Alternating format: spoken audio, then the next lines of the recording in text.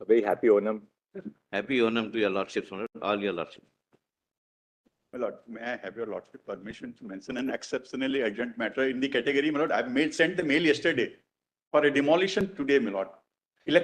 Send the mail. What time did you send the mail yesterday?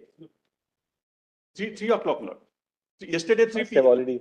Order must have already been passed in the night because I was doing that until late. Because we are yesterday. Impossible. Every mail which came, there's an order, but I'll check at lunch. Very good. I'm grateful to her. I'll give the details to the postmaster.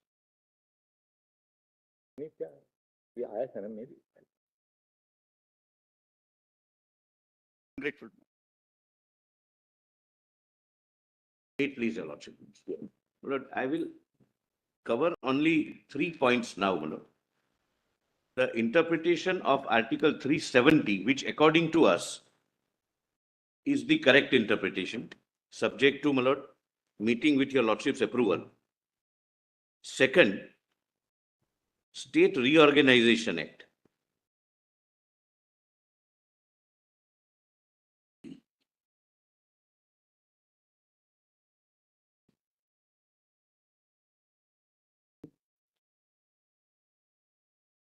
Third,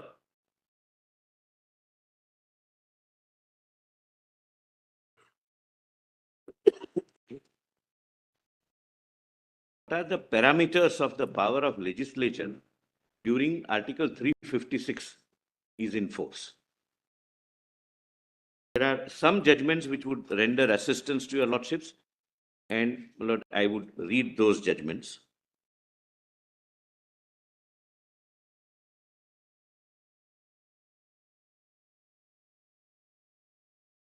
But before I start with 370, Lord, your lordships would recall the submission made by some of the learned counsels, my lord, on the other side was that there was an assurance given to the princely states, and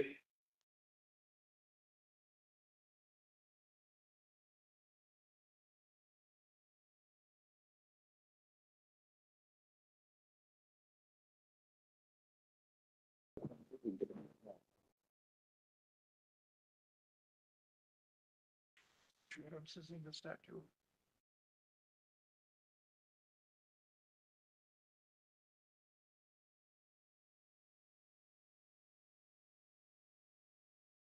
there was an assurance given to the princely states, as a result of which, and according to the petitioner, in lieu of which, they chose to join the Union of India, and therefore Article 370 is the result of that promise which the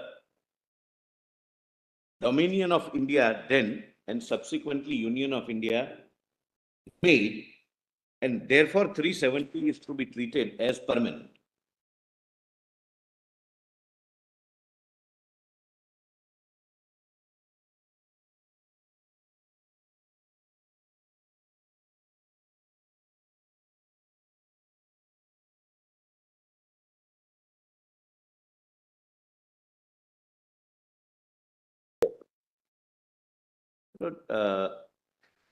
I'll deal with that contention first, because then, my lord, 370, it would be easier for me, my lord, to persuade your lordships the view which, according to the government, is the correct view of interpretation.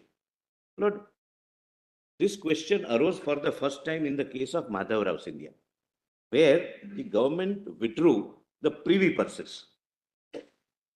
At the privy purses were a bargain in lieu of which the princely state acceded to Union of India.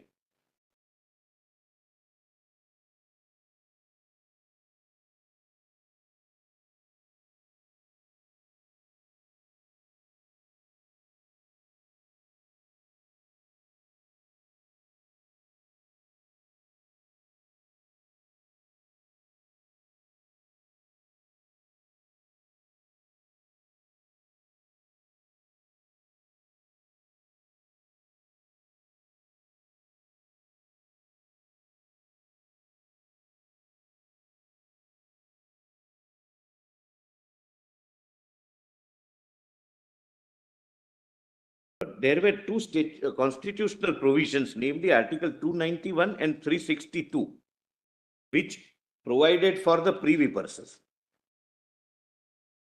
the central government exercised the powers under Article 366 and deleted the term princely states and construed that since princely states no longer exist, there is no question of privy purses or other privileges. The definition was princes.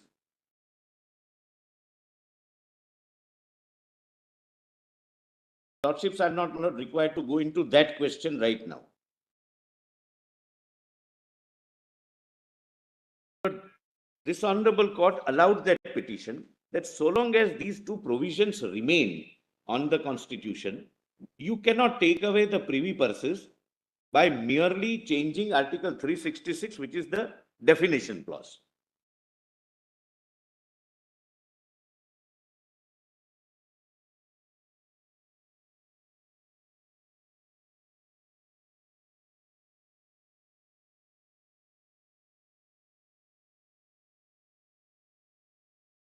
Their contention is that this is what has been done by altering Article 367.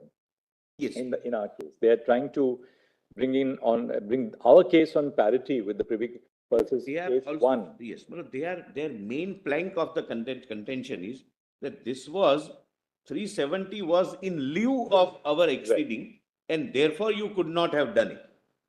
But after the judgment in Madhavrao India, the government repealed or that is a constitutional amendment. Constitutional amendment under 360, correct. Lord, I'm saying that, Mr. Shankar Narayan. I was just about to answer that. It was a constitutional amendment. Lord, government repealed that.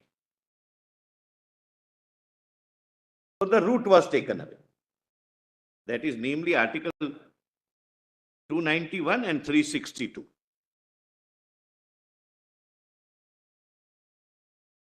That came to be challenged before this Honorable Court, and the matter went before the Constitution Bench in case of Raghunath Rao Ganpat Rao versus Union of India, my lords. The judgment which your lordships would find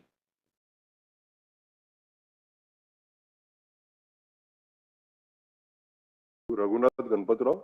Raghunath Rao Ganpat Rao versus Union of India. 1994, supplementary 1 SCC 191.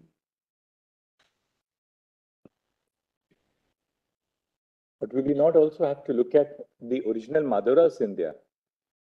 It is discussed here.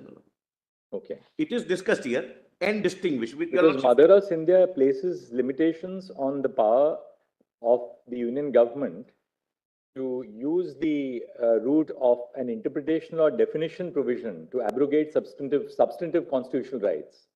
That is absolutely a correct legal position, but for 370, which provides that you can use this route. That's the distinction you're making. That's the distinction, but there is one more distinction. But you'll have to then deal with the point as to why was it necessary to take recourse to 367 then?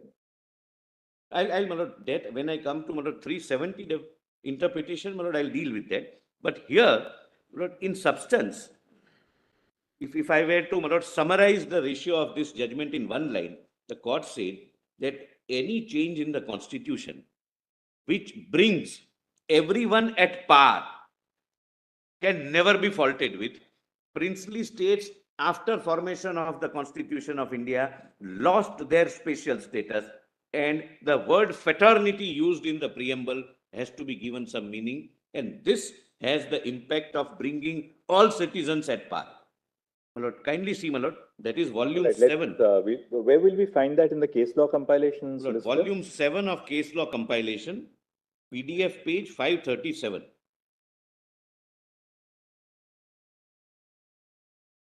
I'll read relevant part, my lord, considering, my lord, the time constraint.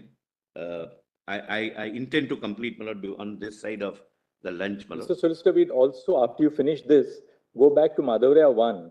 Correct. Because if you don't go through it, then, then obviously there'll be there'll be a front in the rejoinder that, you have not dealt with Madhavrao 1. Correct. But let us see how Madhavrao is dealt with here, my lord, first of all. But I will go to Madhavrao 1, but there is nothing, because that, Lord, kindly come to page 1,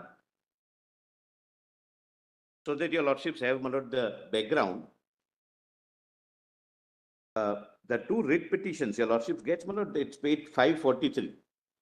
PDF 543.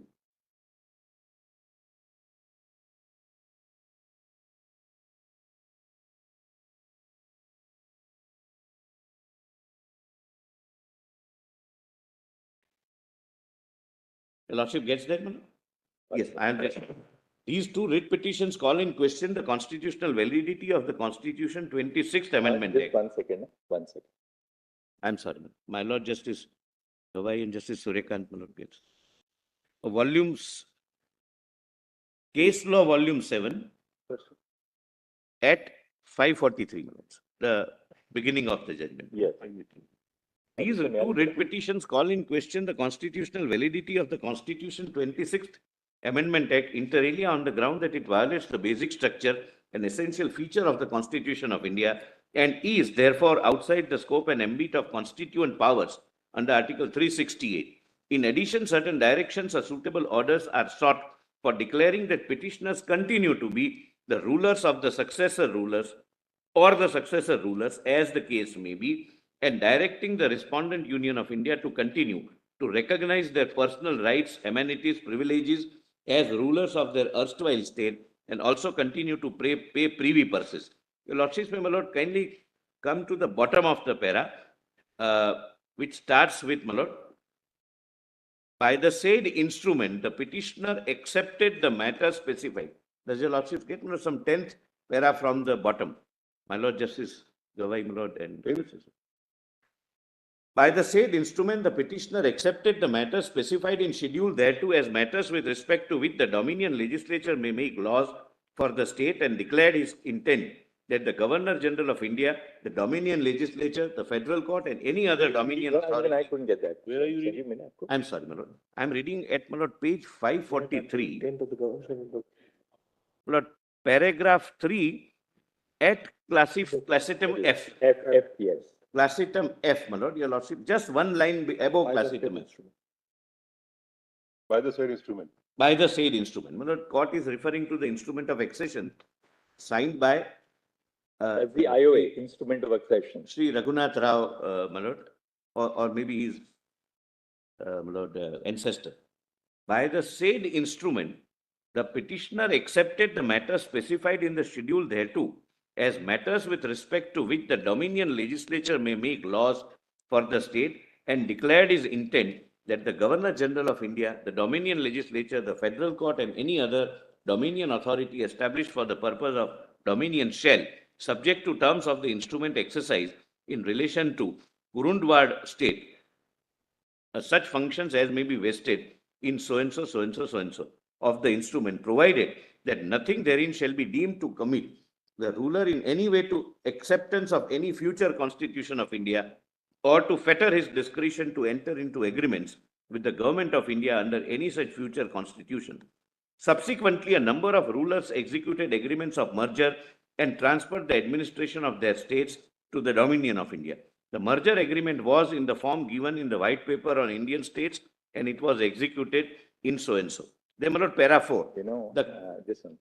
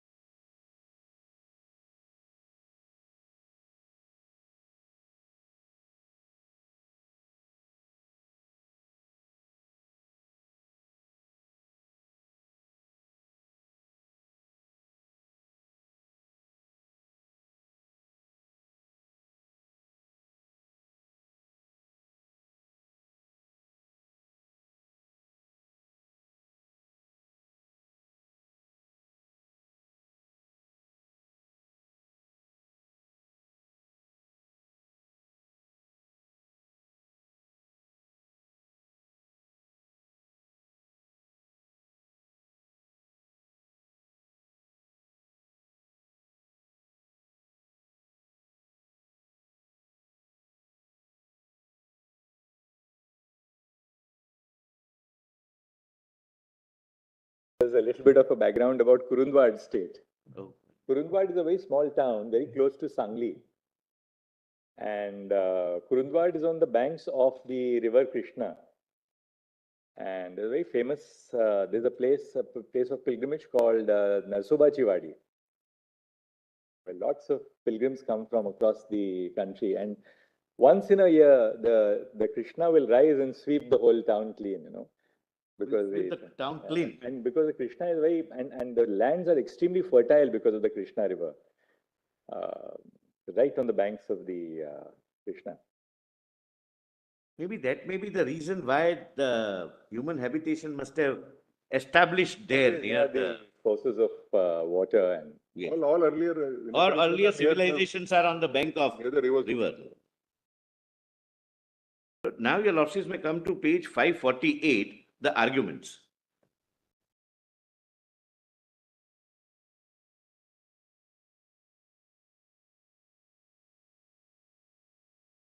Here, two constitutional provisions were dispensed with were repealed by way of a definition clause. Not like, unlike interpretation clause. Here kindly bear one factor in mind. 370, sub-article 3, has an inbuilt extinguishing provision. 370, sub-article 3 is a provision whereby 370 can be extinguished. That's the distinction. But I'm on a little wider argument made by the other side. Para 19, the submission, my Lord Justice. The submission advanced by Mr. Sorabji, the learned senior counsel appearing on behalf of the writ petitioner in writ petition number so-and-so are thus. Article 291, 362 and 366(2). Well, 366(2) is the definition clause defining princes then of the Constitution, were integral part of the constitutional scheme and form the important basic structure, since the underlying purpose of these articles was to facilitate submission of new order and ensure organic unity of India. These articles guaranteed pledges to the rulers based on elementary principles of justice, and in order to preserve the sanctity of solemn agreements, it was only by the incorporation of these articles that the unity of India was achieved, by getting all the rulers within the fold of the Constitution, and that the deletion of these articles has damaged and demolished the very basic structure of the Constitution. The covenants entered into were in the nature of contracts which had been guaranteed constitutionally and affirmed by making the privy purse an expenditure charged under the Consolidated Fund of India, and the use of expression guaranteed or assured by the Government of Dominion of India to any ruler as embodied in Article 291, and the expression guarantee and assurance given under such covenants or agreements as is referred to in Clause 1 of Article 291, as comprised in Article 362, was a permanent feature of the Constitution, reflecting the intention of the founding fathers of the Constitution, and as such, these two articles should have been kept intact. Please pause here for a minute. My Lord, these articles even remotely did not suggest that they are temporary.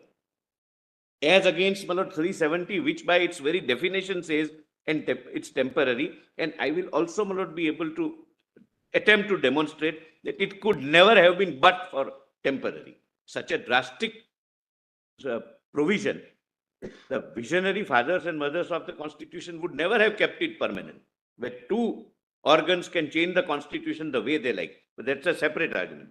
Please see. According to the learned counsel, the deletion of these articles amounted to a gross breach of principles of political justice enshrined in the preamble by depriving or taking away from the princes the privy purses which were given to them as consideration for surrendering all their sovereign rights and contributing to the unity and integrity of the country, and that the deletion of these articles by the Impugned Amendment Act is arbitrary, unreasonable, and violative of Article 14 of the Constitution. Further, it has been urged that rulers acceded to the dominion of India and executed instrument of accession and covenants in consideration of the pledges and promises enshrined in Article 291 and 362, and that the Impugned Amendment Act is beyond and outside the scope and ambit of the constitutional power of Parliament to amend the Constitution, as provided under 368. Mr. Sorabji, in his additional written submissions, has further urged that without the cooperation of rulers, not only the territory of India, its population, the composition of the state legislatures, the Lok Sabha, the Rajya Sabha, but also constitution that was adopted on November 26, 49 would have been basically different, and that India, that is Bharat, would have been fundamentally different from the Bharat that came into being. But kindly see, my lord, para 22. Mr. Salve, the learned senior counsel, contended that he was also for the petitioner, my lord, with Mr. Lord Sorabji. But estoppel doesn't apply to him. Pardon me? Estoppel doesn't apply to him based on what he argued in that case. Well, that's the my lord, privilege on this side, my lord. We are not bound by our arguments, my lord. Mr. Salve, learned senior counsel, contended that Article 291 and 362, when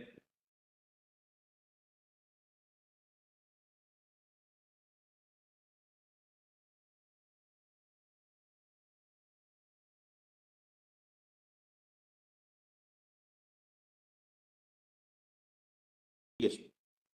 Mr. Salve, the learned counsel, appearing contended that Article 291 and 362 were when incorporated, were intended to grant recognition to the solemn promises on the strength of which the former rulers agreed to merge with the Indian dominion, and the guarantee of privy purses and certain privileges was as a just quid pro quo for surrendering their sovereignty and dissolving their states.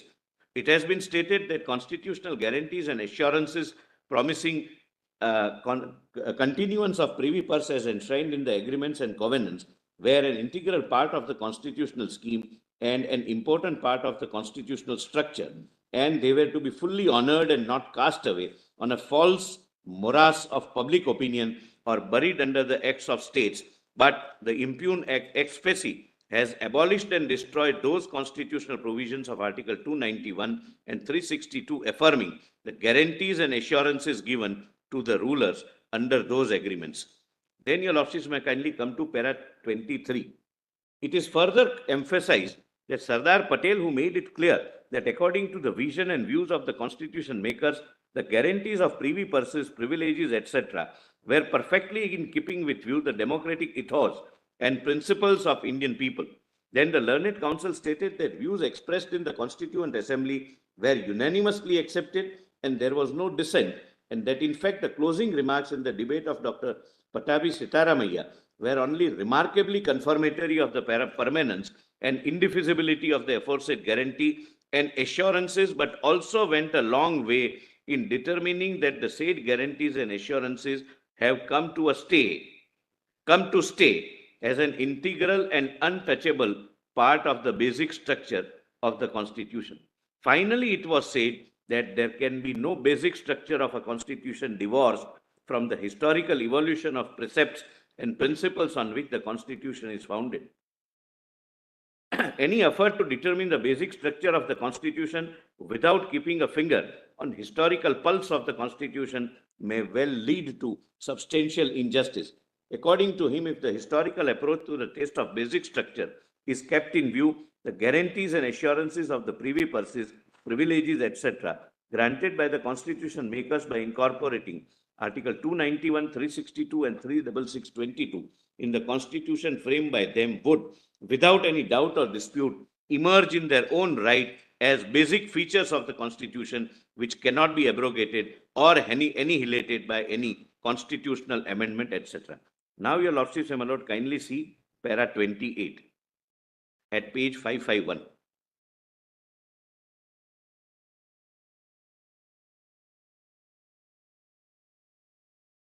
Learned Attorney General of India, with regard to the above pre-constitutional agreement, stated that history of the developments leading to the merger agreements and framing of the Constitution clearly show that it is really the union of people of native states with the people of erstwhile British India, and the instruments of accession were only the basic documents, but not the individual agreements with the rulers, and therefore to attribute the agreements entered into by rulers as a sacrifice by the rulers is unfounded. Secondly, the nature of the covenants is not that of a contract, because a contract is enforceable at law, while these covenants were made non-justiciable by a constitution, vide Article 363. According to him, the covenants were political in nature and that no legal ingredients as the basis can be read into these agreements, and that the guarantees and assurances embodied in Article 291 and 362 were guarantees for the payment of privy purses. He has urged that such a guarantee can always be revoked in public interest pursuant to fulfilling a policy objective or the directive principles of the Constitution.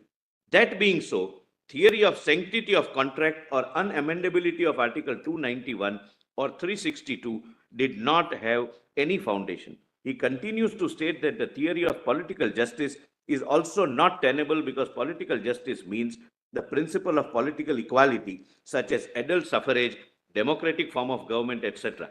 In this context, the Lordships can skip, my lord, the citation. Then para 29. Before embarking upon a detailed discussion on the various facets of the contentions, both factual and legal, we shall deal with the precursive point with regard to the pre-constitutional instruments of accession, the merger agreements, and the covenants which guaranteed the payment of privy purses and recognition and personal privileges, etc., and which the agreements ultimately facilitated the integration of these states with dominion of India. Then, my lord, 30, your lordships may skip its history. 31. This accession of Indian states to the dominion of India established a new organic relationship between the states and the government, the significance of which was forging of a constitutional link or relationship between the states and dominion of India. The accession of Indian states to dominion of India was the first phase of the process of fitting them into constitutional structure of India. The second phase involved a process of twofold integration, the consolidation of states into sizable administrative units and their democratization. Though high walls of political isolation had been raised and buttressed to prevent the infiltration of the urge for freedom and democracy into Indian states, with the advent of independence, the popular urge in the states for attaining the same measure of freedom as was enjoyed by the people in the provinces gained momentum and unleashed strong movements for the transfer of power from rulers to the people. On account of various factors working against the machinery for self-sufficient and progressive democratic setup in the smaller states and serious threat of law and order in those states, there was an integration of states, though not in a uniform pattern in all cases. Firstly, it followed the merger of states in the provinces geographically contiguous to them. Secondly, there was a conversion of states into centrally administered areas. And thirdly, the integration of their territories to create a new viable units known as Union of States. My lord, your lordships may, my lord, now come to para 38, my lord, at page, my lord, 554, PDF 554. Now, my lord, the Honorable Court discusses Madhav Rao, because Madhav Rao obviously was cited, which said that privy purses are an integral part of the Constitution of India. That is one. And number two, that you could not have taken it away by merely deleting the definition of princes. These were, my lord, the two. Then 38. On May 14, 1970, the Constitution 24th Amendment Bill for abolition of the aforesaid privy purse privileges, etc., conferred under Article 291, 362, and 36622 was 366-22 was introduced in Lok Sabha by the then Finance Minister Sri Chavan. The bill contained 3 clauses and a short statement of objects and reasons. The statement reads as under: the concept of rulership with privy purses and special privileges unrelated to any current function and social purposes is incompatible with an egalitarian social order. Government have therefore decided to terminate the privy purses and privileges of rulers of former Indian states. On September 2, the bill was voted upon in Lok Sabha, but on September 5, Rajya Sabha rejected the same since the bill failed in the Rajya Sabha to reach the requisite majority and not less than 2/3 present as required by Article 368 and voting. Close on the heels of the said rejection the President of India, purporting to exercise his powers under Clause 22 of Article 366 of the Constitution, signed an order withdrawing recognition of all rulers of the country en masse. Look, this was the subject matter in Madhav. A communication to this effect was sent to all rulers in India who had been previously recognized as rulers. So what was done was, by a constitutional order, which is unheard of, my lord, except in 370, the Honorable President virtually declared two provisions to be nullity. The presidential order, para 40, de-recognizing the rulers were questioned in Madhav Rao, Scindia versus Union of India, by filing writ petition under Article 32, challenging it as unconstitutional, ultra vires and void. An 11-judge bench of this court, by its judgment dated so-and-so, struck down the presidential order being illegal, ultra vires and inoperative on the ground that it had been made in violation of power of the President of India under Article 366(2) of the Constitution, and declared that writ petitions would be entitled to all their pre-existing rights and privileges, including right to privy purses, as if the impugned orders therein had not been passed. Here, it may be noted that Justice Mittar and Justice Ray gave their dissenting judgment. Thereupon, that they started getting privy purses. Lord, kindly come to para 77 at page 562. Rest, my lord, may not help, my lord, assist your lordships, my lord, either way. 77. According to Mr. Sorab,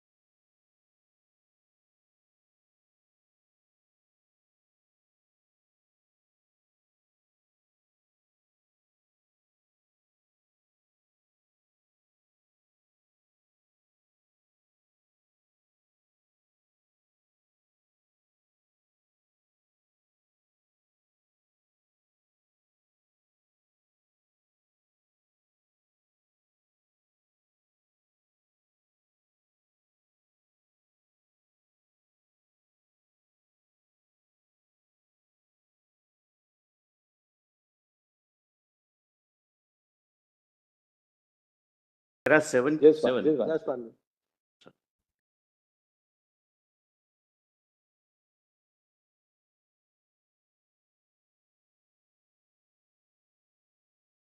Your lordships would, I'm sorry, my apologies.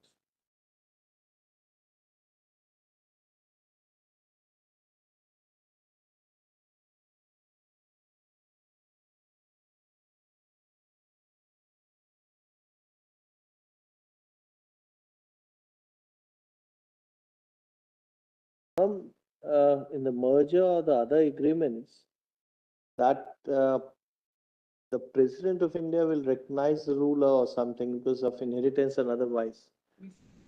That was there.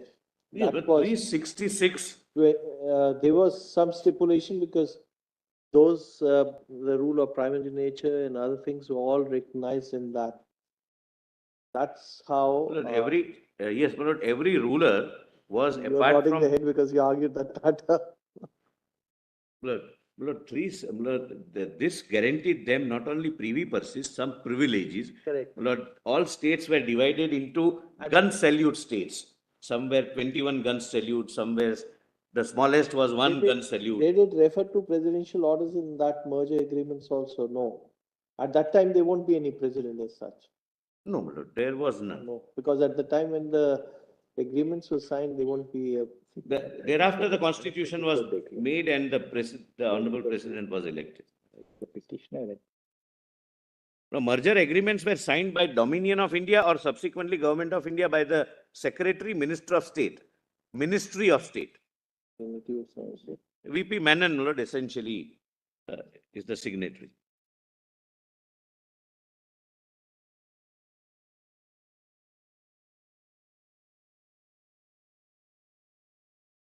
And 75 make a brief reference. Yeah. Yes, Para 74 and 75, there is a brief reference to all these agreements. correct. I'm okay.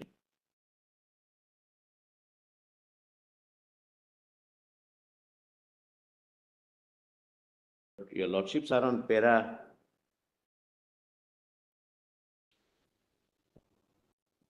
Lord, may I read para 75, Lord? May I? Yes, para 75. 70. Therefore, there cannot be, my lord, it is on page 561. Possibly that's what, my lord, the Honorable Court is reading. Therefore, there cannot be any justification in saying that guarantees and assurances given to the rulers were sacrosanct and that Article 291 and 362 reflected only the terms of the agreement and covenants. In fact, as soon as the Constitution came into force, the memoranda of agreements executed and ratified by the State of Union of States were embodied in formal agreements under the relevant articles of the Constitution, and no obligation flowed from those agreements and covenants, but only from the constitutional provisions. To say differently, after introduction of Article 291 and 362 in the Constitution, the agreement and covenants have no existence at all. Everything gets subsumed in the Constitution itself. In fact, that is the proclamation which Karan Singh issued after the adoption of the Indian Constitution. 49. That thereafter, the entire relationship will be governed by the Indian Constitution. Yes. And all previous covenants, agreements will cease to have any application. They are, my lord, therefore, I said, my lord, it gets subsumed. And now the final document is the Constitution of India, which we have given to ourselves.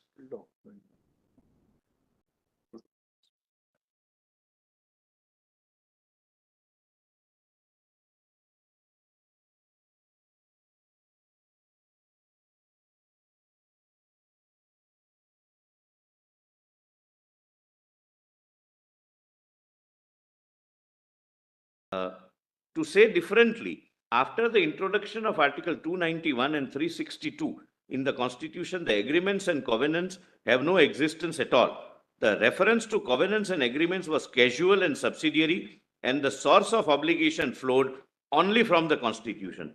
Therefore, the contention urged on the use of the words guaranteed or assured is without any force and absolutely untenable. The next vital issue is whether the Impugned Amendment Act damaged any basic structure or essential feature of the Constitution. According to Mr. Surabji, the repeal of Article 291 and 362, which were an integral part of the constitutional scheme, the identity of the Constitution has been changed and its character has been fundamentally altered. The total repeal of these articles, coupled with an express repudiation of the guarantees embodied therein, has resulted in nullification of a just quid pro quo, which were the essence of these guarantees. He has urged that the underlying purpose of doing justice to the rulers has been subverted and breach of faith has been sanctioned. He has relied upon these judgments, including, my lord, 3 is Madhav Rao Scindia. And please see, my lord, 79. Mr. D.D. Thakur, the father of my Lord Justice Thakur. My Lord, the Chief Justice Thakur. D.D. Thakur, in addition to the above, has stated that one of the tests to determine whether the provision of the Constitution was intended to be permanent or could be deleted or amended is to see whether the Constitution makers had intended that to be made permanent.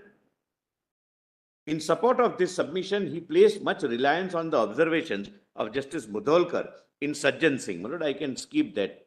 And thereafter, my Lord, I may directly come to 88 at page 563.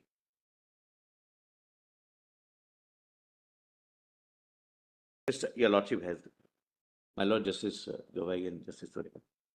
Mr. Soli Sorabji, in support of his contention that Article 291 and Article 362 and Clause 22 of the Article 366 were integral part of the constitutional scheme, which otherwise would mean the essential part of the constitutional scheme referred to Webster's Dictionary and Collins' Concise Dictionary, and has pointed out the lexical meaning which says the integral means essential, and therefore, according to him, the total abolition of provisions of the Constitution, which are in its integral parts, otherwise essential parts, has damaged the essential and basic features of the Constitution.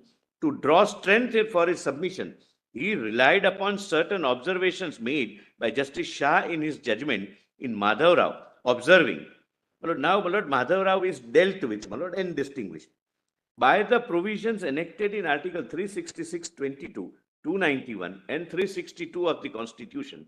The privileges of rulers are made an integral part of the constitutional scheme, and an order merely derecognizing a ruler without providing for continuation of the institution of rulership, which is an integral part of the constitutional scheme, is therefore plainly illegal.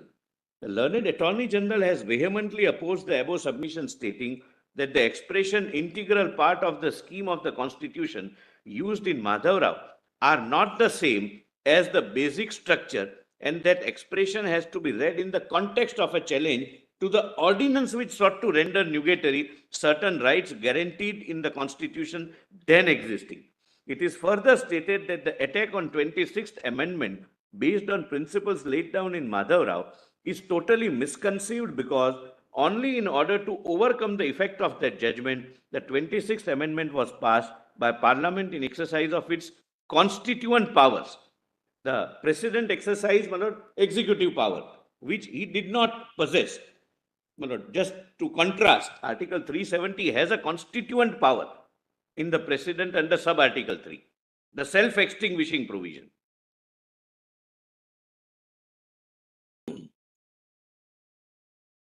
According to the Attorney General, the observations in the said case were nullified by the amendment, and the judgment is no longer good law after the amendment. To test the amendment on the basis of that judgment is impermissible, and all the arguments based upon this case are therefore misconceived. Then 91. After the commencement of the Constitution, in pursuance to Article 36622, the rulers were recognized, and they had been enjoying the privy purses, privileges, dignities, etc. on the basis of relevant constitutional provisions. Pursuant to the resolution passed by All India Congress Committee in 1967, the Union of India introduced the 24th Amendment Bill in 1970 to implement the decision of the All India Congress Committee favoring the removal of privy purses, privileges, etc. But the bill, though passed in Lok Sabha, failed to secure the requisite majority in Rajya Sabha, and therefore it lapsed. It was only thereafter that the President of India issued an order in exercise of powers vested in him under Article 366(22), changing the definition clause by an ordinance. I'm sorry, my Lord Justice. Please continue. I'm sorry. 36622, derecognizing the rulers and stopping the privy purses, privileges, etc. enjoyed by the rulers. Now, this is important, my Lord. This is the distinction. This order passed by the President was the subject matter of challenge in Madhav Rao 2.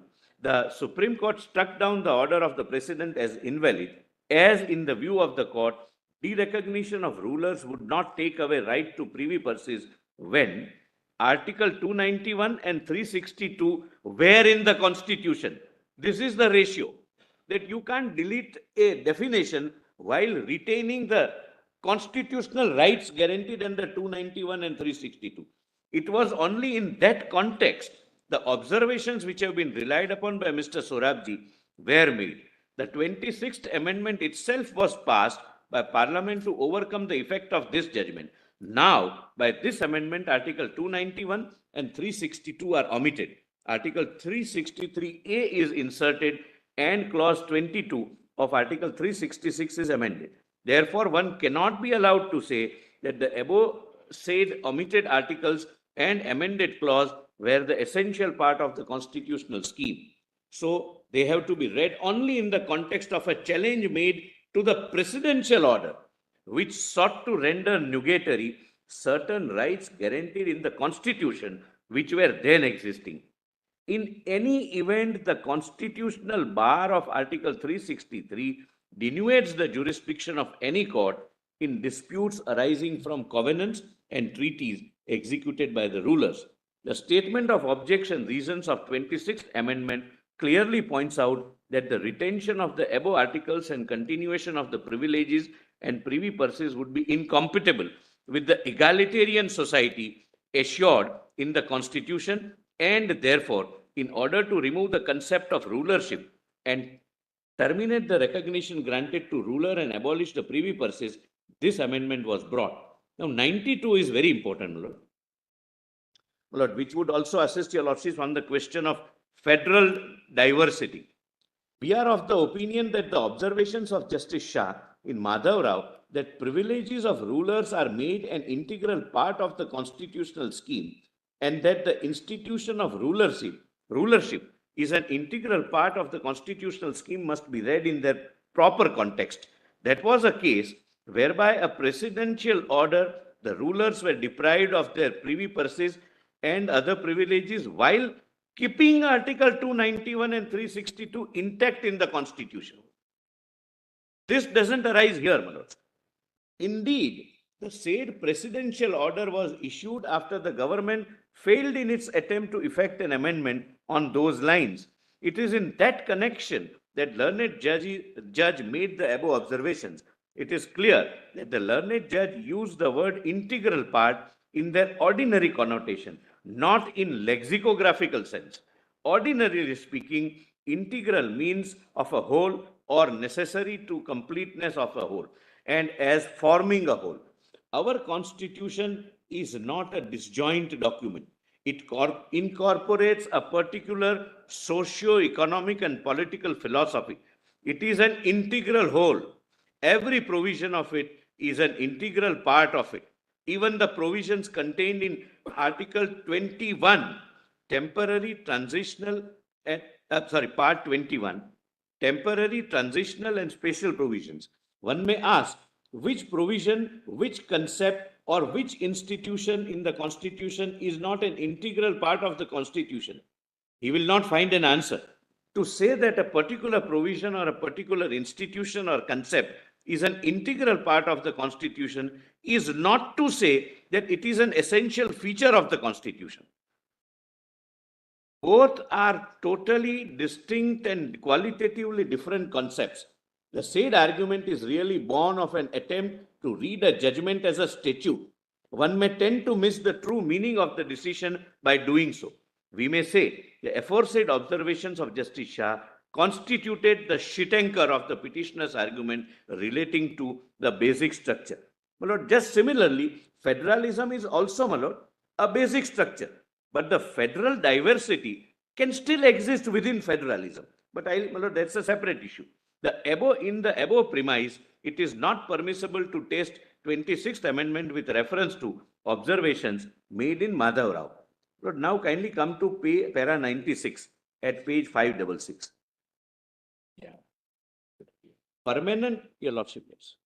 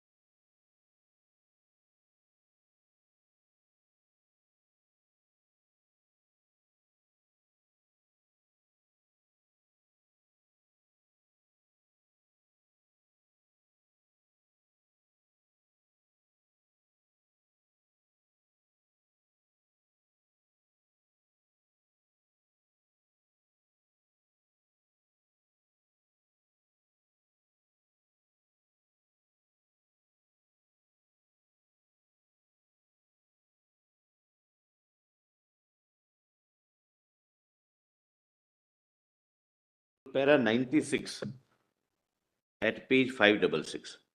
Yes. Permanent retention of the privy purse and the privileges of rights would be incompatible with the sovereign and republic form of government. Such a retention will also be incompatible with the egalitarian form of our constitution. That is the opinion of the parliament, which acted to repeal the aforesaid provisions in exercise of its constituent power. The repudiation of the right of privy purse privileges, dignities, etc., by deletion of Article so and so, which the recognition of the rulers and payment of privy purse are withdrawn, cannot be said to have offended Article 14 or 19 1F. And we do not find any logic in such submission. No principle of justice, either economic, political, or social, is violated by the 26th Amendment. Political justice relates to the principles of right of the people, that is, right to universal suffrage, right to democratic form of government, and right to participation in political affairs. Economic justice is enshrined in Article 39 of the Constitution. Social justice is enshrined in, well, Lordships can skip that, 97.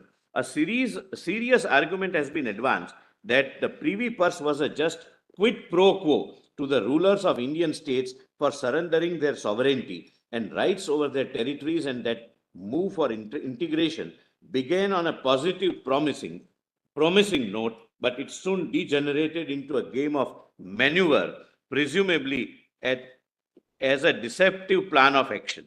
This argument, based on the ground of breaking of solemn pledges and breach of promise, cannot stand much scrutiny.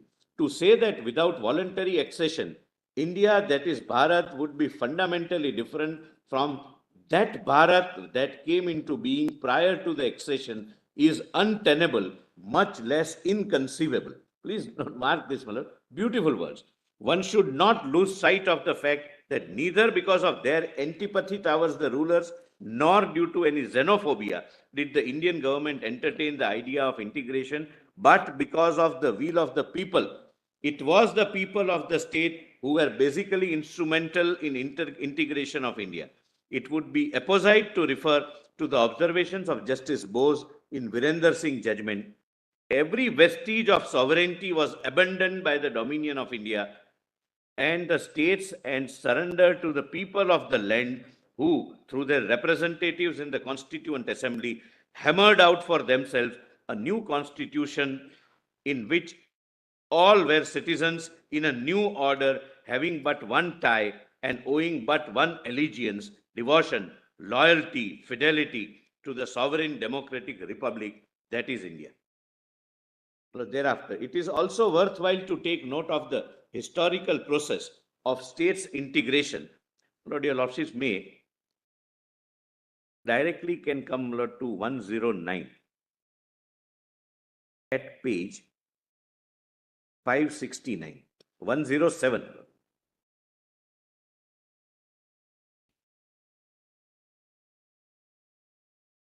On a deep your Lordship gets me, my Lord.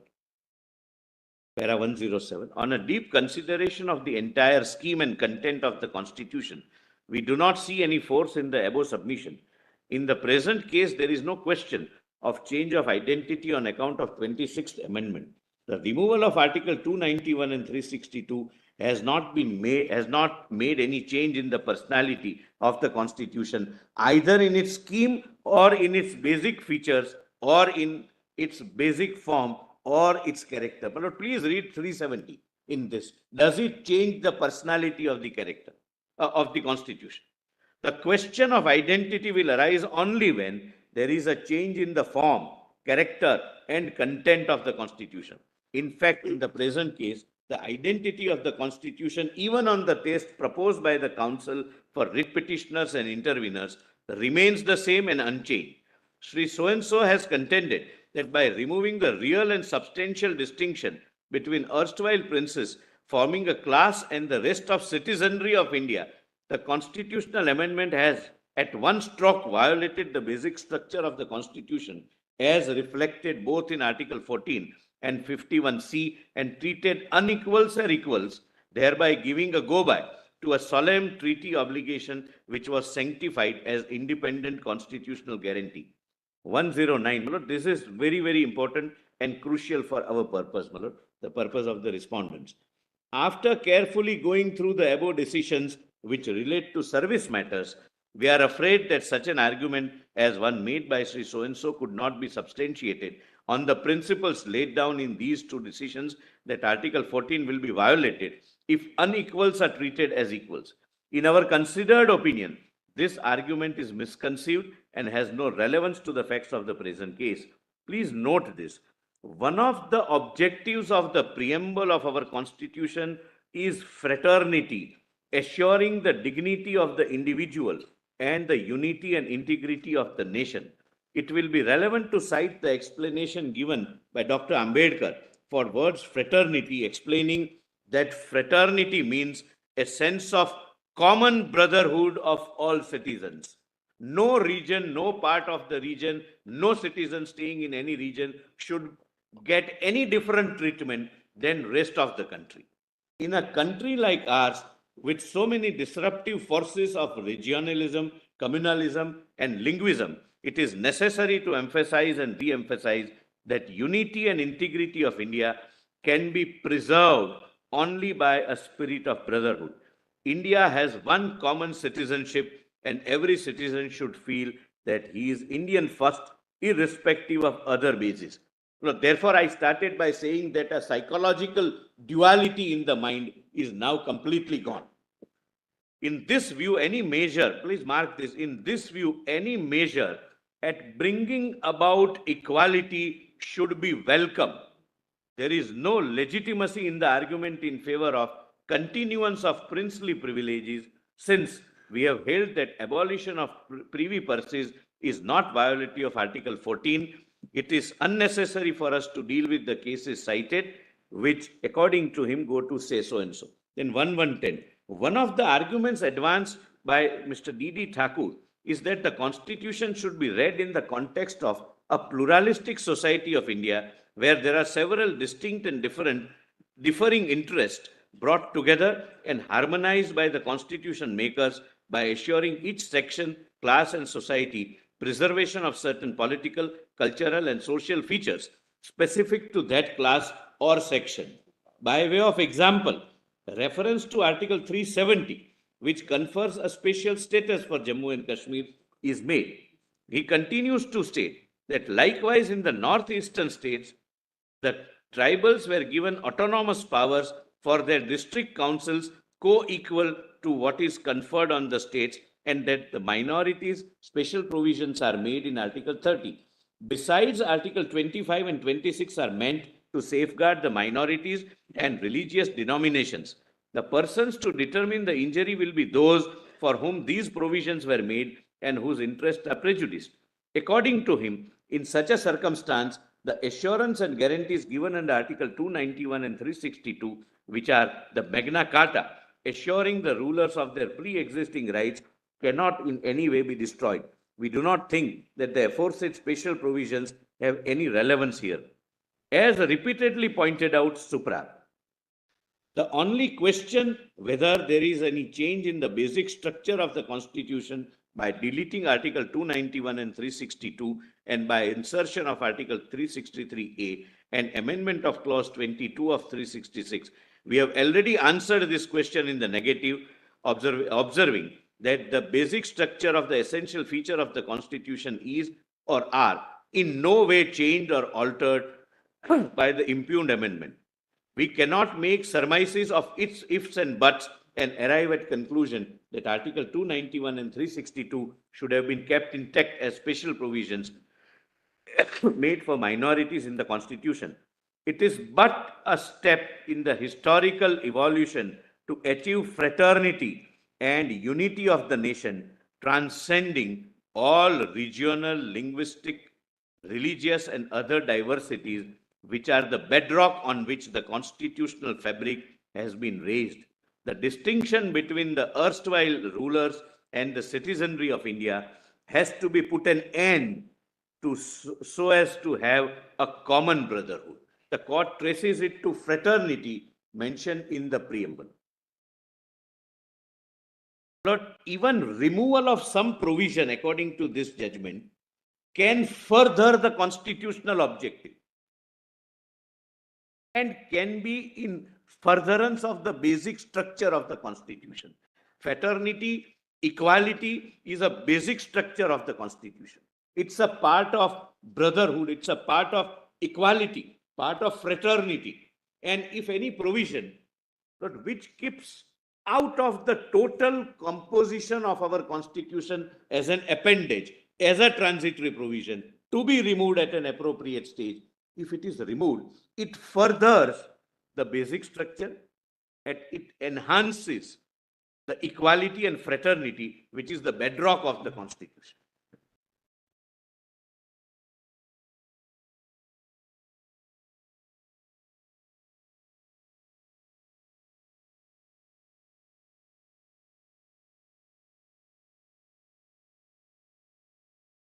Yes. So, in this view, it, in my respectful submission, may not be necessary to read Madhav Rao's India judgment. If your lordship would wish me, I can assist your lordship with that. We will, ultimately read the same paragraphs based upon which, it is distinguished. That when you are doing something, earlier, it was done by a presidential order in Madhav Rao. One definition was deleted, which the president did never possess. Even today, it doesn't possess. But only in one provision, that is 370, where you can amend any part of the Constitution. So, explanation 367 mechanism is used. So, this is the drastic nature of this provision. 371 permits two organs, the government of the president, president would mean act and advise, aid and advise, and the government of the state, again, aid and advise. Please, my lord, appreciate this. Two individuals, technically, the prime minister and the chief minister of the state, whoever he is, can make any change, can make any alteration, can choose not to apply any provision, and like 35A, can create a constitutional provision only applicable to Jammu and Kashmir. That provision is exercised now as a last exercise to ensure that it never happens. 367 explanation is added. I'll come to that. This, but my learned friend wants me to do this. Yes, there is a concurring judgment, Justice Mohan. Justice Mohan. PDF 577, just note the paragraphs, There are 151, 152.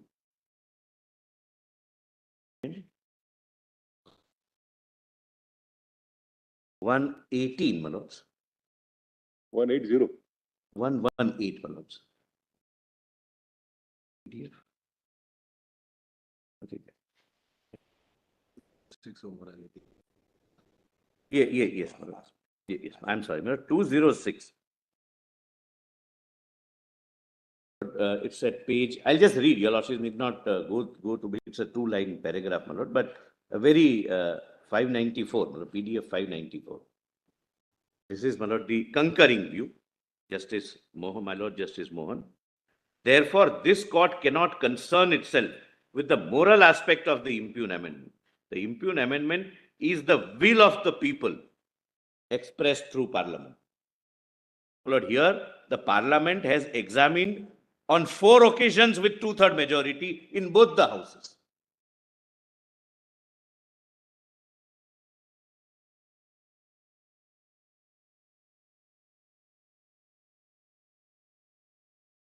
But in Madhav Rao Scindia judgment, Lord, if your lordships can note the paragraphs which we would be reading, Lord, since it's already 11:45, my lord, I don't wish your lordship's time, my lord, but I, if possible, my lord, conclude at 1 o'clock.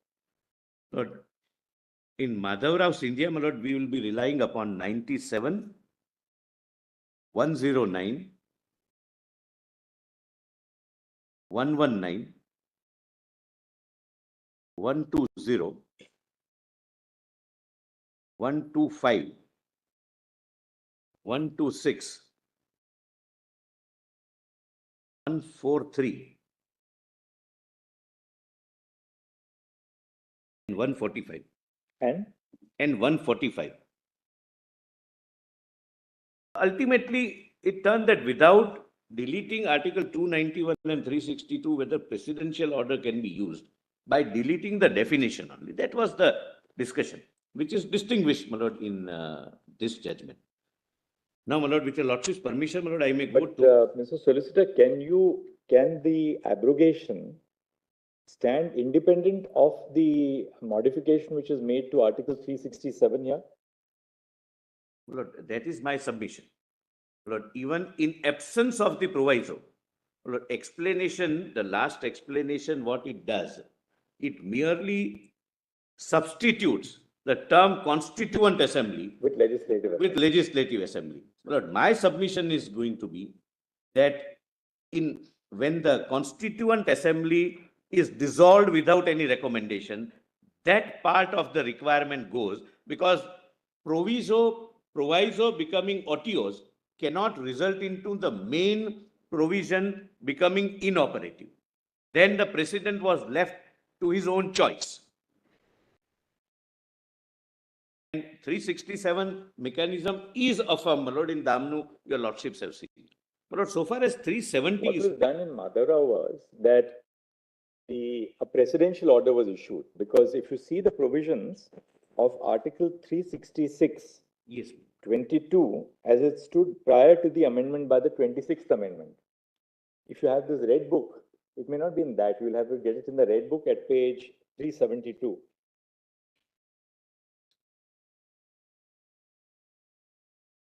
Yes, I'll just.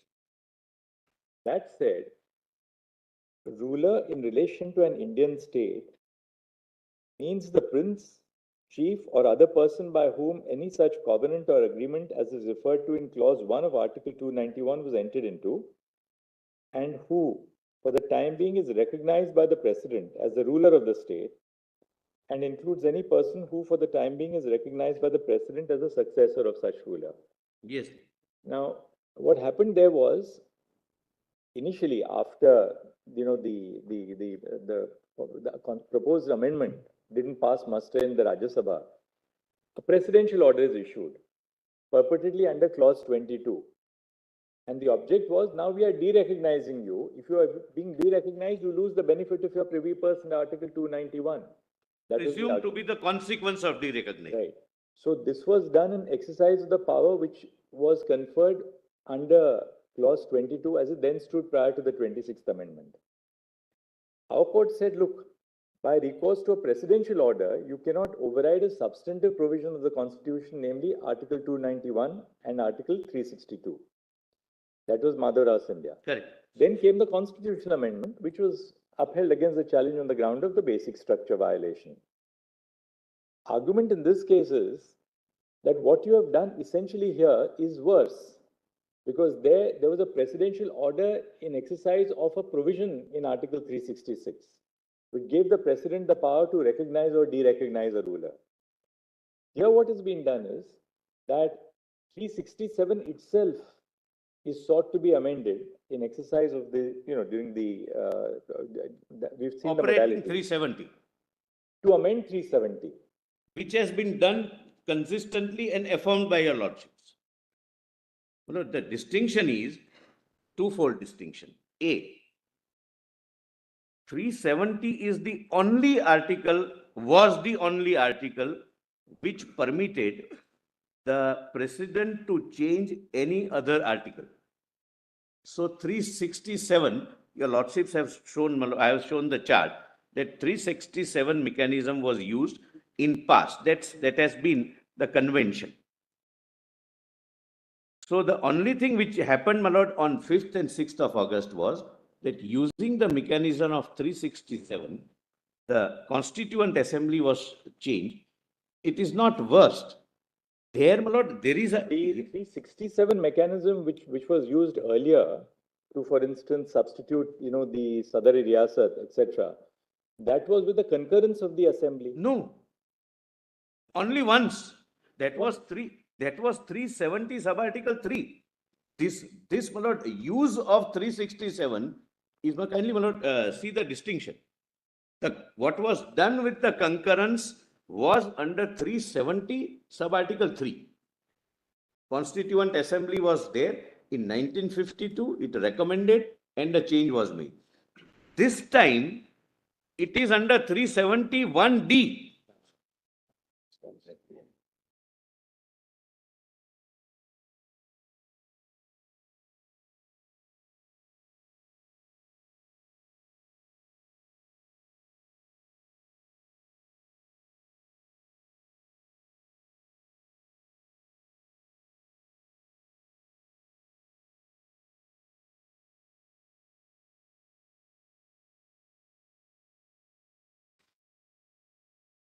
Lord, this time I may emphasize, my lord, so that I'm sorry, I was not clear. I'm sorry, my lord Justice Caldwell.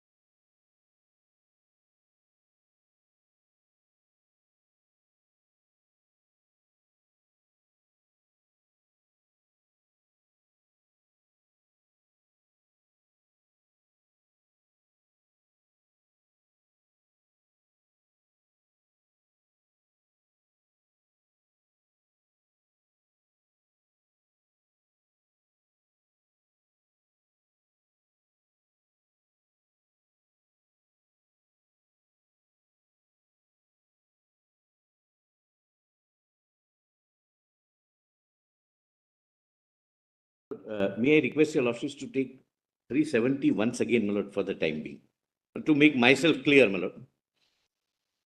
That, my lord, would answer my lord's query, my lord, to my lord's satisfaction. Your lordships may come to, I'll show only two provisions, my lord. 371D. Lordships have 371D, my lords. Yes. This is the first power. Such of the other provisions of this constitution shall apply in relation to that state, subject to such exceptions and modifications as the president may by order specify. Correct, my lords? Now read 3. Kindly read 3. Notwithstanding anything in the foregoing provisions of this article, the president may by public notification declare that this article shall cease to be operative. That is first part. Or shall be operative only with such exceptions and modifications and from such date as he may specify. This is the power of extinguishing or partly extinguishing. So now this is crucial, my lord, apropos my lord's question. The first exercise, as your lordships have rightly said, was under 3. Because the Constituent Assembly was in existence, it recommended.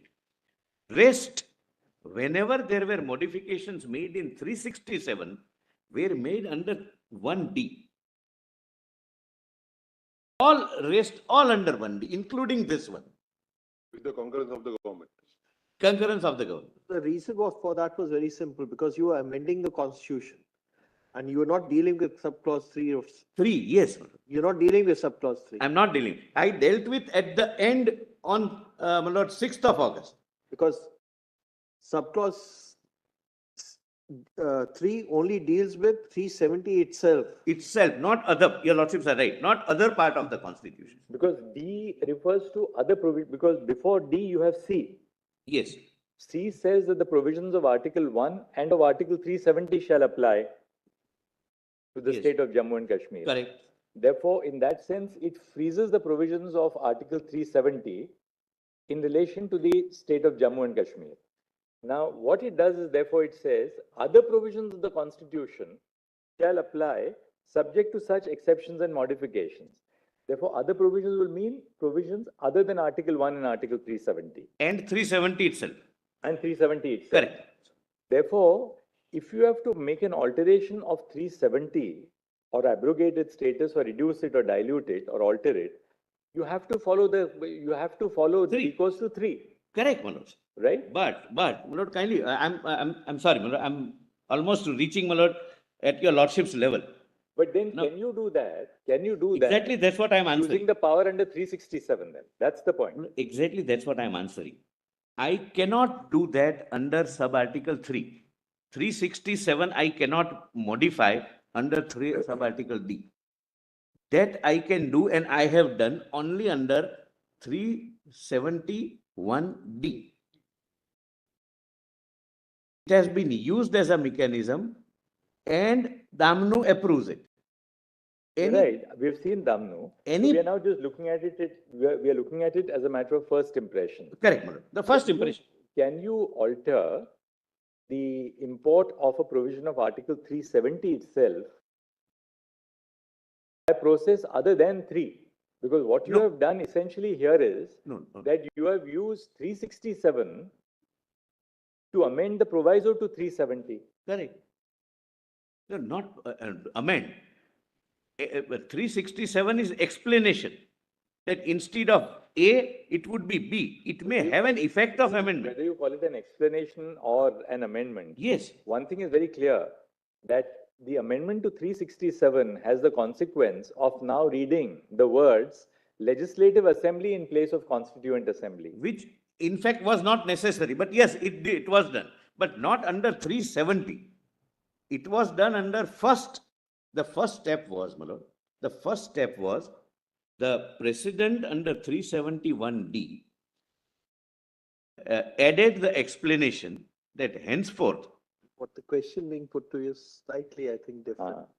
The question is, by making the amendment in 366, by equating Constituent Assembly with the Legislative Assembly, aren't you in fact amending Article 370 without taking recourse to 373. to clause 3 of 370? Because Article 370 can be only amended in terms of clause. Clause of clause 3. I understand, but then, my lord, it has the effect of it becoming permanent. Because there is no constituent assembly, so it can never be modified. 370 can never be modified. Can take recourse. I mean, the argument on the other side is this, that you can take recourse to clause D of subclause D of clause 1 in a situation where you have to amend any other provision of the Constitution other than Article 370. Lord, how? But can you take, yes, It doesn't say so. It's very clear. It says Such of other the provisions. other provisions of this Other means except 1 and 370. So you are saying such other Yes. provisions will include 367. Mr. Solicitor. Yes, it's. All right, Mr. Civil, just once again. That doesn't matter. Let's not. Quite often, I think I should be accustomed to, my lord. We are posing Yes. an issue because we have to deal with these issues. So we want to elicit a response. Yes, my lord. 371D refers to other provisions of the Constitution. Other provisions of the Constitution, according to you, would include 367. Possible. We're not ruling this out at all. We will test that hypothesis. But can you use 367 and amend 367 to bring about an amendment to 370? If you do that while exercising the power under 371D, then are you not really doing that to amend 370 itself? Because the only provision which the Constitution creates to amend 370 is 370 clause 3.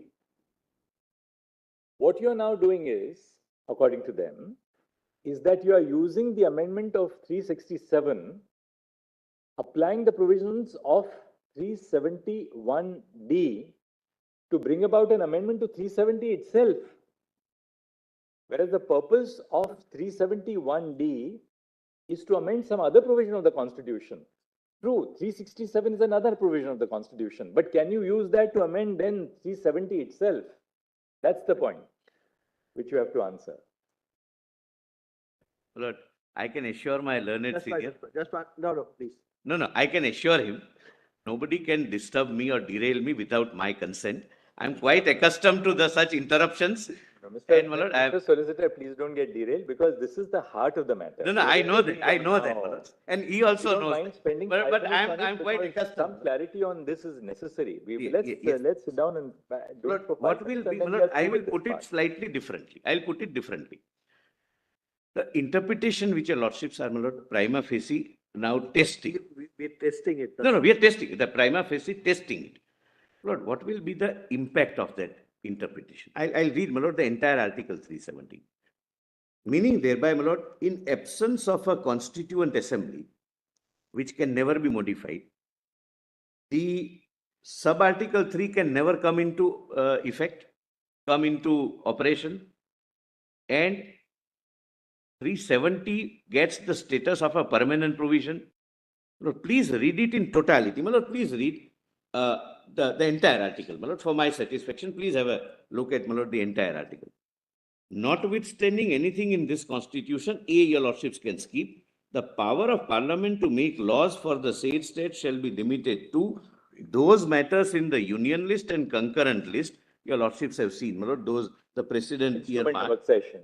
The provisions of Article 1 and of this article shall apply in relation to that state. The purpose is that Jammu and Kashmir can do nothing in their constitution, or even Parliament can do nothing in their constitution. So I really appreciate, my lord, the difficulty, my lord, if your lordships accept that. Then even 368 route, which is the second route suggested, cannot be done. Because it says 1 and this article shall remain. If that is the meaning given, that is completely unalterable, then 370 remains as a permanent, though there are a host of considerations for me to show that it has always been a temporary feature. Further, such of the other provisions of this constitution shall apply in relation to that state, subject to such exceptions and modifications as the president may by order specify. My lord, other provisions would mean other than B. Yeah, just stopping you for a minute. Could the Legislative Assembly make a recommendation in terms of 371A saying that under 367, you equate Constituent Assembly with Legislative Assembly? Under 371, What D? 370, sub clause 1, subclause D. Could the Legislative Assembly make a recommendation saying, if it is amendment, it cannot. If it, just think about it and then answer. Could the Legislative Assembly make a recommendation to the Parliament, please amend Article 367 and well, equate. let me give it a thought and my lord respond to that. My lord, that I understand the heart of the matter. Your lordship's lord discussion, my lord, is driving that any 367 use which has the impact of altering 370 itself, my lord, then my lord, we would be setting at not all 367 usages. My lord. But kindly remember, through the 367 mechanism, 370 has been modified. That's the point in favor of what you are saying, with the caveat that the use of the 367 mechanism to modify 370 was always with the consent. Sorry, consent. Here also it is concurrence. The only difference. It was concurrent.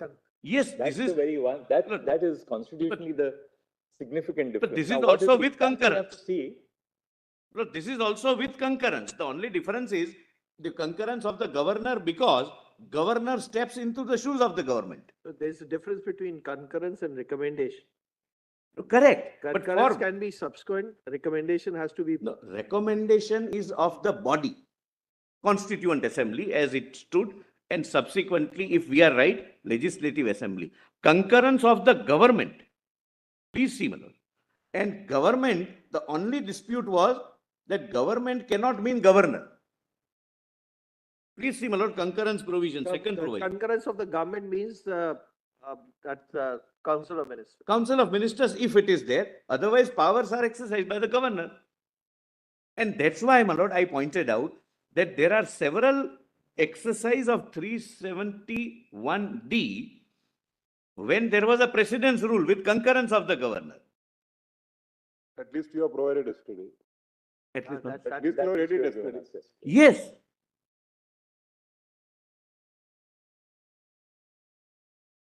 My lord, your lordship's query is, my lord, absolutely, my lord, dot on the point. But, my lord, I'll respond, my lord. Let me give it a thought. But the real question would be, You have already responded. well, the real question is, my lord, that here concurrence is that of the governor. Government, whichever is the government, if it is a nation, to give meaning to 370. so simply put, according to you, at a time when there was no legislative assembly, the explanation was amended so as to incorporate Democratize. so as to provide that the Constituent Assembly shall itself be treated as the Legislative Assembly. Because it was so treated Because the early. Constitution had not been framed and there was no Legislative Assembly in the state of Jammu and Kashmir. So according to you, the flip side now is that when there is no Constituent Assembly, we treat the Legislative Assembly as a Constituent Assembly.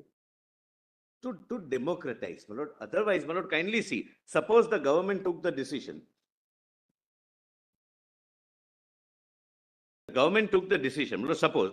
The second answer could be, and that's for the other side to answer, by amending 367, in fact, you're not really amending 370 as such, because the 370 procedure has to be still applied. To abrogate or nullify 370, the procedure has to be still applied. Suppose 367 had been amended in terms of 371(1)(d), 371(d), with the concurrence of the state government. Second step, the Legislative Assembly had made a recommendation, please abandon or abrogate 370. It would have passed muster. Nobody would have really, probably the other side wouldn't have been here also, except some of them. Yeah, they would still be here, but that's, So they would, that's beside the point. but it could have been done. If this route is permissible or not. Lord, suppose I'm putting a question to myself. Lord, suppose I thought I answered it in your your favor. lordships are absolutely right. That's my answer, my lord. That's my answer. My lord. I'm grateful to your lordship, my lord, for that. That thought didn't occur to me. But Lord, suppose we took the decision that in view of the proviso becoming otious, because there is no constituent assembly, that limitation of recommendation, ultimately it's recommendation. Suppose it recommends that don't abrogate. President is not bound by it. So now the Constituent Assembly, having chosen while being dissolved not to recommend, the Constituent Assembly has left it to the absolute discretion of the President. It could have been done, my lord. Possibly it could have been defendable action, but with a view to ensure that there is democratization of the action. And my lord, your lordships are dealing with the state of, this is a provision which is one of its kind. There is no such provision either in our constitution or in any constitution. So the law which your lordships would ultimately lay down is not going to, Lord, touch upon any other provision. If suppose the Constituent Assembly, while it was being dissolved, if it framed the constitution, it had options. A, don't abolish. I am recommending that President should not exercise powers under sub-article 3. He should not abrogate 370. That was the first option. Second option, he should abrogate Article 370 after 5 years. Till then, let the Constitution continue. Third, the President is, we recommend that President should modify some of the provisions which we recommend and continue 370 as it is forever. Having done nothing of this, the Constituent Assembly goes without making any recommendation and therefore leaving it to the absolute discretion of the President. The solicitor, you said that the President is recommendation. It's a recommendation, my lord. It's not. You see the words used in the proviso. Provided that the recommendation of the Constituent Assembly of the state referred to in clause 2 shall be necessary. Yes, Lord. Why I say this, Lord, kindly see the second proviso, where concurrence word is used. Concurrence means I have to say yes, otherwise you cannot do it. Therefore, I am contrasting the word concurrence with recommendation. Consultation, yes, the concurrence is at the highest level. That without consent, concurrence means consent. Consultation may sometimes means consent, may not mean consent. Your lordship has seen Justice S.H. State's transfer of judge's judgment, where it says that consultation can even mean concurrence. So I am not just contrasting the word concurrence with recommendation, that the same provision uses the word concurrence, means unless the state say yes, President can do nothing. But here same provision uses the word recommendation, that you will recommend. Ultimate power with the President who is answerable to the House which is answerable to we the people of India. So highest executive functionary is conferred with this decision, and we can read that in absence of Constituent Assembly and its recommendation, the proviso goes. It becomes redundant. It becomes otious. It becomes not possible of being implemented. And law doesn't require performance of an impossibility. But considering the nature of the strategic importance of the state, it was felt necessary that let this be debated in both the houses of Parliament. And Rajya Sabha is, my lord, house of people. It has its own federal structure. Every state has a representation in a different indirect election form. And both houses passes, my lord, with 2/3 majority. But even Constituent Assembly could have recommended that word temporary be deleted. Even clause 3 be deleted. Why not? There was no embargo. During the subsistence, during their existence, and while being dissolved, or during that period, they could have said that delete temporary provision, delete Article 3. Now we don't want anybody's power to abrogate. They could have said even C can be deleted. Suppose, my lord, the Constituent Assembly were to say that delete 1C, that Article 1 is untouchable. Because now we have our own constitution, we no longer are a part of, integral part of India. My lord, it could have said, technically it could have said that. Section 3 of the Constitution says, no, we are an integral part of India. They never said that President's power under 3, we recommend being either diluted or taken away. They never wanted clause 3 to die. That's very clear. So we've covered now the first point, the interpretation of 370. My lord, 370, my lord, there are some points, my lord, if your lordship permits. So on 370, Mr. Solicitor, why don't you summarize in 3 or 4 propositions? What's the heart of your submission? Can I, my lord, do one thing if your lordship permits? My lord, I knew, my lord, I'll be running against time. My lord, instead of, my lord, my 40-50 pages of, my lord, explanation and arguments, I have summarized in 4 pages. Right. That would, my lord, save your lordship's time also in, my lord. So you have it here? If I can be permitted, my lord, I'll just quickly go through. 5 minutes and we are done with. Yes.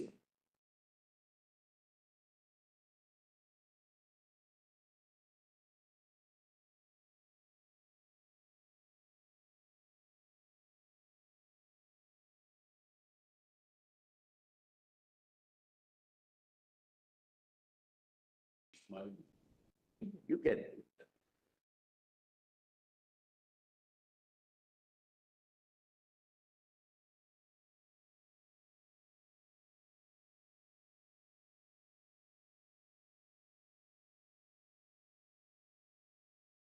Says, my lord, it declares it to be temporary. Your lordships may not read anything, my lord. It is contained in part 21, which has 3 categories: temporary, special provisions, and transitory provisions. So constitutional framers are aware of what word they are using.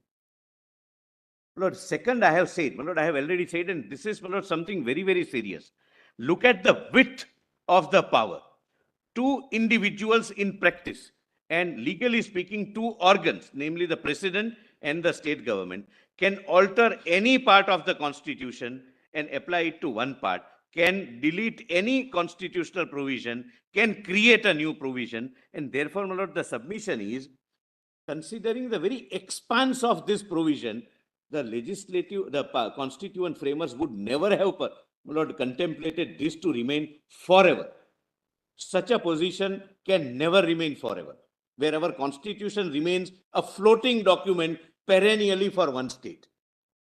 Then 3, impact of Article 370 was to deprive the residents of Jammu, Kashmir and Ladakh from being treated at par with their fellow citizens. My lord, therefore, my lord, I am saying that this also is one suggestive indication that framers never intended it to be permanent. Then, Lord, this is the entire provision. Lord, this is very important. This is the entire provision in the Constitution where application of not only Constitution, please see this, my lord, the seriousness of this. Application of Constitution of India and application of central laws, including beneficial legislations, is dependent upon concurrence of the state. The only provision. It says it would not apply, it will not apply. Such a, my lord, drastic provision could never have been intended to remain perennially, permanently.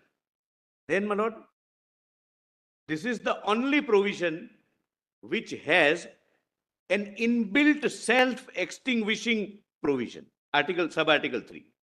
No other constitution provision has this self-destructing clause. This again, my lord, is a pointer that it was intended to be temporary. Then, it is goal of equivalence, my lord, I have already said, my lord, in the judgment which I read, that temporary problem, my lord, provision cannot be read so as to treat one part of state differently, their citizens differently. Then, my lord, your lordships would not give interpretation to a temporary constitutional provision having such drastic consequences. Because your lordships are not going to be confronted with a similar situation in future. There is no other provision in the constitution. And to our knowledge, any other part of the world where a provision of a constitution of the main unit applies only with the state consents. In a federation like ours, there cannot be any such provisions. My lord, then I have said, my lord, kindly examine it from the people's angle. Then 370 is interpreted the way petitioners interpret. 371 would become permanent, which is not only impermissible and not envisaged, but would result in the unconstitutional provision remaining in the constitution and operating. Well, unconstitutional, why? It discriminates. It confers an authority which is never contemplated in other states. The application of the Constitution of India given by we the people would either not apply fully or would apply. My lord, I am on 10, point number 10. My lord, I would request if your lordships can read with me, my lord. The petitioner's assertion that such a huge decision is taken purely by an executive fiat is absolutely wrong. The process followed clearly reflects participation of entire nation through their chosen representatives, both in Lok Sabha and Rajya Sabha. When a decision becomes concerns a federating unit, it is of strategic significance, what I have pointed out. My lord, then 13, my lord, is most important, my lord. Subarticle 3. The proviso to subarticle 3 was to remain in operation. My lord, I have already said these are the 5 possible recommendations that Constituent Assembly could have given. The lordships have seen that. Then, my lord, B. Once the Jammu and Kashmir Constituent Assembly ceased to exist, the proviso to Article 370 subarticle 3 itself ceases to exist, and the President becomes the sole repository of power under Article 370 subarticle 3, which is coupled with his duty to exercise in the interest of residents of Jammu and Kashmir without any recommendation. It is for this reason that power is conferred upon the highest political executive, who is responsible to the Parliament, who in turn is responsible to we the people of India. It is thus clear that Parliament, while framing the proviso, merely gave an option to the Constituent Assembly to make recommendation till its life. But 15 is important. This is how the petitioners want your lordships to read. Notwithstanding anything in the foregoing provisions of this article, on the recommendation of the Constituent Assembly of the state referred to in clause B, the President may, by public notification, declare that this article shall cease to be operative or shall be operative only with such exceptions and modifications. The very purpose that the concept of recommendation is provided in the proviso, Lord, leads to an inevitable conclusion that they wanted it to leave it an option to the Constituent Assembly during its life to make some recommendation. Otherwise, that proviso goes. Lord, they According to you, the proviso will not govern the substantive provision. cannot govern. Yes, my lords are right. I am obliged, my lord. If the proviso become OTOs, the main provision does not become OTOs. Then the conditionality attached goes.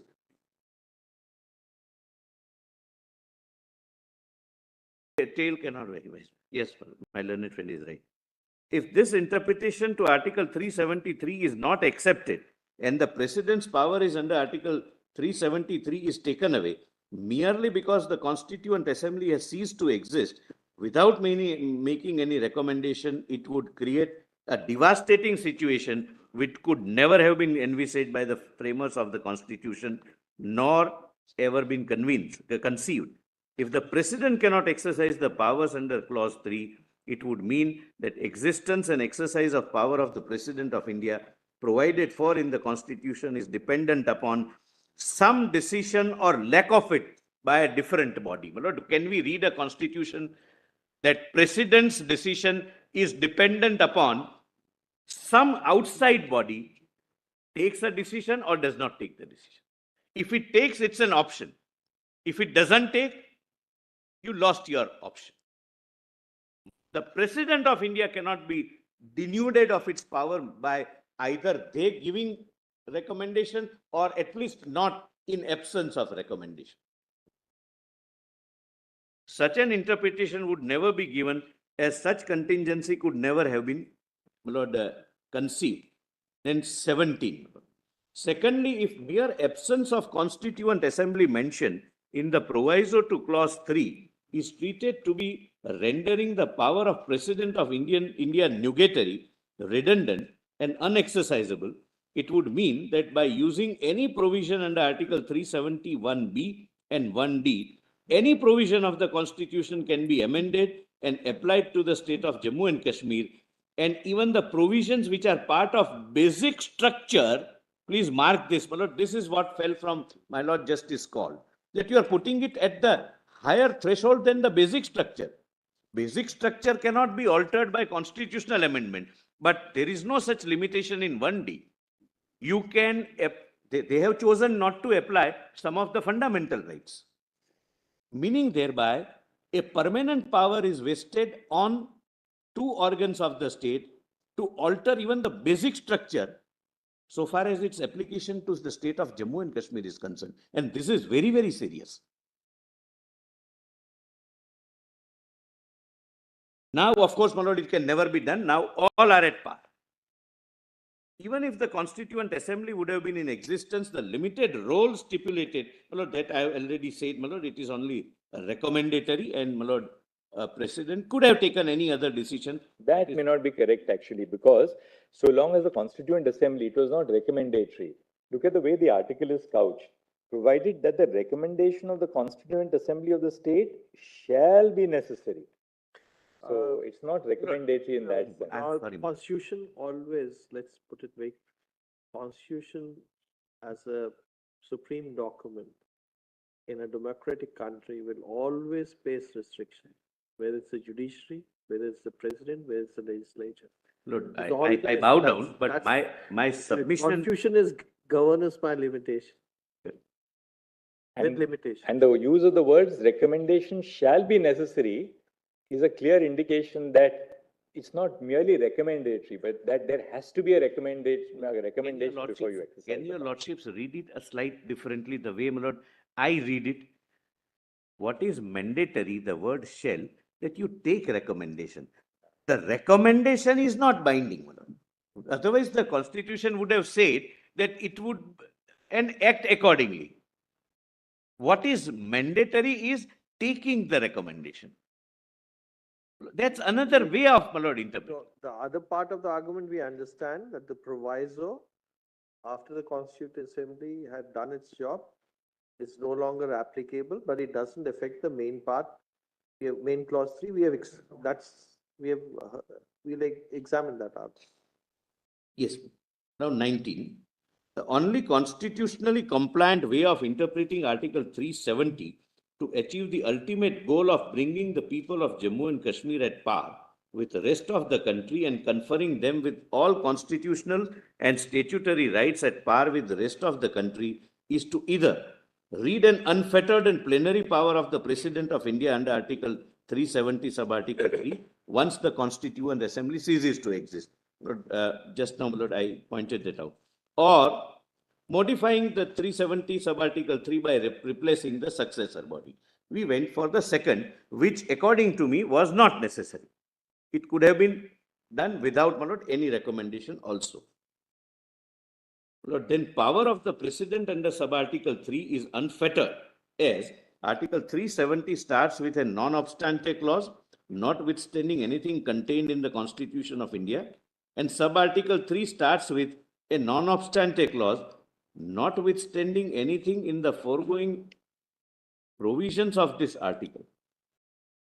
But kindly see this, my lord, something my lord, that might, my lord, throw some light, my lord, on the first discussion, my lord, which my lords, my lord, the Chief Justice, very, my lord, enlightened discussion. My lord, 370 starts with a non-obstante clause. There's nothing in this constitution. This is how the 370 would function. 370 subarticle 3 starts with a non-obstante clause, notwithstanding anything in the foregoing paragraphs, meaning thereby even 370 can be subjected to 370 subarticle 3. Look, kindly, read it once again, my lord.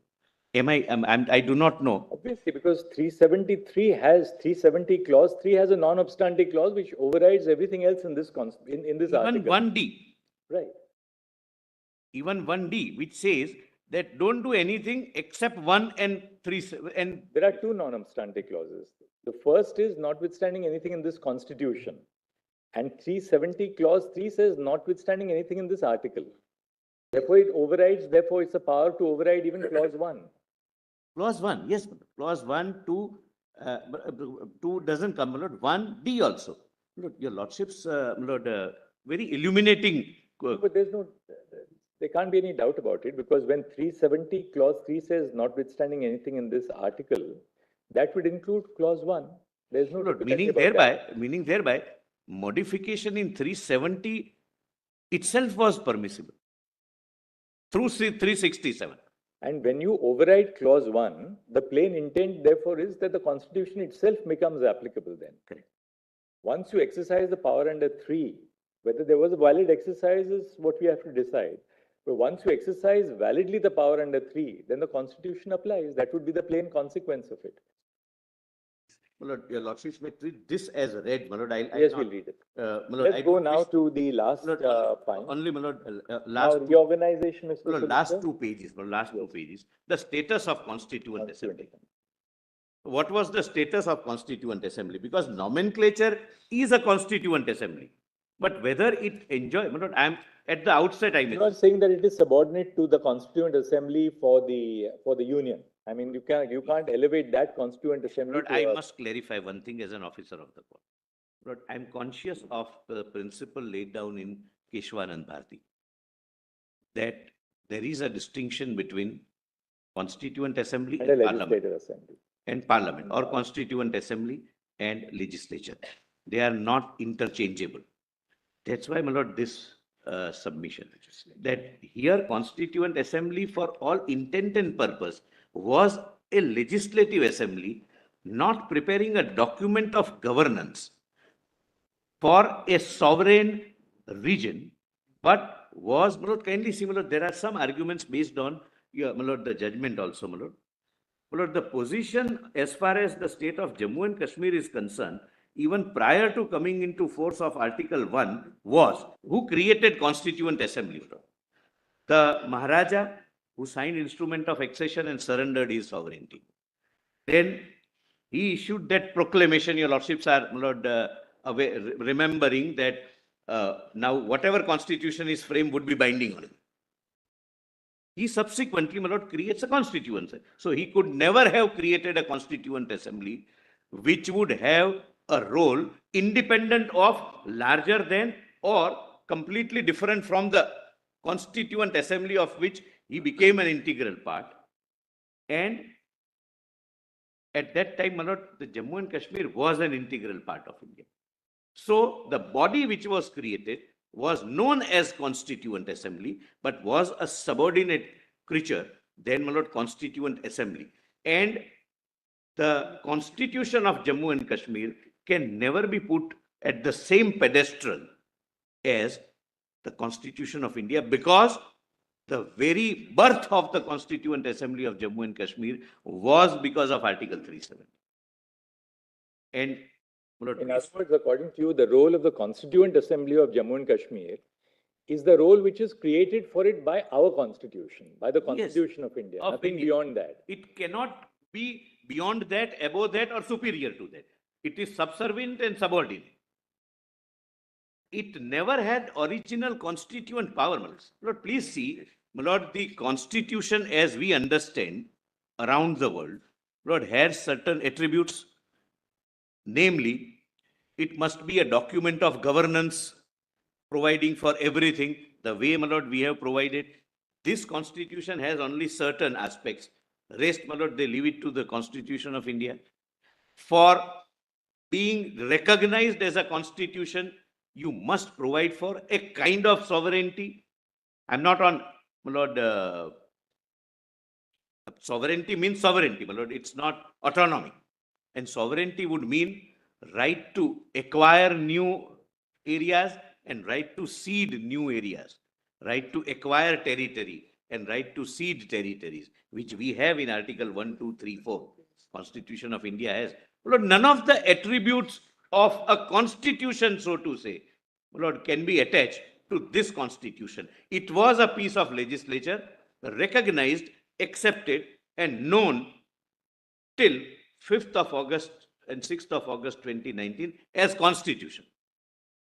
But for all intent and purposes, my lord, it was, my lord, even the preamble of the constitution doesn't say so.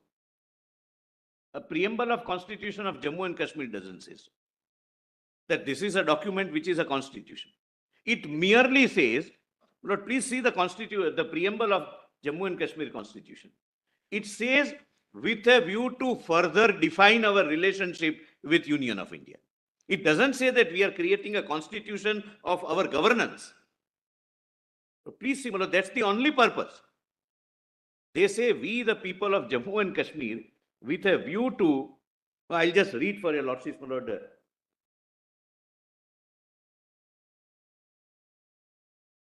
I'll just read, my lord. It is, kindly note the page.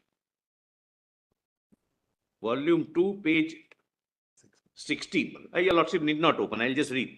Even preamble doesn't say that it has attributes of a constitution per se. We, the people of the state of Jammu and Kashmir. Mr. Solicitor, there is another more fundamental reason why your argument may be correct, which is this. Look at Section 5 of the J&K Constitution. It says the executive and legislative power of the state extends to all matters except those with respect to which Parliament has the power to make laws for the state under the provisions of the Constitution of India. So once the Constitution of India defines which is the area in respect of which Parliament has the power to make laws, then that is denuded from the jurisdiction of the Jammu and Kashmir Legislative Assembly. Now we have seen how progressively the ambit of the legislative domain of Parliament was expanded. For instance, initially the entire concurrent list was outside the power of Parliament. Correct. You had only certain entries in list 1, the union list. I am obliged. Right? Subsequently, the concurrent list was brought in. Once the concurrent list is brought in within the domain of Parliament, to that extent, the legislative domain of the Jammu and Kashmir Legislative Assembly is denuded.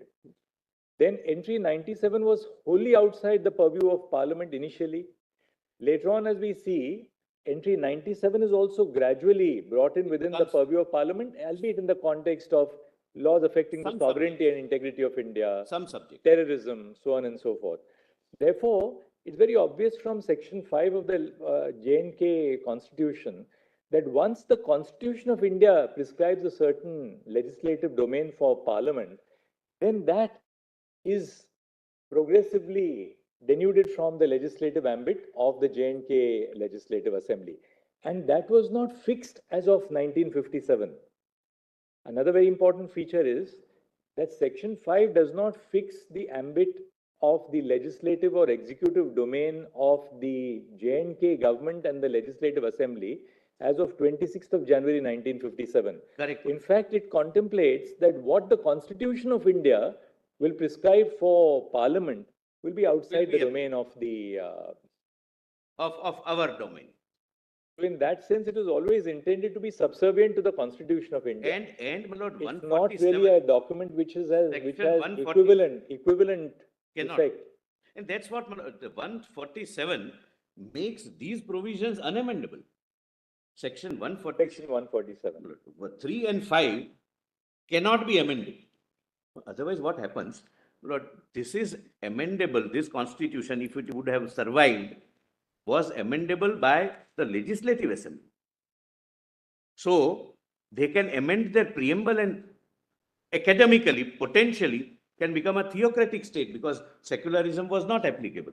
All right, Mr. Solicitor, I think we've gone through your Article Yes. 370 note. Now what, your Constituent Assembly note, now what's the My lord, vice? now, my lord, my Now you have to deal with the important part about states reorganization and the conversion of yes, my lord. the state into a UT. How do you answer that? My lord, I'll take a little time on this one, not unrealistic time, but there are 3-4 judgments, my lord, which are direct judgments. All right. Well, your lordships would bear in mind the difference between our constitution and say Constitution of America, where there is a contract between the state and the federal government, and that is how they form the United States. The federal government doesn't have the power to even alter the boundaries of the states because it's a different and distinct. There's no contract between the states and the federal government in the US. Internal. The 13 colonies came together to form a union, and they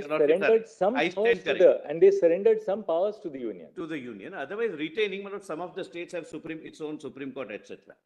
My lord, whenever, my lord, a nation like ours and the federalism which we have accepted, which is, my lord, kind of leaning towards unitary feature. I'm not arguing on that unitary versus federalism. But at times, the nation requires to rejudge the boundaries and the status of their states. So there are several considerations. And therefore, at the outset, my lord, I may point out that this is a case, one of its type, which is not to be encountered, my lord, by the court. For example, if Gujarat was to be bifurcated or Madhya Pradesh was to be bifurcated, the parameters would be different.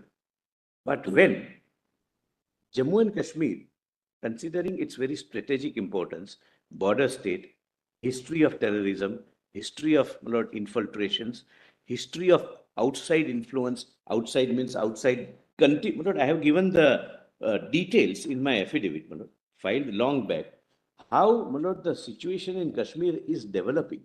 The number of deaths of civilians, the number of deaths of security forces, the number of attacks, the number of stone pelting, the number of, my lord, every week, 2 or 3 days of hartal, paralyzing schools, hospitals, banks, business houses, everything. Lord, all these are policy considerations. Lord, whenever a state reorganization takes place, not only there are policy considerations as to why the state needs to be reorganized, but there is always a blueprint as to what the central government would do after the state is reorganized. How to bring, my lord, in a peculiar facts of this case, my lord, the youth in the mainstream, how to ensure that they are gainfully employed, how to float certain schemes so that people on the bordering or who are continuous, my lord, facing the attacks of shelling, etc., are now getting a sense of confidence that the government has not left us, etc. My lord, there are several considerations that we will have to start with, say, democratic local self-government elections so that the people participate in the internal local self-government institutions for their own good. The source of the power to reorganize, which is with the Union of India, is the same. 3, yes, 3 and 4. Right? Parameters would differ. But therefore, do you concede that power to the Union in respect of every Indian state? You're not saying that you should concede that, no, this only exists for J&K, it exists for every Indian state, Every, right? the power is for all. Once you concede that power to the Union in relation to every Indian state, how do you ensure that, the kind of abuse that they apprehended, we are now not defining it for today, but what we lay down would be the law for the last. It is revised by some larger bench at some point of time. But how do you ensure then that this power will not be used, my lord, in case of others? My lord, that was my worry. I share your lordship's worry, and therefore, my lord, I started by saying that your lordships are dealing with a one of its kind situation, which is not going to arise, my lord. And if, my lord, I point out, my lord, after not one of its kind situation, we have seen on the northern border, Punjab, very difficult times. Similarly, some states at different times in Northeast, all border states. One of the states in Northeast presently. Presently, many None of times them. as because of whatever reasons, near the border, we can't choose our neighbors, as they often say. We have had problems. Correct. So the worry which Chief Justice expresses is that tomorrow, if there is a scenario of order, can each of these states face this problem? And why each of these states only, my lord? It can happen to, for example, Madhya Pradesh or Gujarat or any state. Your argument from the borders is what I'm testing. See, there are states which are on border of other countries where situation may not be very palatable. Now, at least those border states, I understood your argument that these border states are category by themselves. How do we distinguish between Jammu and Kashmir, any other border state? I'll just, my lord, I'm grateful.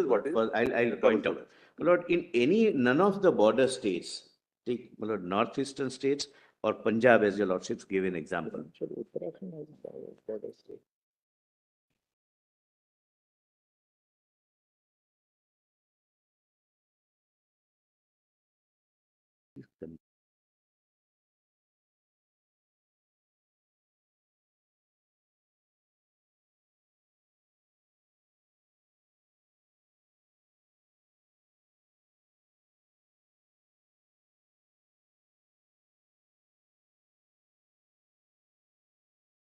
Northeastern states or Punjab or any other. Rajasthan has a border, Gujarat has a border. What possibly is being pointed out, you can't say because it's a border state, so it has to be treated. I'm not saying it, my lord, that's not the distinction I'm drawing. Because then it's a very, it'll be. My lord, there are several border states, Gujarat, Rajasthan, Himachal, Uttarakhand.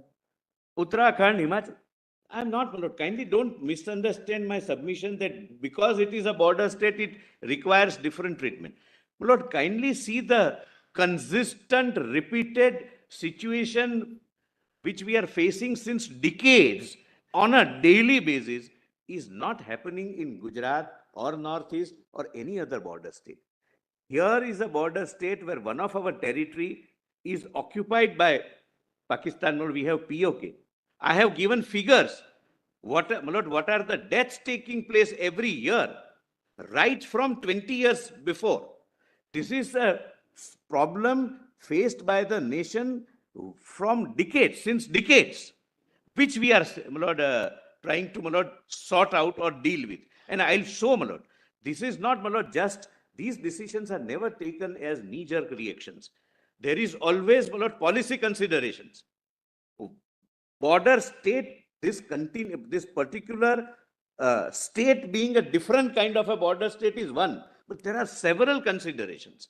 And one of the consideration would be how to bring the youth in the mainstream. And I'll point out, my lord, everything was kept in mind and is implemented. And what we are seeing today is the result of that blueprint being implemented.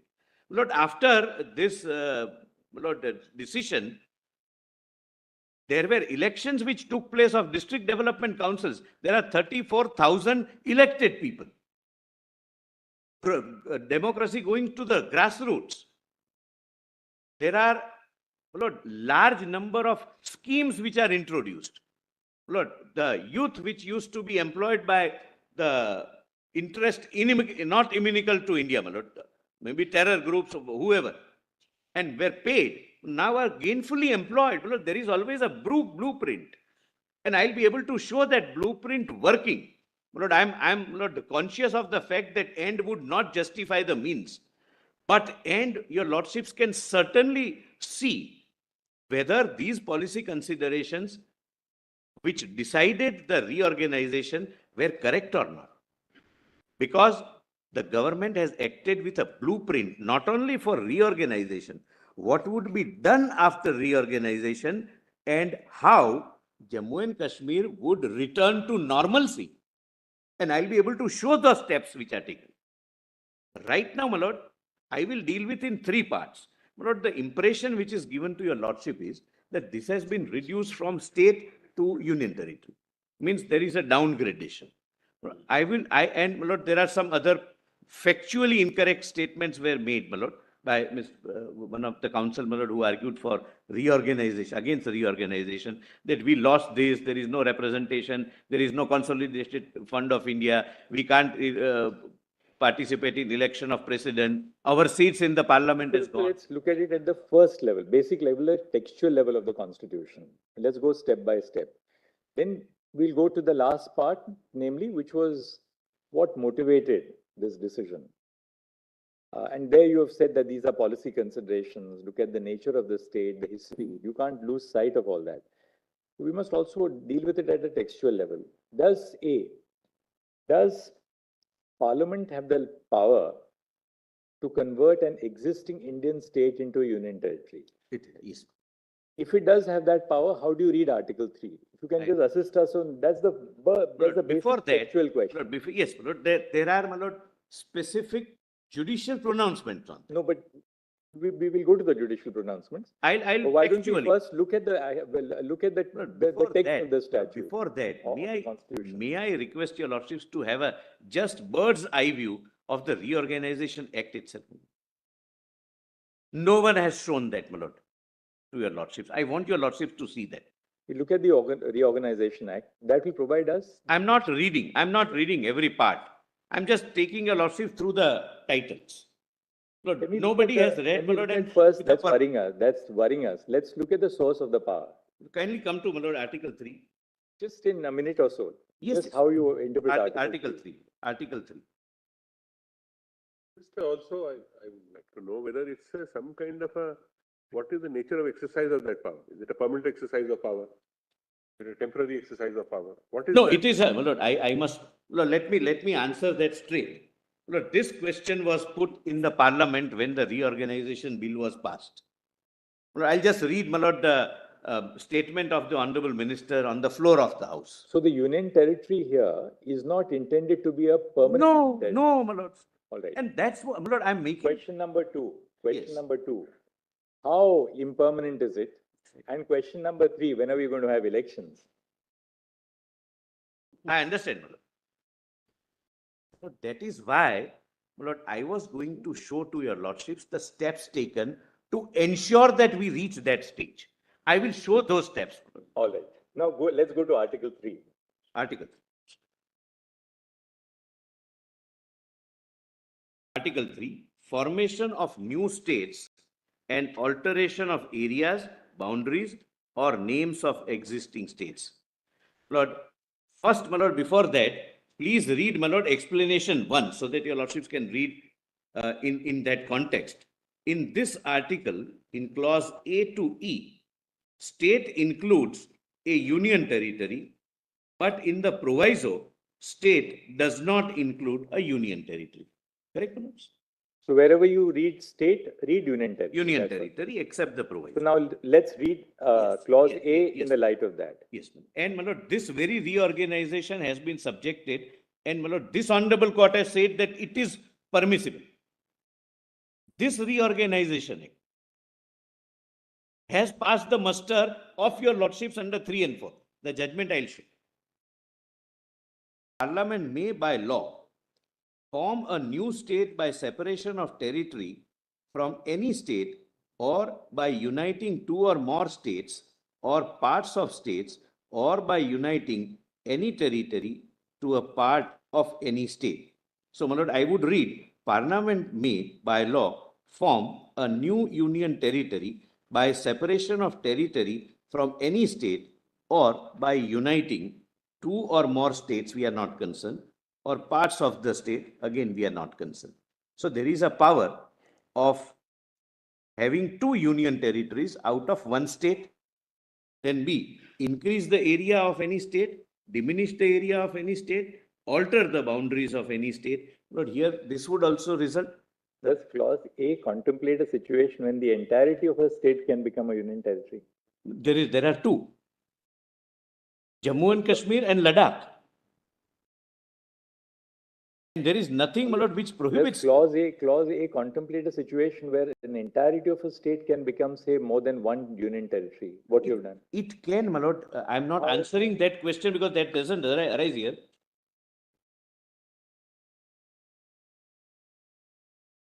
Your argument is that because of exploration, we will have to read Union Territory. Yes. in And, clause one. and in a given case, my lord, I don't want to pitch that high.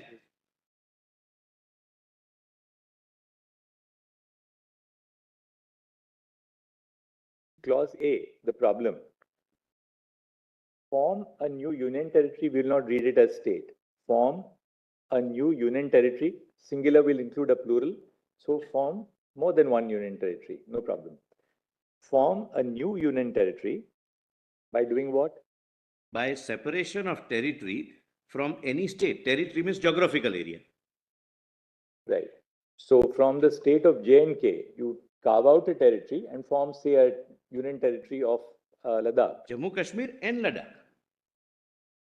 But I don't want to, my lord, pitch that high. But otherwise, it would not prohibit even a state being made union territory. But that's not the question we are dealing with, my lord. So the first part of clause A, in other words, according to you, form a new union territory by separation of territory from any state. And So singular. contemplate a situation where you have a larger state and you contemplate the creation of a union territory by separating out a territory. In this case, you separated out a territory to form the union territory of Ladakh, and then the remaining you carved out and said this will be the union territory of. It will not amount to reading. Suppose you had not carved out Ladakh and you had declared the whole thing as a UT. There is no restriction in doing that. I don't wish to pitch it that high. I'm going to test and understand. Suppose you create one UT only. Then it is form a new state by separation of territory from any state. That has not occurred. No UT has been carved out. Or by uniting two or more states or part of the state, or by uniting any of the territory into part of the state. How will it apply? Suppose you had not carved out Ladakh. Possibly, whole possibly. state. So then the power would be the conversion of any state into a UT.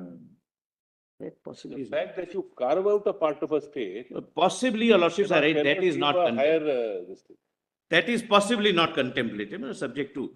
But form a new state, that is form a new union territory That's the proposition. by separation of territory from any state. So separation is necessary. So if you don't separate and create, you really, how do you contemplate converting a state into UT? And if, I'm just saying for the sake of argument, if that is not possible, can you do that by carving out a UT and making the other also a UT? There is no restrictions. And this is how, my lord, it is understood by your lordships also. Because, for example, my lord, Assam, Tripura, and Arunachal became UT first and thereafter became state. Assam remained a state, that's the distinction. But Assam could have also become a UT. There is no restriction. That's what I'm saying. See, just carving out Ladakh as a UT is, I would say, less complicated in its nature. So therefore, to test the proposition, I'm saying, suppose you don't carve out UT, Ladakh. You decide that the whole state should be a UT. So can you do that and say J&K state will remain as it is as boundary, but from state it becomes a UT? When we want it, we'll reconvert it back to the state. My lord, my first reading is separation is necessary. That's my first reading. That is what is a little. Because that question we are not faced, my lord, right now in this. So the question arises to test it that if you cannot convert a state into a UT, then can you carve out a UT? Is fine. But in the bargain also say that what I could not do without carving out a UT, I can do it now by making both of them the UT. No, because I had a separate reason to carve out Ladakh as a separate UT. You may, no difficulty. That's your decision. That's why I'm saying this less complicated Yes. by its nature. Carving out a UT. Here it's less complicated. Reducing both parts of the carved out and the pre-carved out. So suppose Assam you carved out a UT. But you say no, we carve out a portion of the Assam as UT and also convert Assam into a UT. The testing proposition. It would be an extreme Lord, example, but for the purpose of testing, Lord, there can be two answers. A, separation would be necessary, and if separation takes place, Lord, that doesn't take place if one state is declared UT. So That's the- one state cannot be What declared. is troubling me, whether Your lordships are right, my lord. One state possibly, my lord, under 3 cannot be declared as UT. But here, it is nobody's case that we declared Ladakh as UT to come out of this embargo. It's nobody's case. We had separate reasons. Mr. Solicitor, there may be another way of looking at it. Apropos the theme with which you began, which is the general situation in Jammu and Kashmir. As we see, the creation of union territories post-independence, you have on the one hand examples like Chandigarh, which was carved out during the Punjab Reorganization Act and remained a union territory. It is a permanent union territory. It was a part of state. It was a part of a state and became a union territory to be the common capital for 2 sister states. That one. Then you have a progression where certain areas of existing states became union territories in the progression of making them states. That's the Northeast. For instance, you have Mizoram, you have Manipur, you have Tripura. They were part of states.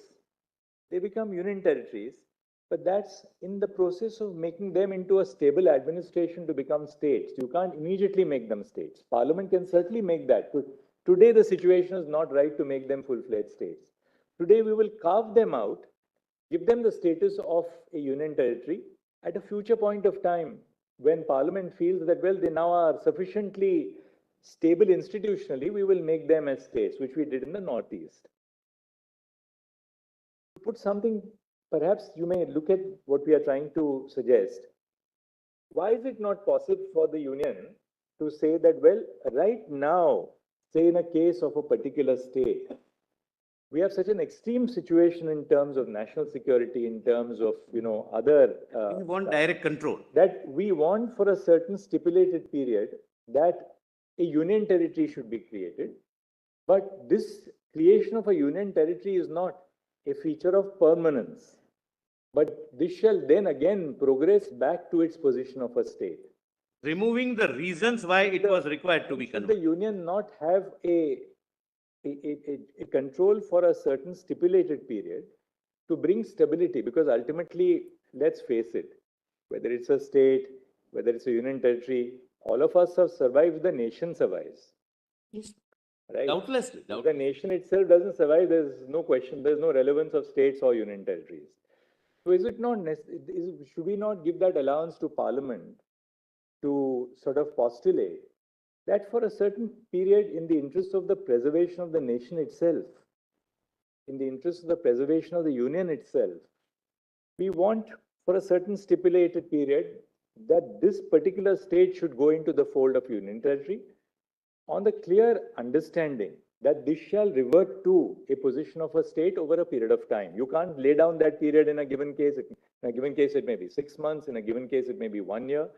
But that progression, I think the government has to also make a statement before us. Lord, Look, that progression back to a state has to take place. It can't be a union territory in permanence. I'm grateful, my lord. That's exactly, I'll read, my lord, after the lunch. That's exactly the statement made on the floor of the House. I'll read, my lord, that statement. That this is not a permanent feature. After the situation returns to normalcy, we want it to become a state again. I'll read, my lord, that statement. And then after lunch, we would also have we don't want to bind you down to because we are conscious of the fact that these are matters of national security. We understand that, ultimately the preservation of the nation itself is the overriding concern. But without putting you in a sense of a bind, both you and attorney may seek instructions at the highest level. Is there some time frame in view? Time frame, I'll take instructions once followed from your lordships, but I'll show the statement made on the floor and the efforts made. And the statement is, once the efforts are fruitful and everything is normal, then, my lord, there is a, but I'll... Equally, Mr. Solicitor and Mr. Attorney, restoration of democracy is a very important... Absolutely. It's a vital component for our nation. In 2020... We can't have a situation where you have... My lord, only one thing, my lord, give me a second more. In 2020, for the first time in the history, the local government elections took place. 34,000 people are now elected people, which is possible only because of... Therefore, the progression, we take your point. We take your point that the progression has already begun. Yes, madam. No hartal, no stone pelting, no curfew. At least situation is normal, my lord. But, No, I am not yeah, only on, my lord, election and politics. I am on, my lord, national integrity. is there a roadmap? Yes, yes, it is. And tell us what the Yes. roadmap is.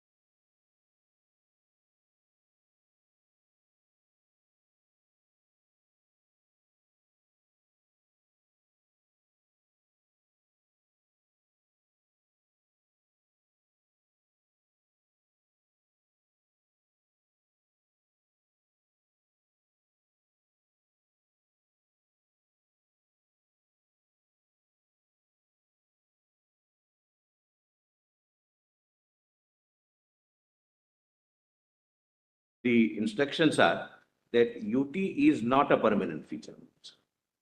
But I'll make a positive statement tomorrow, that is day after.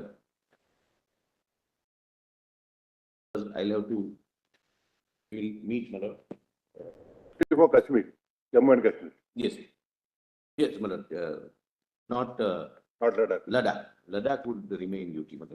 That's what we have understood, but we'll meet personally, Learned AG and me, and we will make a statement.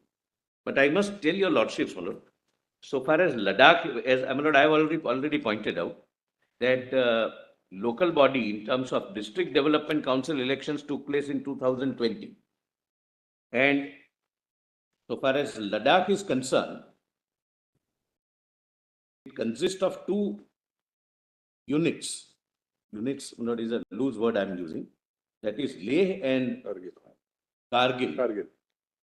Lord, election to Ladakh Autonomous Hill Development Council, Leh, is held in October 2020 for 26 seats. And for Kargil, it is going to be held on 10th of September 23. So Ladakh election would be over. But I may, my lord, your lordships need not open, my lord. It is volume 10, document compilation volume, page 763.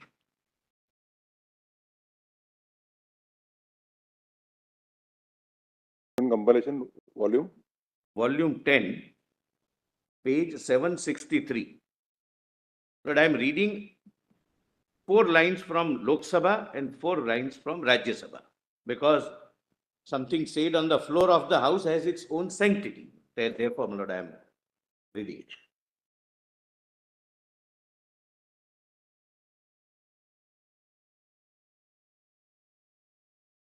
Your lordship says, my lord, page 763, my lord, volume 10. The Honorable Home Minister introduced the bill and it was debated. It was debated for both the days. This is Lok Sabha, this one? This is Lok Sabha, my lord. What I am reading at page 763 is Lok Sabha. All members participated in the debate and my lord, relevant is the last para.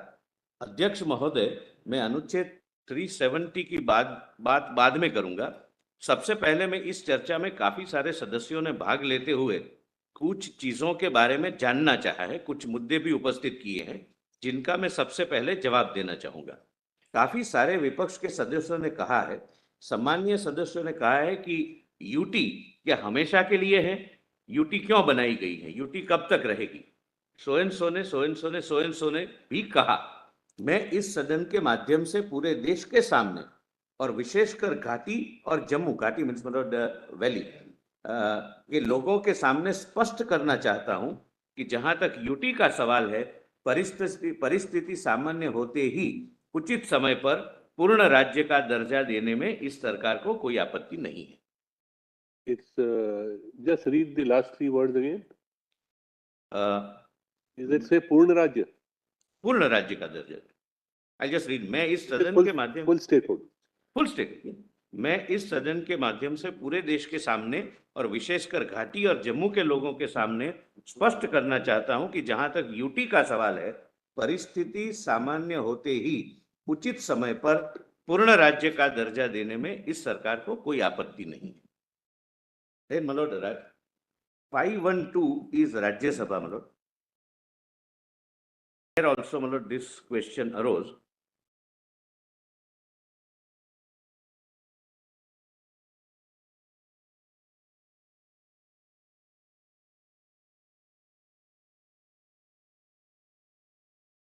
Somewhere 10th line from the top, my lord, it starts with कई माननीय सदस्यों. I am on page 162. I'm sorry, page 512.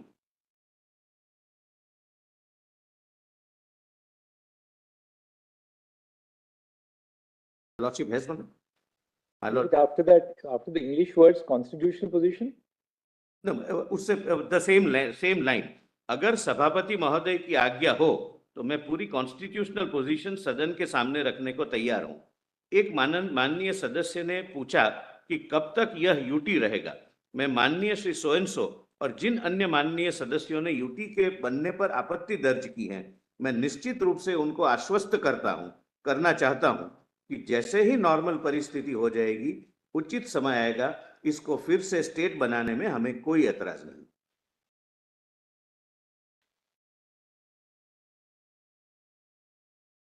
मैं आज इस सदन के माध्यम से जम्मू कश्मीर की जनता को भी कहना चाहता हूं कि जम्मू कश्मीर भारत का मुकुटमणि है और इसमें कोई मतभेद नहीं है।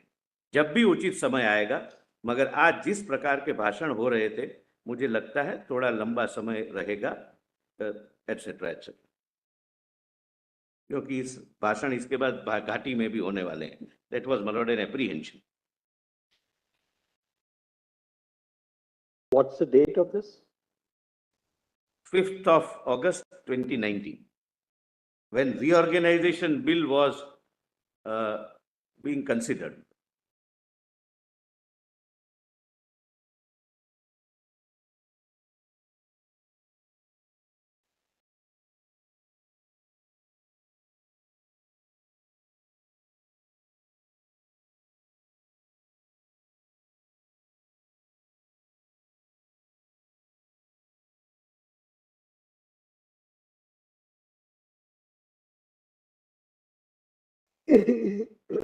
But may I quickly, my lord, take your lordships through the judgments, my lord, on Article 3, 4, whichever way, my lord, your lordships would like me to go. But I'll read, my lord, only cite few judgments on All right, let's. reorganization and 356. All right, where are they, Solicitor? My lord, 162. My lord, your lordships have Which read compilation? my written submission, volume 3, combined written submission. My lords have seen Article 3 and Article 4.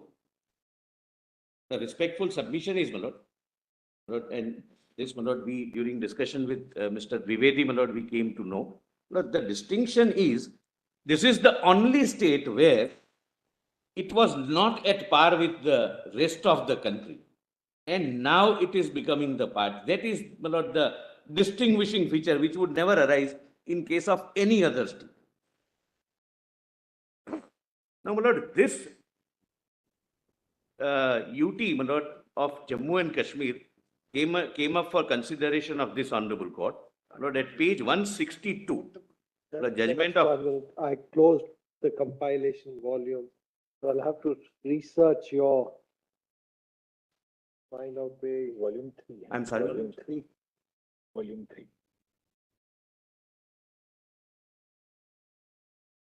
Which you are reading. Yeah. My written submissions. But what I've done is, so that your lordships may not have to shuffle through the judgment volumes, I have quoted the paragraphs I am relying upon, verbatim. This para 85 onwards? Yes, my lord. No, my lord. Para 85 onwards, yes, my lord. I'm skipping the paragraphs. I'm just reading the judgments. I'm just locating, I have the page, that's all. Yes, yes. Right. I'll read the judgments, my lord. First, Your lordships have, my lord, the judgment of this court, my lord, in case of Jammu Kashmir. The present reorganization. Article 3 provides that Parliament may by law form new states and alter the area's boundaries. para 89. I'm sorry. Para 89. Para 89. I'm sorry.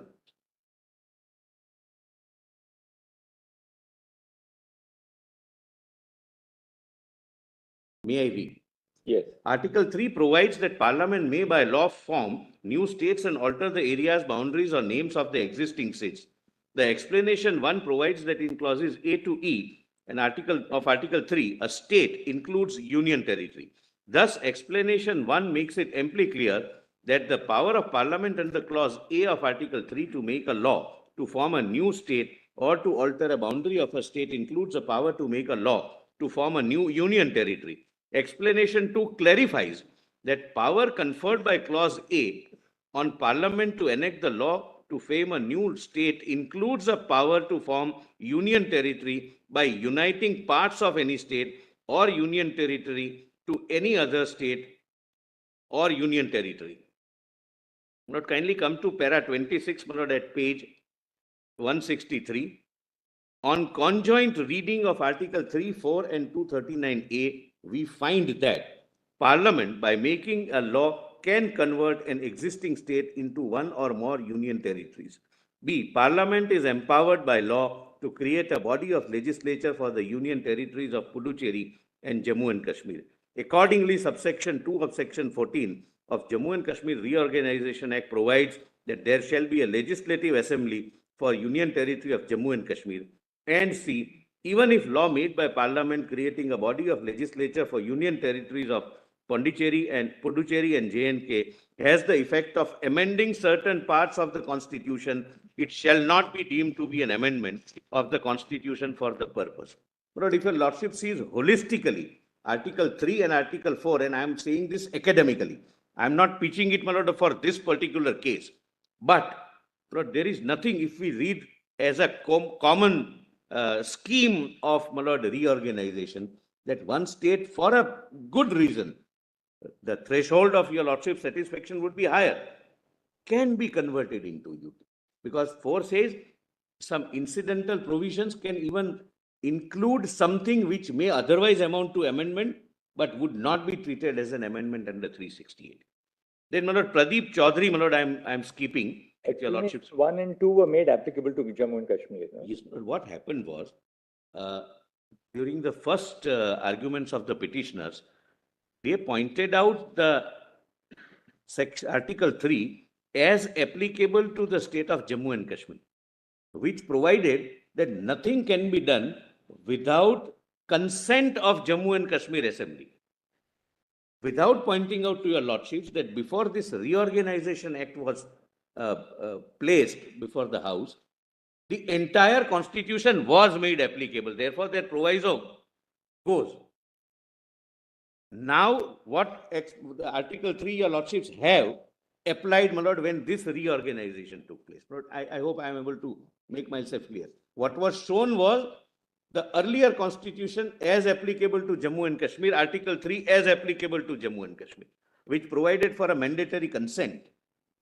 But first, the President issued 272, CO 272, applied the whole Constitution, meaning thereby what we are reading now as Article 3 was Article 3 when reorganization took place.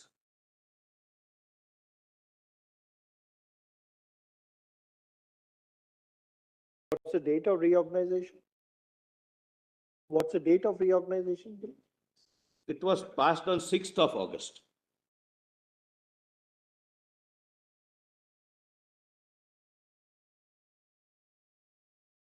In both houses.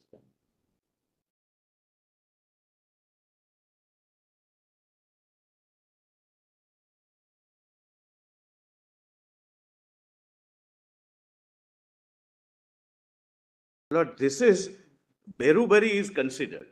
Lord, Berubari, your lordships are aware, my lord, has no application.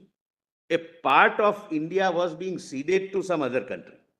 That was the concept. That was the fact situation arising in Berubari. There was a mistake in Berubari, which 5-judge bench in Ramkishore notes and corrects. Thereafter, there is an amendment to the Constitution, knowing that now there was a mistake in Berubari. I'll show, my lord. Please come to para 91 at page 164. Only, my lord, the relevant parts I have quoted and I'll read. This is a 5-judge bench, my lord, speaking to my Lord Justice Gajendra Gadkar.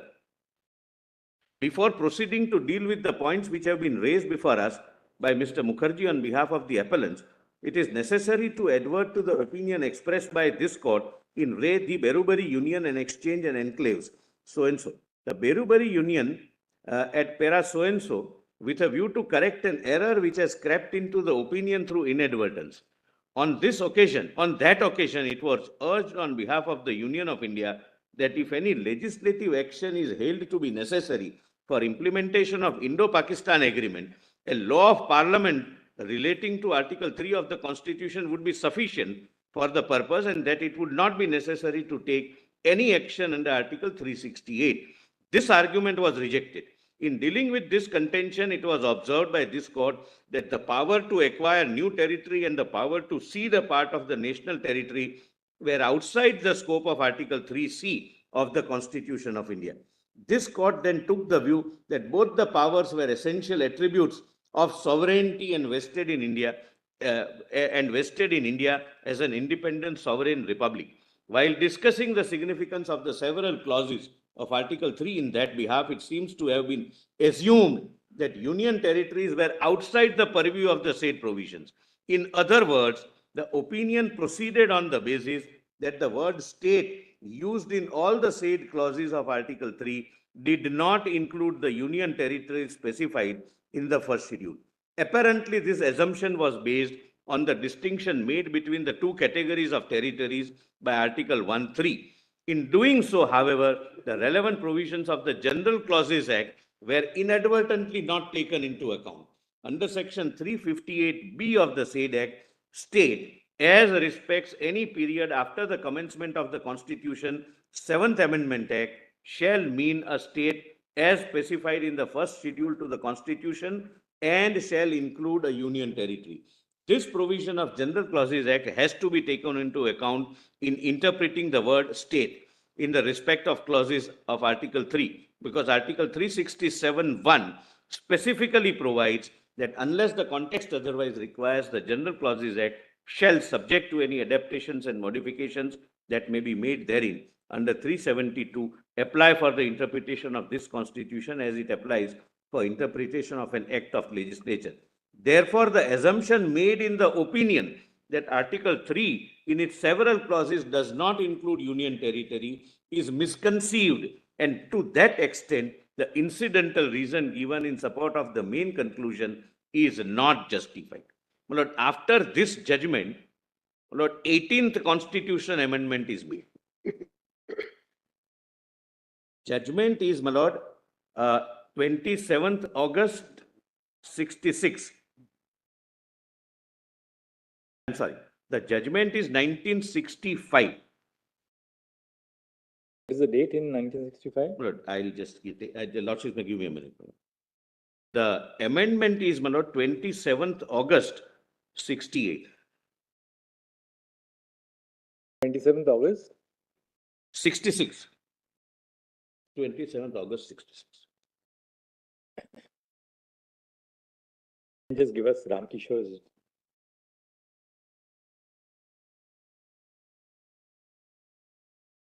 By which, my Lord, these explanations came to be added. Right. That state includes UT. That was, my Lord, the result of this Ram Kishore Sen judgment. My Lord, if your Lordship would like to see where it is PDF volume 6, case compilation volume 6. For what? Ram Kishore judgment. Ram Kishore judgment. Your Lordship wanted Ram Kishore judgment? Yes, sir. Just the date. Just give us the date, that's all. My Lord, 11th August 1965. All right. This is prior to. Now, your Lordship, my Lord, kindly directly go to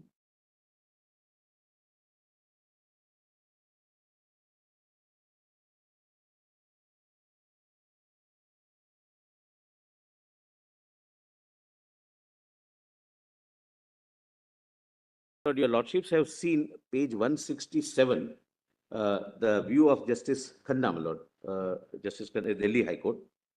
And thereafter, my Lord, I read Mangal Singh little later because it's not, my Lord, quoted here. Please come to 169, page 169. State of West Bengal.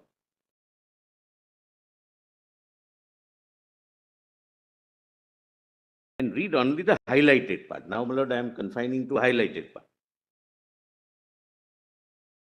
Your Lordships, only, my Lord, note, my Lord, there is some typo. 1964 1 SCR, page number is not mentioned, my Lord, 371. You can correct. Page 169, citation. 371. May I answer?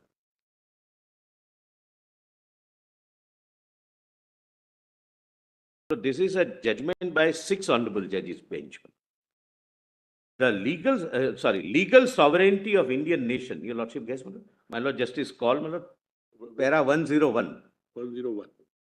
The judgment is, my Lord, State of West Bengal versus Union of India. Yes. Legal sovereignty of the Indian nation is vested in the people of India who, as stated by the preamble, have solemnly resolved to constitute India into a sovereign democratic republic for the object specified therein.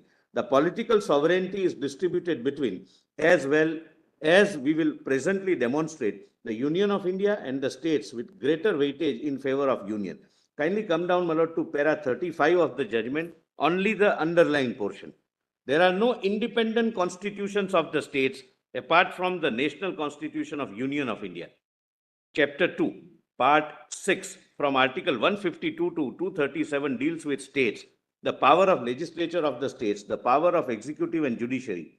What appears to militate against the theory regarding the sovereignty of the state is the wide power with which the parliament is invested to alter the boundaries of states and even to extinguish the existence of a state.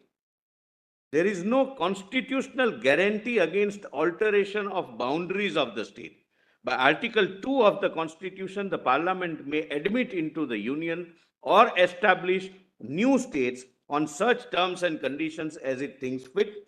And by Article 3, the Parliament is by law authorized to form a new state by redistribution of territory of a state or by uniting two or more states or parts of states, or by uniting any territory to a part of the state, increase the area of any state, diminish, etc. But then 4 lines from thereafter, Parliament. The word starts with Parliament. Parliament is therefore by law invested with authority to alter the boundaries of any state and to diminish its area so as even to destroy a state with all its power and authority. That being the extent of the power of Parliament, it would be difficult to hold that the Parliament which is competent to destroy a state is, on account of some assumption as to absolute sovereignty of the state, incompetent effectively to acquire by legislation designed for the purpose of property owned by the state for government purposes. Then next is, my lord, again, Babulal Parate is 5 judgment. Babulal Parate, this is different, my lord, not that 19(1)A judgment. That is also Babulal Parate, my lords, recollect, my lord, freedom of speech and expression.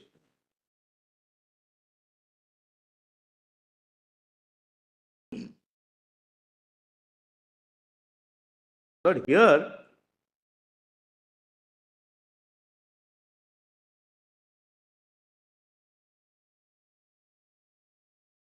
views, my lord, the assembly's views were taken from Bombay Assembly for ABCDE areas. And when the Reorganization Act, Act was passed, Lord, it was some additional areas were also, Lord, therefore that was under challenge. We proceed now to consider these contentions. It is necessary to state at the outset that our task is to determine on a proper construction the true scope and effect of Article 3 of the Constitution with particular reference to second condition laid down by the proviso thereto. We bring it to our task such consideration as are germane to the interpretation of an organic instrument like the Constitution, but it will be improper to import into the question of construction doctrine of democratic theory and practice obtaining in other countries unrelated to the tenor, scheme and words of the provision which we have to construe. Lord, kindly come to the later part, my lord. Article 1 of our Constitution, Lord, somewhere in the 10th line from bottom of 170. Does your lordship get me? Yes. Article 1 of our Constitution says that India is a union of states and the territories thereof are specified in the schedule.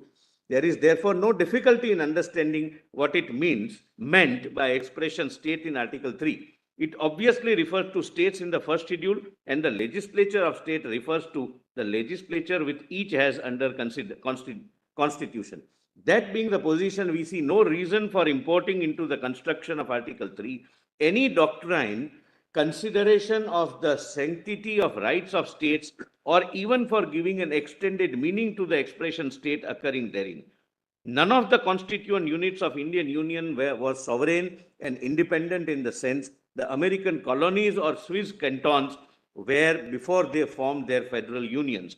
The Constituent Assembly of India, deriving its power from the sovereign people, was unfettered by any previous commitment in evolving a constitutional pattern suitable to the genius and requirement of the Indian people as a whole. Unlike some other federal legislatures, Parliament representing the people of India as a whole has been vested with the exclusive power of admitting or establishing new states, increasing or diminishing the area of an existing state, or altering its boundaries, the legislature or legislatures of the states concerned having only the right to an expression of views on the proposals. It is significant that for making such territorial adjustment, it is not necessary even to invoke the provisions governing constitutional amendments. Then, my lord, Raja Rampal, only one line, my lord, I'll now coming down to one line, my lord, kindly, my lord, appreciate. It says India is an indestructible union of destructible units. Raja Rampal, my lord, again, 5-judge bench.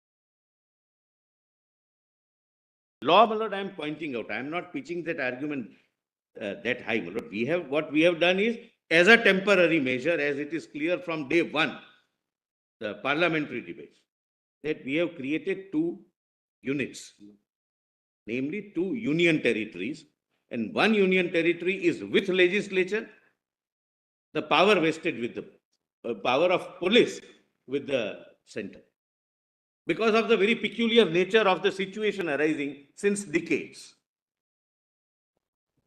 Just everything they have, what state has. Pointed out two instances where it has happened. First was Punjab.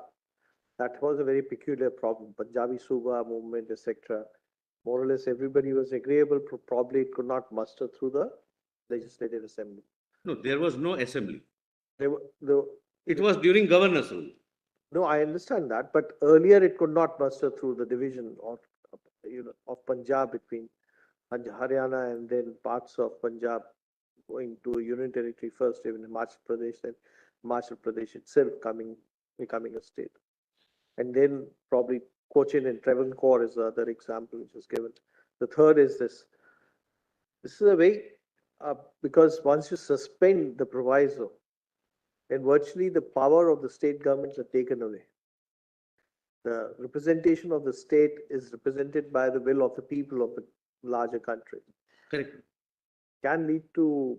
That is, my lord, touched upon in Bomai, S.R. Bomai. My lord, please come to page 173.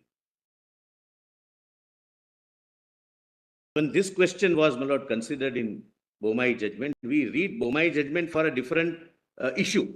But this was also one of the consideration, one of the factors which fell for consideration of the court. Page 173.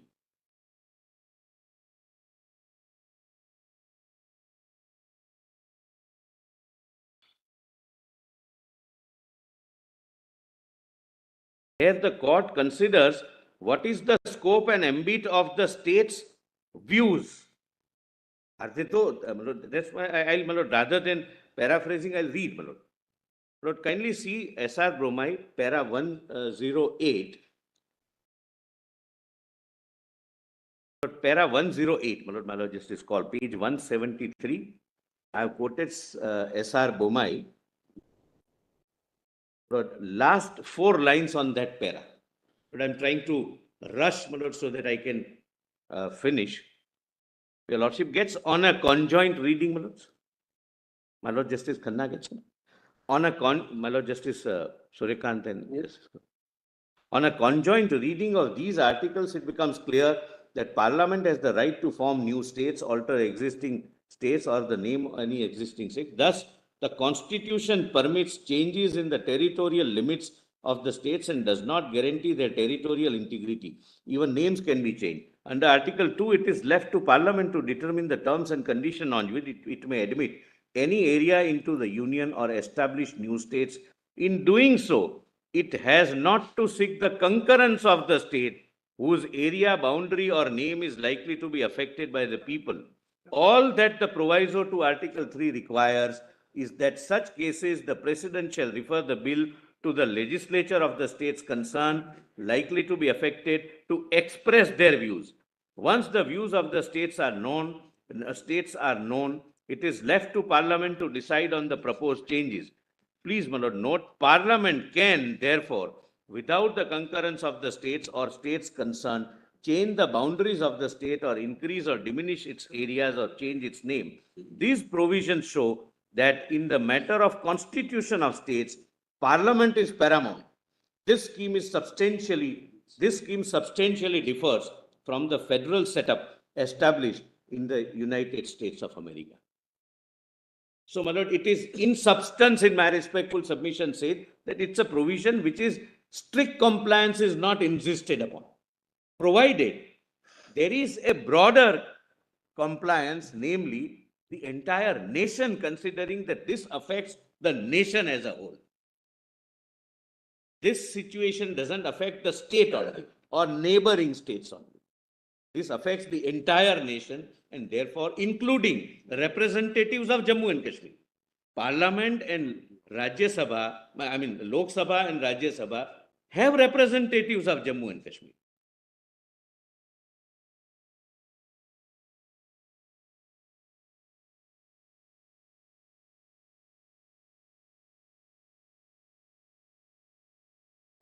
These are my judgments on 3 and 4. Would your lordships like to have a bird's eye view of the Act?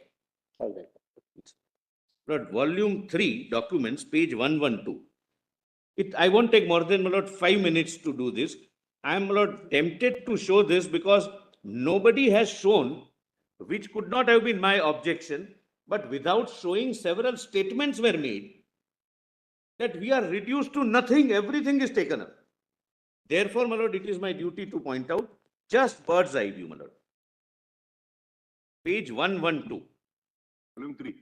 Volume 3, document volume 3, my lords. Page 112.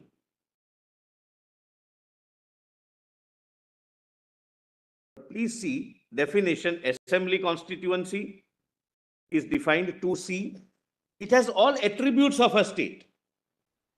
It is state with UT with legislature, but all attributes of a state. Assembly constituency, your lordship gets 2C. Am I with your lordship? Yes.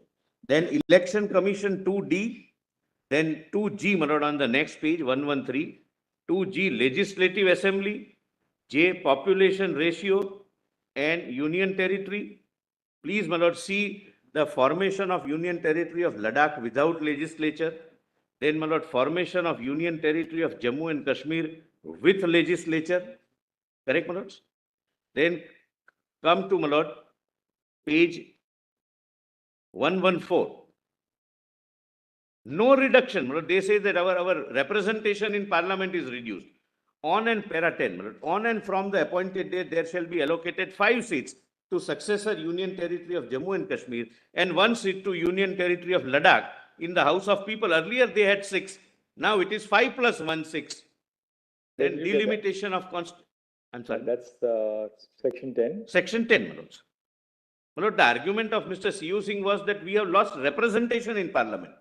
Then somebody said that our seats are reduced. Lord, Mr. Nafde said the seats are reduced. It was 6 in total. Now it is 5 Jammu and Kashmir and 1 Ladakh.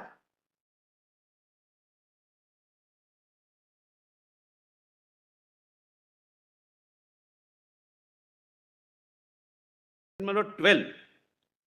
Every sitting member of the House of People representing a constituency which, on the appointed day by virtue of the provisions of section 10, stands allotted, with or without alteration of boundaries, to the successor Union Territory of Jammu and Kashmir or Union Territory of Ladakh, as the case may be, shall be deemed to have been elected to the House of People by that constituency as so allotted. So they continue as Lok Sabha members.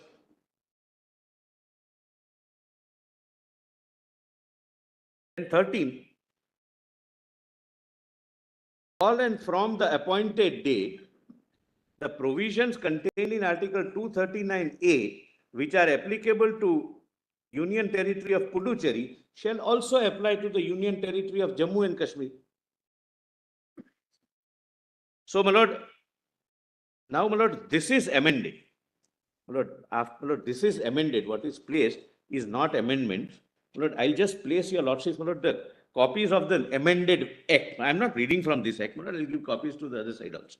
Because this has all the acts which are made applicable, which were not applicable, central acts, including beneficial legislation. And suitable amendments in the local acts. Local acts are retained if they are not repugnant to the central acts, with suitable modifications making them constitution compliant. So this is amended, section 13, because the argument was that now we can't vote. MLAs of Jammu and Kashmir cannot vote.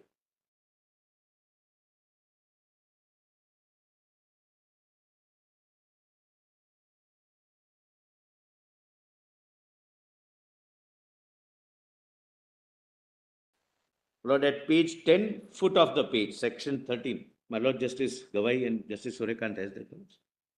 Page 10 of this book, my Lord. Amendment is in this book, therefore, my Lord, I'm.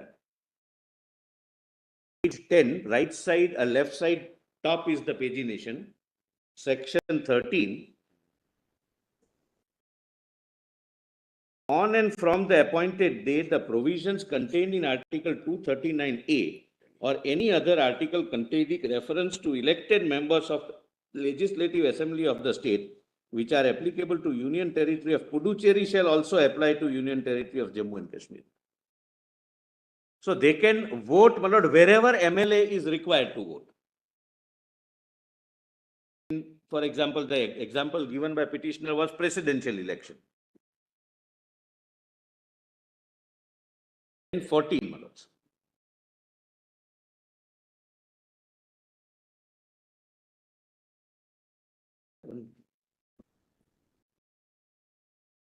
Copies.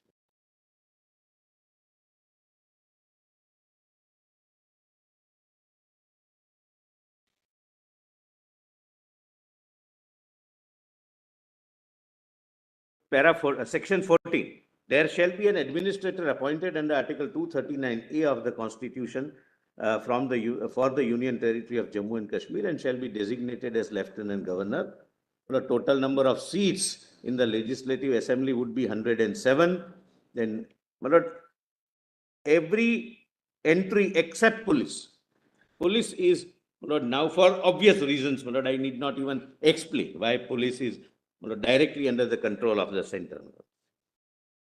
And clause 6, my lord, this comes for the first time. 14.6. This was never there. Seats shall be reserved for scheduled caste and scheduled tribes in the Legislative Assembly of the Union Territory of Jammu and Kashmir. This has come for the first time. Then come to, my lord, section 16.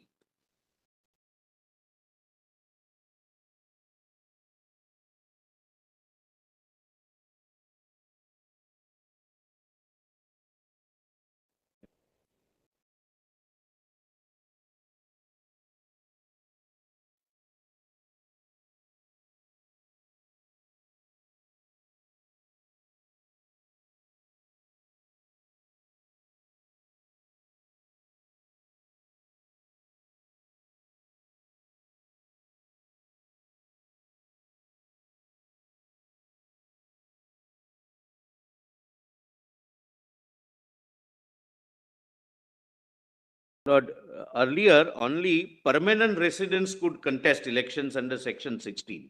I'm not inviting your lordship's attention to read it. Now, he should be a citizen of India. He need not be a permanent resident for being qualified to be elected, my lord, like any other state, my lord. My lord, please come to the relevant entry, my lord, the relevant section, my lord, is at page 119, bottom, section 32, extent of legislative power. Lord, subject to my answering your lordships about the election on, my lord, day after, when, my lord, in the morning. But 119 of your compilation or? no, my lord, the act, That's volume 3, my lord, same act, I'm reading from the act, my lord, page 119, section 32. Volume 3, document volume 3, my lord. Your lordships have 32. Subject to the provisions of this act, the Legislative Assembly may make laws for the whole or any part of the Union Territory of Jammu and Kashmir with respect to any of the matters enumerated in state list, except the subjects mentioned at entry 1 and 2, namely public order and police, respectively, or the concurrent list in the 7th schedule to the Constitution, insofar as any such matter is applicable in relation to Union territories. Then, my lord, 35, inconsistency between the laws, my lord, there is a provision. Special provision as to So it finance. follows the Delhi model. Well, Delhi model. has land Delhi, of also. course, 1 and land. 1, 2, and 18 is carved out. Land is given to the state legislature. No, land is not given. Not given. Where is land accepted? Which provisions is land taken away? Not here, not here. Here only police and public order. Right. My lord, in Delhi. Right. I thought you were saying land is also taken away. No. In Delhi, it is public 1 to order, 8 police. And 1, 2, and 18. 1, 2, and 18. Your lordship, sir, Lord, we have troubled your lordship, sir, for a long period, my lord, on that. I wanted to avoid that part, my lord, but it is It's argued so many times that even Yeah, that 1, 2, and 18 is stuck like a mantra in the brain, So. But here, my lord, 18 is not there, my lord. It is only public 1, order and 2. police. Yeah, public order and police. And for, my lord, reasons obvious. The very object and purpose of reorganization is this. My lord, thereafter, there are financial bills provisions. One more change. Parliament has competence on all the 3 lists. That is because of 239AA. My lord, not here, it's not there. So unlike a state legislature, in the case of union territories, like Delhi, for instance, Parliament can enact a legislation on any item. No, that is because of 239AA. AA. But Here, I'm saying the same principle is followed here. I don't think, my lord. It is Subsection Here, 2. 239. subsection 2. Nothing in subsection 1 shall derogate from the powers conferred on Parliament by the Constitution to make Yes. respect to any matter for the union So, my territory. lord, that 239AA provision is incorporated in the statute. Your lordships are right. Lord, there is a consolidated fund, my lord, which Mr. C.U. Singh says it's taken away. Annual financial statements, audit by the CAG. Lord, this is an official language, my lord. For the first time, there is an official language, my lord.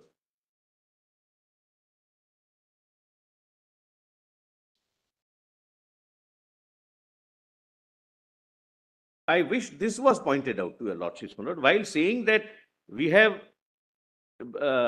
been deprived of everything. It's just a UT.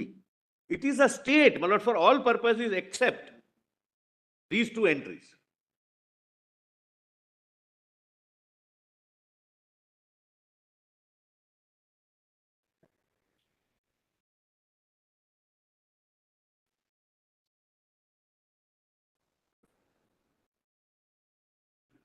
I'm not going into the minute details, my lord, but it's a.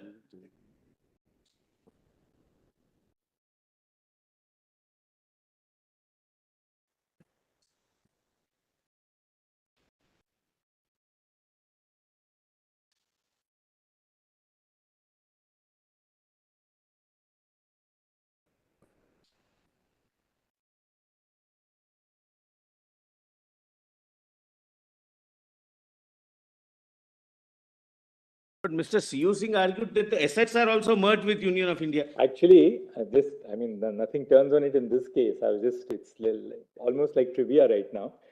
But clause 2 says nothing in subsection 1 32, shall derogate from the powers conferred on Parliament by the Constitution to make laws with respect to any matter for the Union Territory of Jammu and Kashmir or any part thereof.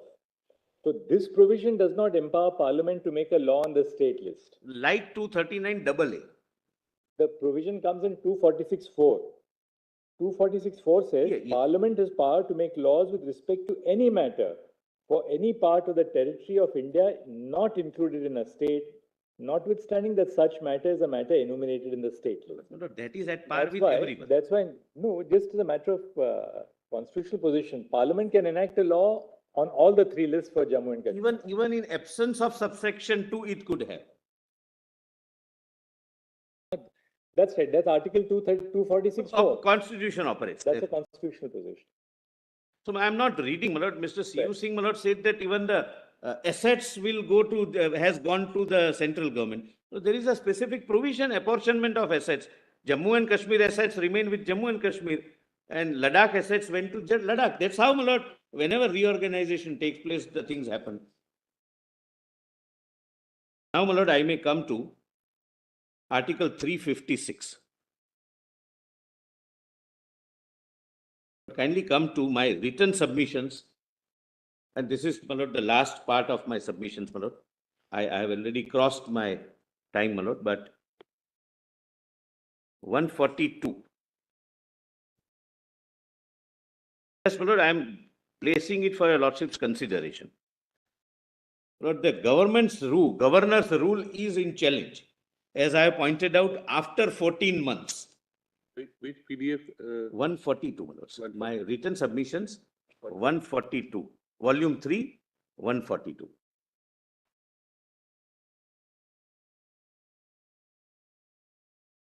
Lordships have a chart, my lords.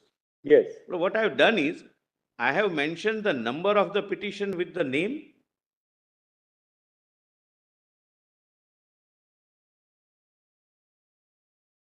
prayer prayed for, and the grounds for challenging this proclamation. These are the only petitions and these are the only grounds in those petitions. Lordships are aware, my lord, how a constitutional act of imposition of governor's rule or president's rule is to be challenged, and what should be the averments. What was the material, sufficiency, this, that, another? Nothing, because it was done after 14 months, only as a corollary of challenging 5th and 6th of August action. I am not reading, my lord, the pleadings, but there are no pleadings, my lord, that's all I am saying.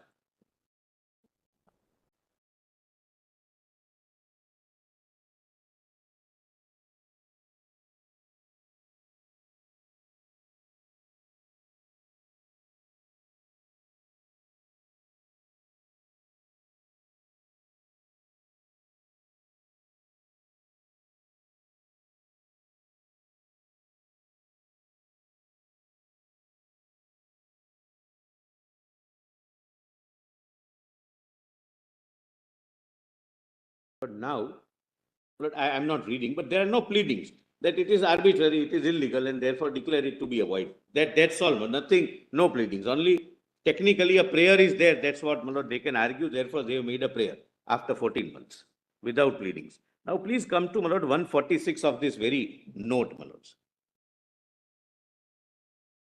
On the question,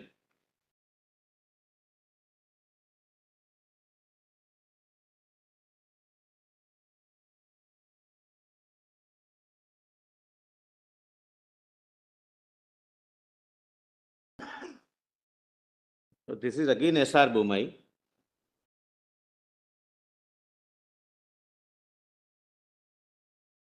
I am on page 147. But I am going fast. I've seen your lordship's eyes looking at the clock, my lord. I am also on the clock. No, that's not, please don't have any such feeling. On the lighter side, crucial. but it's That eye goes to the clock just as a matter of training, that's all. it on the lighter side, what I am saying, so that Not directed to that one, you also. More than 22 years of training on this. Exactly, more than 22 years of training. Mr. Solicitor, when we were judges of the Bombay High Court, we had a colleague who had come from Gujarat on transfer, a God's good person. So he had this specialization. We would meet outside the Chief Justice's chamber every morning. Just a little bit of camaraderie, and then we go to So every day, our colleague who had come from Gujarat would tell us how many more days there are to go back to the vacation. Yes. So, But it is tell said us that, 66 days left for the vacation. but it is like many other parts, Lord, it is said that a Gujarati can come out of Gujarat. Gujarat never comes out of him. we always, Lord, 146, last, my Lord, Yes, part, great. only underline portion. 147. Bomai, my Lord, SR Bomai.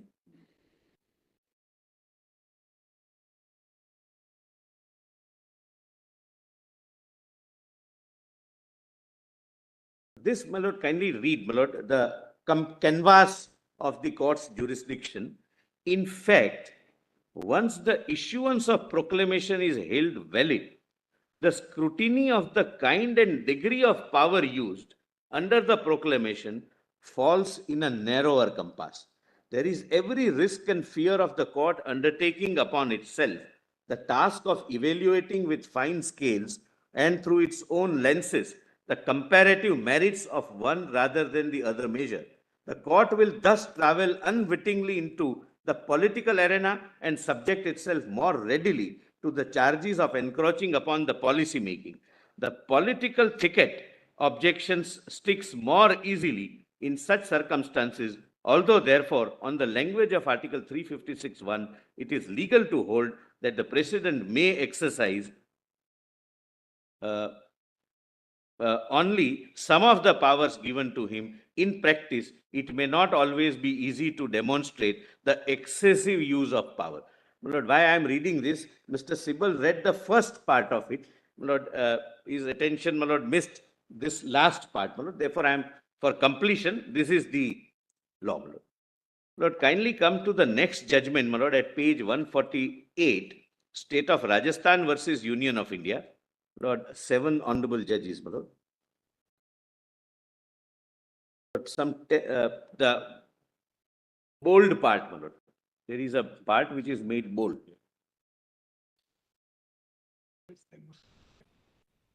The learned counsel, your Lordship gets, my Lord. My Lord Justice Gawai gets, my Lord, the bold part. The learned counsel, appearing on behalf of the petitioners in the writ petitions, contended that it is clear from the provision enacted in Article 356, Clause 3, that the exercise of power by the President under Clause 1 is subject to the control of both houses of Parliament. The proclamation issued by the President under Article 356, Clause 1 would cease to be in force at the expiration of 2 months unless it is approved by both houses of Parliament. Prior to, my Lord, it was 2 months. Houses of Parliament, and therefore no irretrievable action such as dissolution of the Legislative Assembly of the state can be taken by the President before the approval of both the houses of Parliament is given to the proclamation.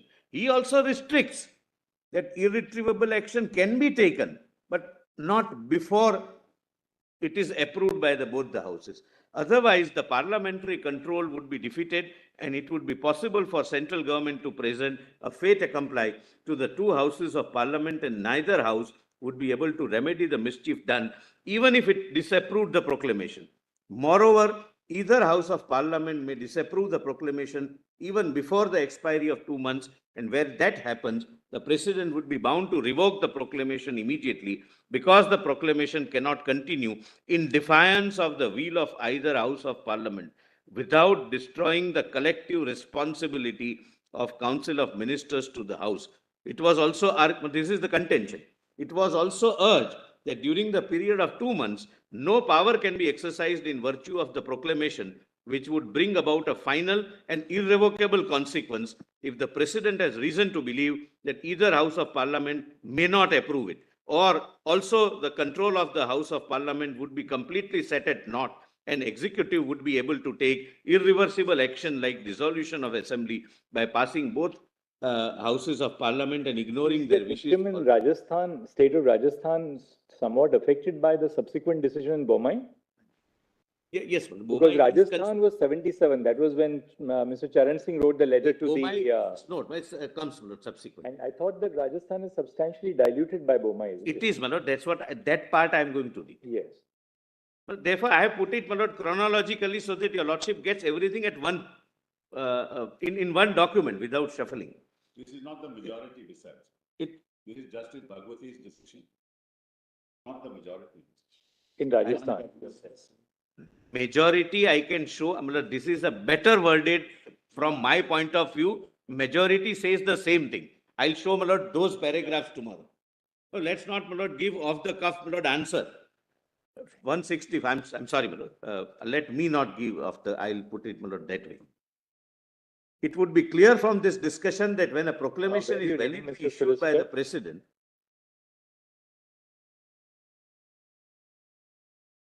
same judgment, my lord, para 146. All right.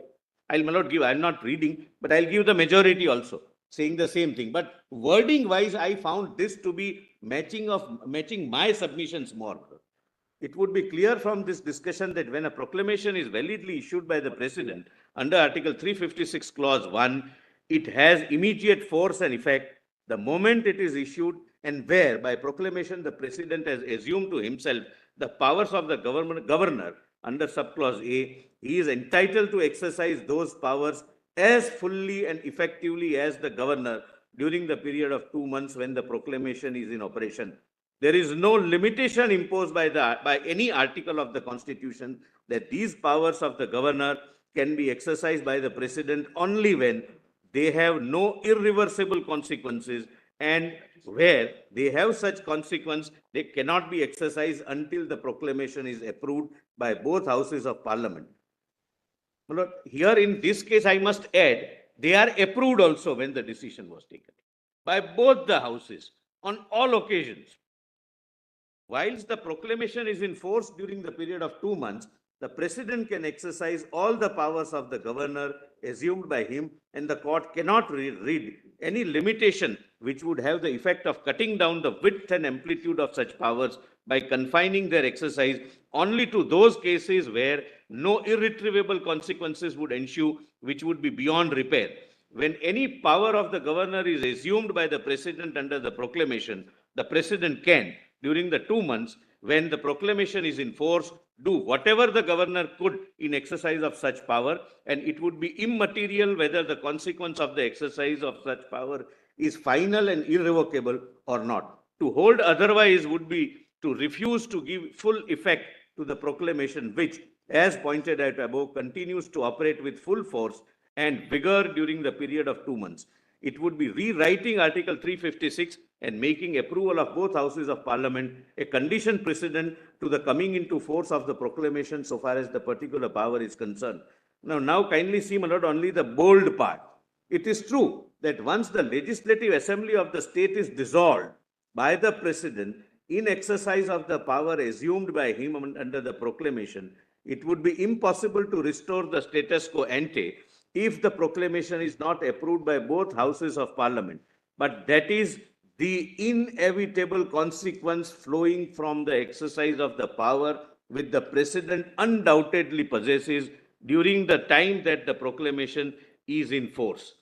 Then again, my lord, only the bold part.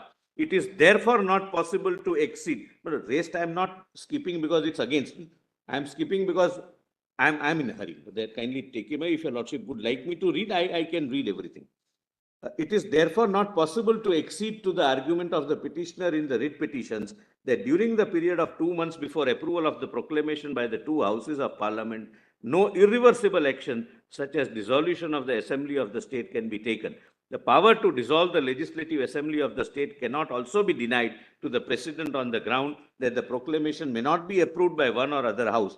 In the first place, the existence of a constitutional power or the validity of its exercise cannot be determined by reference to a possible contingency. The court cannot enter into the realm of conjecture and surmises and speculate as to what would be the position at the expiration of 2 months, whether the proclamation will be approved by both houses of parliament or not. Secondly, it is entirely immaterial whether or not the proclamation is approved by both houses of parliament, because even if it is not so approved, it would continue to be in force and effect for a full period of 2 months. My lord, this is diluted in Bomai, SR Bomai. My lord, please come to page 150, next page, my lord. Justice Sawant and Justice Kuldeep Singh's judgment.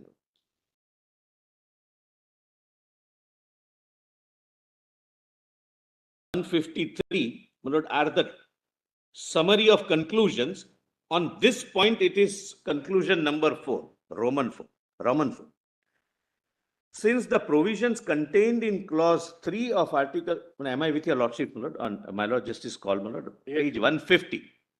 Since the provisions contained in clause 3 of article 356 are intended to be a check on power of the president and the clause 1 thereof, it will not be permissible for the president to exercise powers under subclause A, B, and C of the letter clause to take irreversible actions till, please mark this, my lord. This is the only dilution and this is the only limitation. Till at least both the houses of parliament have approved of the proclamation. And this is definitely the majority. Yes, please. So, look, here, when the actions which are impugned were taken, they passed the muster thrice. The proclamation passed the muster thrice. Then, my lord, Justice Pandian, I find myself in agreement with the opinion of Justice Sawant on his conclusion 1, 2, and 4 to 8, with which Justice B.P. Jivan Reddy concurs in his judgment. So this becomes, my lord, a majority view. And last, my lord, Justice Jivan Reddy and Justice Agarwal, in light of the reasons given and conclusions recorded herein above, we find ourselves in agreement with conclusions 1, 2, and 4 to 7 in the judgment of our learned brother Sawant, Justice Sawant, delivered on behalf of himself and Justice Kuldeep Singh. We are also in broad agreement with conclusion number 8. My lord, then Badrinath is the last judgment, my lord, I'll read. Only the first part, para 25. When an elected, my lord, your lordships have that? Yes. My lord Justice Gawai, yes. Page 150.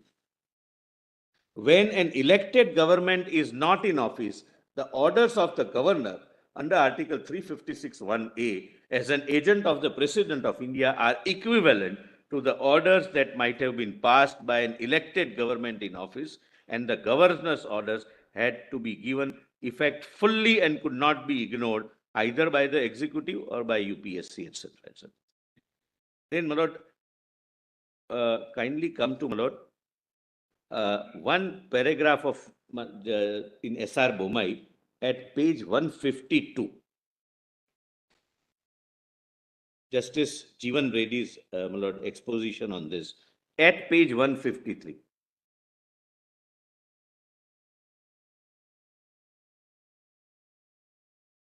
I'm not reading the rest, my lord. Your lordships may, my lord,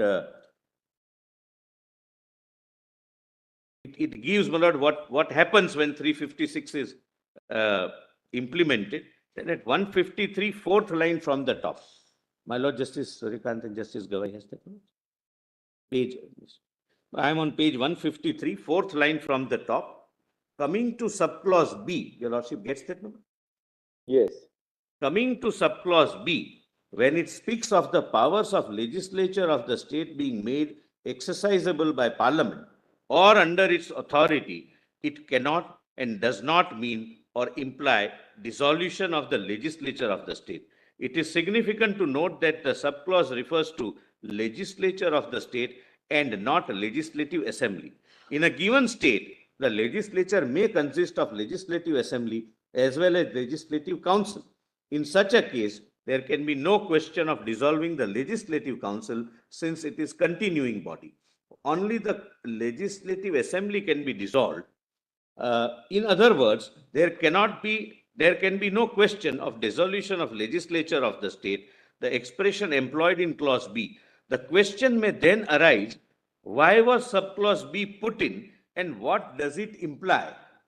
Because entire legislation is not being dissolved, only assembly is being dissolved. And the court answers, The answer must be that when the government of the state is dismissed or removed from house, the legislative assembly cannot function normally. It is difficult to visualize a legislative assembly, or for that matter, legislature, functioning without a council of ministers, i.e. government.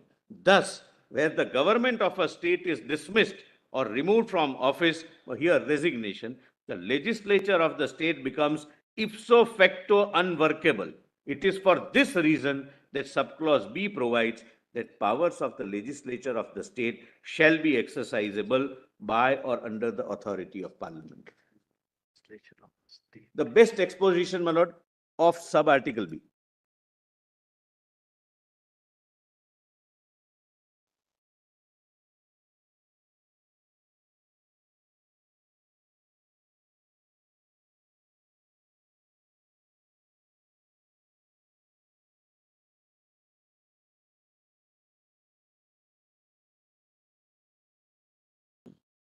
So, my lord, these are my respectful submissions, my lord. Lord, I am immensely grateful, very patient hearing, my lord, and it's always a learning experience, my lord, before your lord. Thank you, Mr. Solicitor. Thank you. But I wanted to read, my lord, the concluding speech of Dr. Ambedkar, my lord, at the conclusion of the assembly, 25th the November Constituent 1949. Assembly. But if time permits, at the end, my lord, I'll read for 5-7 minutes. It's a beautiful speech, my lord, at the end of the parliament. And not right now, my lord, coming in the way of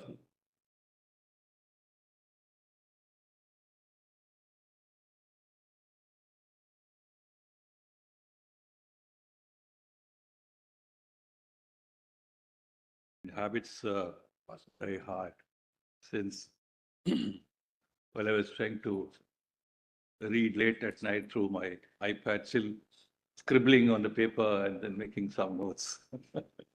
So more than 61 years ago, we had, if you lordships recollect, I had given my 2 sets of written submission. See that at volume.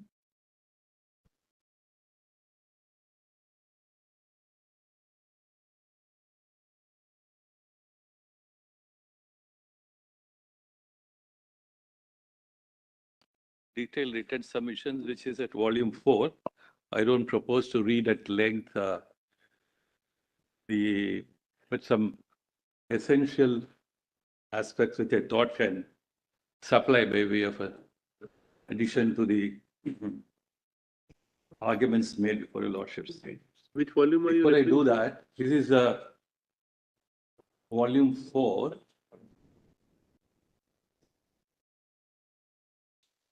PDF, it's at page, it's a separate written submission on behalf of the Attorney General for India. That's volume 4. That's right. And then I handed over a 2-page note on the last occasion with a summary of my submissions. Your opening arguments. Yes, yes.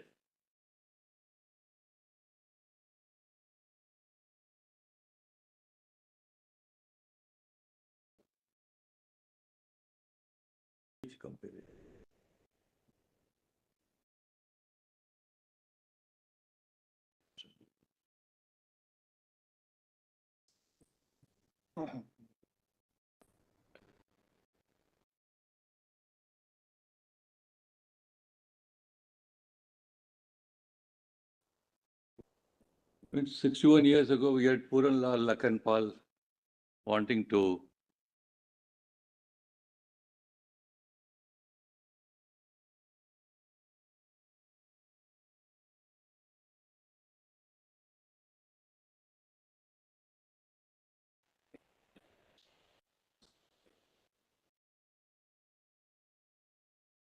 There is any health problem.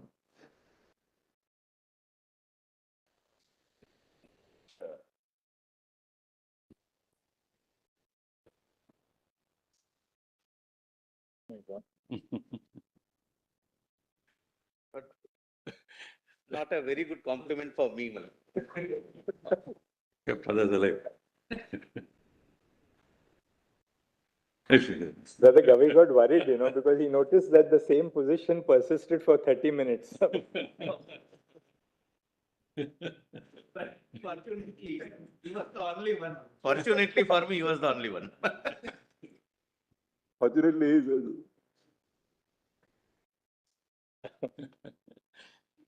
Very good.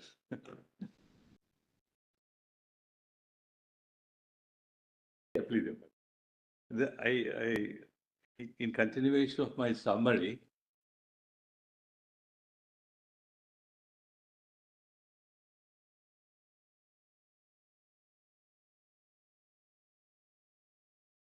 your lordships have been taken through the whole historical narrations. And in matters like this, it's very difficult to capture their entire history. Through a list of dates narration, we want to communicate to the court what exactly happened for a period of 5 momentous years before 1950. And they convey only a very telescope point of view. And a large amount of literature which is available to all of us to say how this momentous process took shape. Through a variety of efforts and engagements and ideas and conglomeration of thoughts. But by and large, the history has been brought before your lordships. But for the narration of history, the understanding of not only Article 370, but with the constitutional integration process would have been incomplete. And that's where the detailed list of dates narration with the learned solicitor occupies an important space. As I said, 61 years ago, Purnlal Lakhan Paul wanted to contest an election. Now his dream has come true. He can contest an election in Jammu Kashmir. He had to wait for 61 years for all of us. We are all of us are Purnlal and Lakhan Paul, in a way. So this is a grand contribution to what one may say, but it's a very significant historical constitutional process that has taken place in the history of India. So why do we have to look at the historical narrative? Is that, of course, both sides would like to place a certain perspective on why a certain course of events alone are important. If you look at the constitutional integration process of the rest of the country and compare it to the constitutional integration of J&K, the historical narrative shows that there is no fundamental distinction at all. The political compulsions which happened in the context of J&K made a very slight deviation. And that deviation is, again, I would call a formalization of the principles and the procedures for integration. Article 370 is nothing but the outcome of the formalization of the principles and the procedures for integration. Well, the rest of the country had gone through all that process. Union of states, merger of small territories, and the idea of a constitutional assembly and framing a constitutional, all that process have gone through. But since there was little intervention, which is a political historical fact, Article 370 had to intervene. And if you try to attribute to Article 370 any other purpose or intent, then I think we're fundamentally mistaken. So we are asked to go back, I would probably ask you a lot to go back to 1949, 1950, and look at from the point of those who were engaged in framing Article 370, and with the visualization as to what would happen soon thereafter to the integration process of Article 370. Instead of that, we are sitting today almost 60, 70 years later and trying to imagine into Article 370 what contemporary context want us to imagine. I say that imagination to a large extent is forbidden. So we have to look at it from the text and context and the intent and content of Article 370. To quickly formulate my understanding of Article 370, I don't propose to read in extent so many of the judgments which have looked into Article 370. If your lordships kindly turn to my written submissions.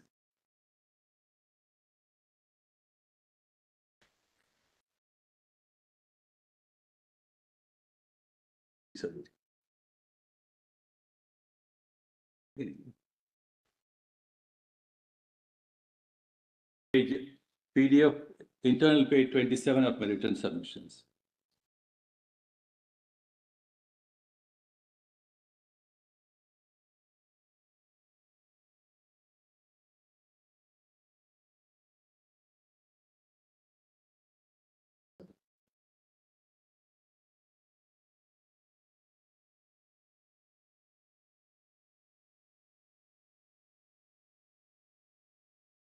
Please turn before that to page 30, paragraph 9. 30. Three dimensions of Article 370. A, my lords, you also have that page. A, enabling Parliament to legislate in respect of matters in para 1 and 2 of subclauses B of clause 1 of Article 370. B, application of the provisions of the Constitution of India, subject to exceptions and modification of clause C of clause 1 of Article 370. And C, termination of the role of Article 370 under clause C of Article 370. These are the three dimensions. The requirements of consultation, concurrence, and recommendation, as the case may be, are the processes to be followed by the President. I think for the purpose of our understanding, it is unnecessary to go into the question of concurrence and consultation, etc., and the distinctions. But since we are debating on the proviso to clause 3 of Article 370 and the recommendation clause, we need to place some attention to that. In my understanding, let's kindly see the exceptions, modifications, additions, changes, power is, I think, virtually available in the entire spectrum of the Constitution of India in different contexts and for different purposes. But more prominently, when you come to the 5th and the 6th schedule, the legislation making power of the governor has been noticed by this court on more than one occasion, and I'll place only one recent judgment. Kindly turn to paragraph 10. At page 30, this is the Constitution bench judgment on the powers of the governor under the 5th schedule. Paragraph 39 at page 30, it begins at page 30. Your lordships may skip forward to the next page and turn over to page 32.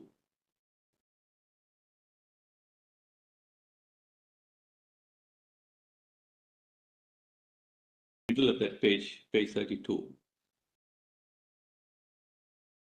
The sentence beginning, the extent of the legislative power of the governor.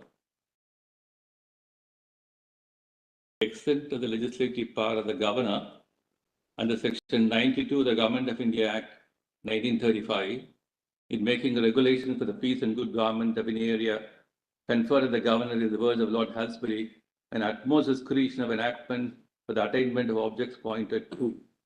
In that case, the words which fell for consideration Judicial Committee by the power of Parliament of Canada to make provisions for the administration, peace, order, and good governance for any territory, not for the time being included in any province.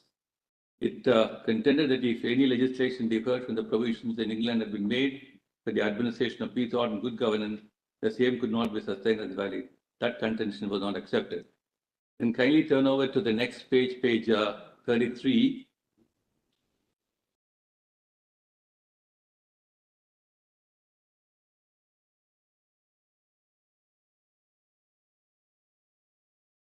The sentence beginning, applying the law, the middle of the paragraph.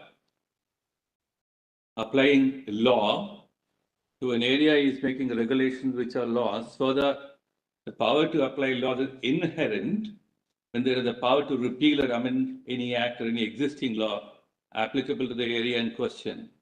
The power to apply laws is really to bring into legal effect sections of an act as if the same act had been enacted in the entirety.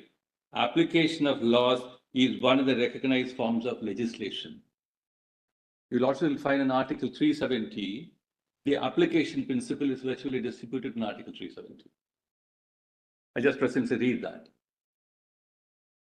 So the application principle of laws were recognized forms of legislation. Therefore, I would probably say that Article 370 conferring power on the President is not in the nature of an executive power of the President.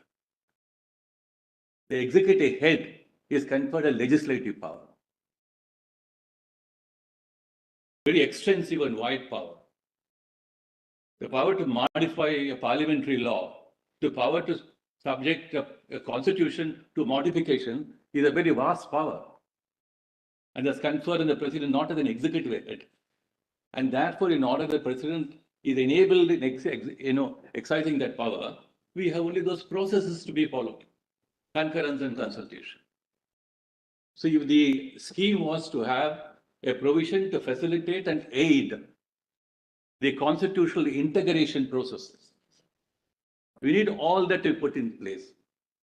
The comfort and the aspirations also to be not to be compromised, and therefore you have the concurrence and the consultation. Mr. Tony, if we accept that position, is something which we put to the other side. What has been the practice and the convention is something different. No, that practice, in fact, flows from what the president was expected to do in order to complete the process of integration, the constitutional integration process. It is not linearly, unilaterally flow from the deliberations of the Constituent Assembly of J&K. So we understand. It was not a sole authority, yes. We understand your argument to the extent that there were conflicting views expressed in the Constituent Assembly, which is quite you have pointed out, or what was pointed out. And what we have today is Article 370 as it stands in the Constitution. So we have to interpret that and apply that. Yes.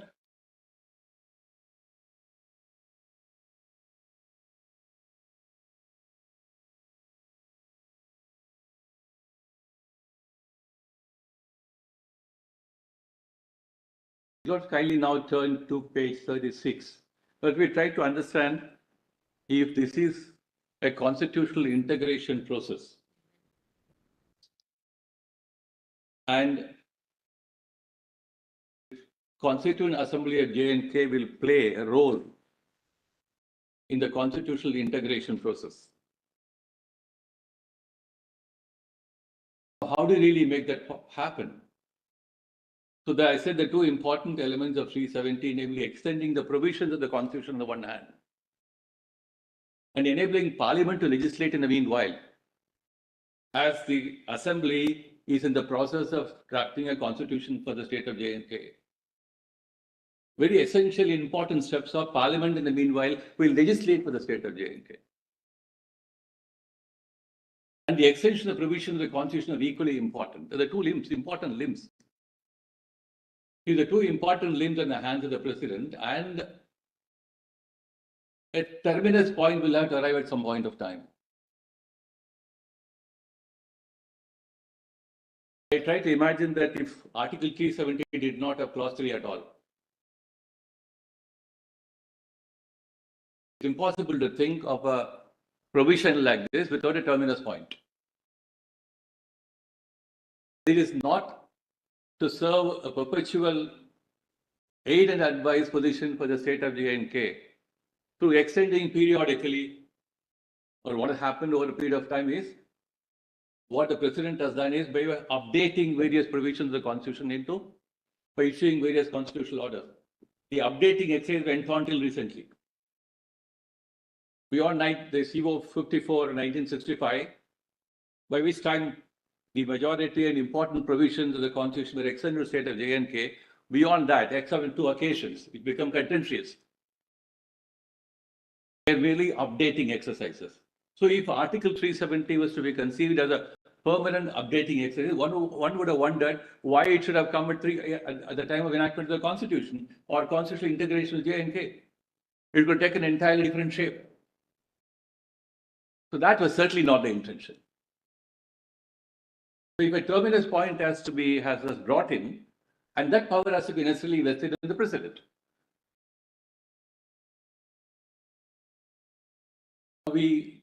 Article 370 begins with a non-obstante clause.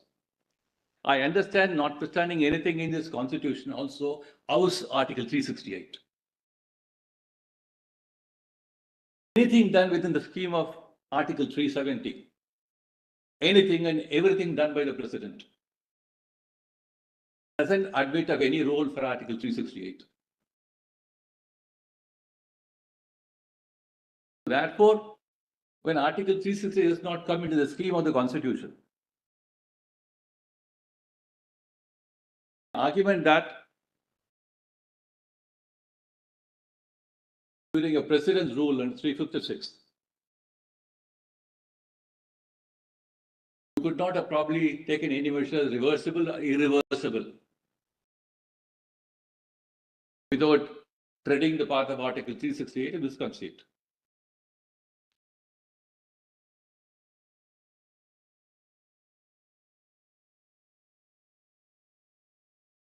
If the realistic understanding of Article 370 was to complete a scheme, let's say at one level, enactment of the Constitution of J&K to the deliberation of the Legislative Constituent Assembly, and it must come to an end at that point of time. And if it came to an end by that point of time, because sections 3 and 5 virtually captured the essence of constitutional integration, and nothing more was required to be done after section 3 and 5 becoming the part of the constitutional document. It hardly matters whether you call it today the Constitution, we not get into the question at all. Therefore, if the integration process contemplated came to an end by enactment of section 3 and 5 of the Constitution of J&K, that's at one level. At a different level, thereafter, President has issued various orders in exercise of powers under Article 371D. And if I am right in saying they're all essentially updating orders, except those two controversial orders, where Article 35A came.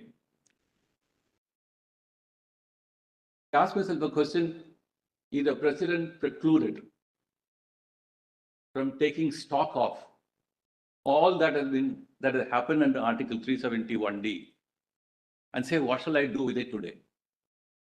That today can come at any point of time.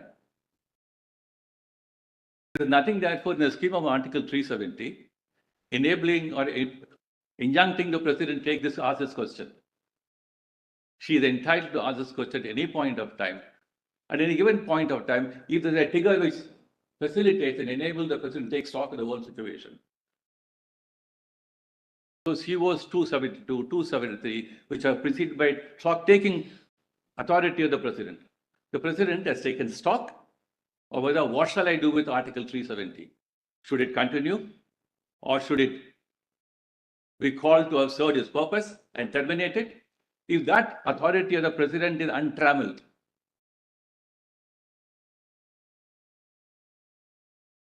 the measures taken by the President to deal with looking for aid and assistance measures in terminating it, coupled with what the Parliament ultimately did in dealing with a very vast question of bringing peace and restoration to the state of J&K. So we are trying to tell you, Lord, that justiciability probably will not come in. So let me try to understand why the J&K, the Constituent Assembly was given only a narrow power of recommendation. Well, yes, it was necessary to have the recommendation taken from the Constituent Assembly, but that necessity does not enlarge the scope of the role given to the Assembly, which is a very narrow role, namely a recommendation role. One will probably be able to argue that if the Assembly having dissolved itself, the proviso probably would have expired on its own. It's no longer operating. If it's no longer operative and cannot be operated at all, then can you say as the tail cannot wag the dog, etc. Although it is figurative, metaphorical. But what I mean to say is this: the President lose the authority and power available in Article 370, Clause 3, to bring to a close the entire scheme of Article 370. To say the President has not lost that power. In the presidential poll case, question was whether, by reason of the fact that the Gujarat Assembly was dissolved, I presently play that citation. Gujarat Assembly was dissolved, and for the conduct of the elections to the President, the electoral college is incomplete. And the election will be complete in a certain period. That's a mandate of the Constitution. But you can't do it now. So your Lordship in 140 reference says, if the mandate of holding an election within a period now becomes impossible without an electoral college being available there, does not relieve the mandate from being complied with. So therefore, in certain circumstances, certain what called facilitating or what is called the recommending role of the assembly is just not available. The president's authority under Article 373 can operate without any further assistance from any other authority. The president could have said under Article 371D, which was precisely what has happened here. He did not require any further assistance from any other authority. But by way of abundant caution, in continuation of what happened earlier under Article 371D, the president follows the same footsteps now, substituting legislative assembly in the place of the constituent assembly. So whatever gap, a suggested gap may be perceived, president says, now I'll fill that gap. There are several situations when such conditions, preconditions of performance cannot be performed. It's called the doctrine of impossibility. So therefore, the performance is not relieved. Performance will still be done. The conditions may be ignored.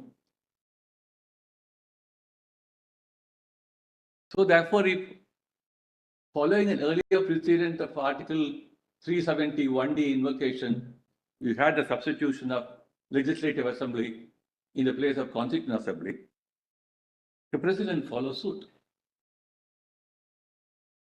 It's also bear in mind when Attorney, the role, yeah, Lordship. see, when it referred to subclause D to Article 371, the government of the state. Now, if one has to take the concurrence of the government of the state,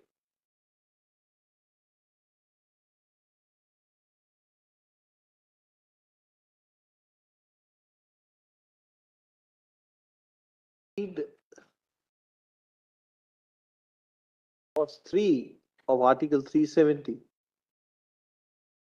as giving complete and absolute power to the president will be virtually going against the entire object and purpose of the enactment, because otherwise clause D and the proviso says concurrent state governments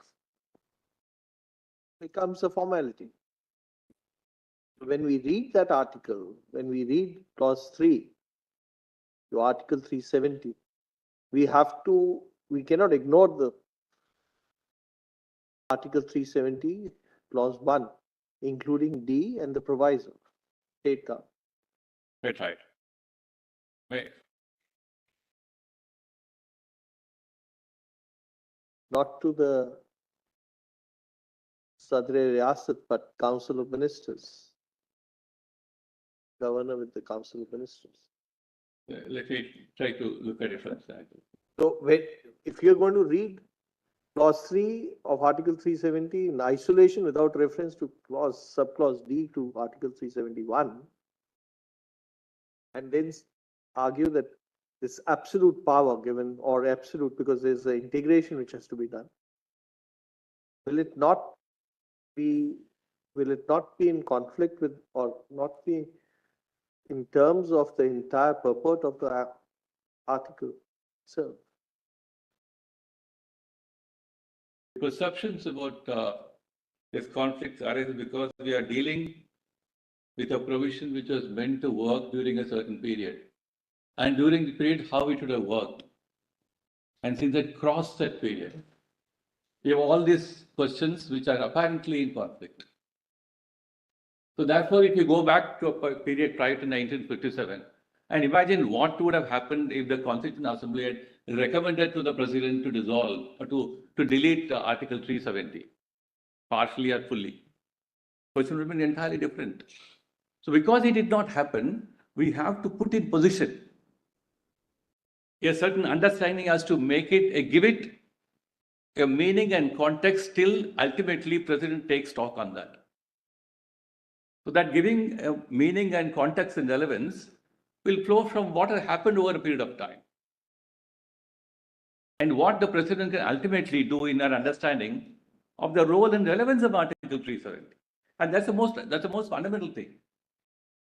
Is the role and relevance of Article 370, regardless of its exercise over a period of time, is clearly understood by the President now. By what other normative yardstick about the relevance of Article 370 will the court judicially scrutinize the exercise of power by the President today? Yeah, even if he, but in this case, is there any President's proclamation excising power under Clause 3 to Article 370? Saying that I'm abrogating Article 370.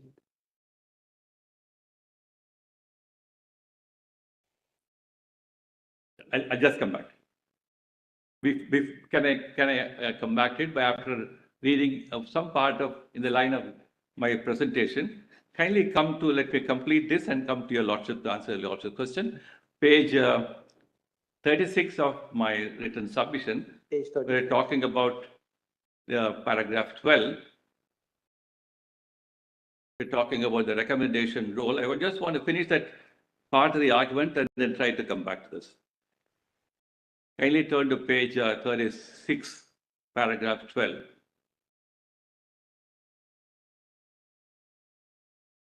We will try to extol the recommendation role beyond a certain level. Then we are rewriting Article 370.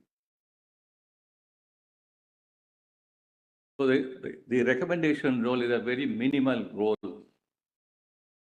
And how is it being understood in different contexts? We have Does a recommendation postulate a positive recommendation, or does it mean just any It is opinion? an advice. It is an advice. So it's an advice to facilitate and enable the President to find as to whether Article 370 has served its purpose and to close it. So the whole clause 3 of Article 370 is to render Article 370 inoperative. But what in happens, that context. suppose there is a Constituent Assembly. Yes. We'll not go into this issue of the Constituent Assembly and the Legislative Assembly. And the Constituent Assembly recommends to the President, do not abrogate Article 370. Is it open to the President then to override the advice? That power of recommendation is not available to the Constituent Assembly. Sorry? The Assembly has to only recommend the President in regard to rendering Article 370 inoperative. The President seeks that advice from the Assembly. The Assembly will not say, I have my different thinking on Article 350 and I'll ask you to retain 370 the way we want it. So therefore, the advice, the recommendation is not just an opinion. Yeah. When the Constitution uses the expression recommendation, it means a positive decision, because Article 370 uses different phrases. It uses consultation, it uses concurrence, it uses decision, and it uses recommendation. Certainly right. So therefore, the use in Article 370 of all these distinct expressions, concurrence, consultation, have their context. So therefore, recommendation is seen as an entirely distinct idea altogether. If the Constituent Assembly was to... contending that even if the Constituent Assembly were to say that please don't abrogate 370, the President can still abrogate 370? She can. She can. Recommendation is not binding on the President. Therefore, it is recommendation. It is not concurrence. So concurrence for the purpose of concurrence for the purpose where you get the provisions of the Constitution extended stands in a different thing altogether. Consultation where the Parliament will be enabled to enact during that period. Consultation. So recommendation occupies that it comes at the end of the day when all the parties have understood that the job of 370 is done. What shall I do? The president says, let me know what I shall do now. I want to probably say, I've taken stock of all the presidential orders issued. The constitutional integration process is over. Now, is there anything left by way of invoking Article 370 or extending the provisions of the Constitution of India to J&K? That question will have to be necessarily asked. When that question is asked, what is the role of the Constituent Assembly? So if the 370 had envisaged a larger role, that would have defeated the very purpose of constitutional integration. Therefore, the only relevant, Your Lordship, Mr. Attorney, the use of the expression recommendation is not by itself dispositive of the content of the expression as to whether it is merely an advice, whether it is a condition precedent. I'll give you two examples. See, there are two examples in the Constitution where the word recommendation is used. Article 109 and 117. Article 109 deals with money bills. A money bill, after it is passed by is not introduced in the Rajya Sabha, always introduced in the Lok Sabha. After the bill is passed by the Rajya Sabha, by the Lok Sabha, it is transmitted to the Lok Sabha, to the Rajya Sabha for its recommendations. Those recommendations are not binding on the Lok Sabha. It may either accept them, it may accept them in part, it may reject them. That is what Article 109 says. So in Article 109, 109(2), see the way it is worded. The recommendation of the Rajya Sabha doesn't bind the Lok Sabha on a money bill. Now see 117. 117 says that a money bill cannot be introduced except on the recommendation of the President. See 117. Your Lordship, please. A bill or amendment making provision for any of the matters specified in subclauses A to F of clause 1 of Article 110, I'll go to 110 in a moment, shall not be introduced or moved except on the recommendation of the President. Now, in Article 117, the same word is used, recommendation. Recommendation is mandatory. You can't move a money bill unless there is a recommendation by the President. Now comes 370. There are many other provisions of the Constitution. I think, if I'm not mistaken, in my dissent in Aadhaar, I had analyzed those provisions of recommendation. Now see 370. It says, provided that the recommendation of the Constituent Assembly of the state shall be necessary. Shall be necessary before. That's right. Shall be necessary and before. So it's a condition precedent and a condition in terms of time. It can't be a post facto recommendation. It has to be before. What is the reason for it? There has to be a recommendation by the Constituent Assembly for the abrogation of Article 370. And second, that recommendation has to be before the President decides to abrogate it. Therefore, to say that, this recommendation is just an opinion, it's not binding on the President. My submission is not to slight that recommendation role, but I say it's still only a recommendation. Let me try to explain. The necessity of having a recommendation does not add any further content to the role of recommendation. There is a procedure which is required because during the constitution integration process. So your contention is that you have to have a recommendation, yes, and it's not binding. It may be a positive or negative recommendation. The President can override whatever is said by the Constituent Assembly. No, the reason why, therefore, what I would call a minimal role of recommendation given to the Constituent Assembly is in the context of, one, the scheme of Article 370, and that being part of the larger integration process, can a body like the Constituent Assembly of J&K can have a final say on Article 370? It is not a constituent body of a Parliament of India. It doesn't have all that attributes and powers. So the recommendatory role has been assigned in the context, keeping in mind that once the constitutional integration process is completed, in the understanding of all the parties involved, there has to be a terminus. And to bring the terminus to a complete completion, then the role of recommendation is assigned.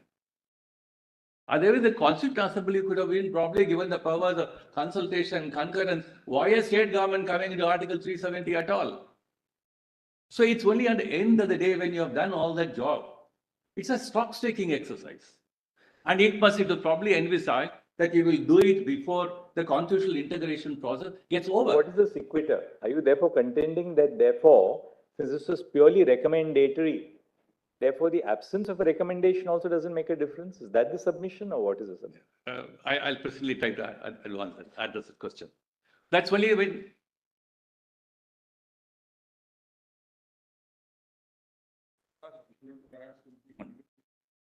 103(2), yes. there are different. Oh, Qualifications.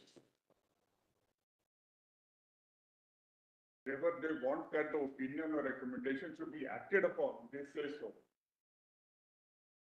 Will be referred to the commission will give an opinion, and then it says, and shall act according to such opinion, which is missing in.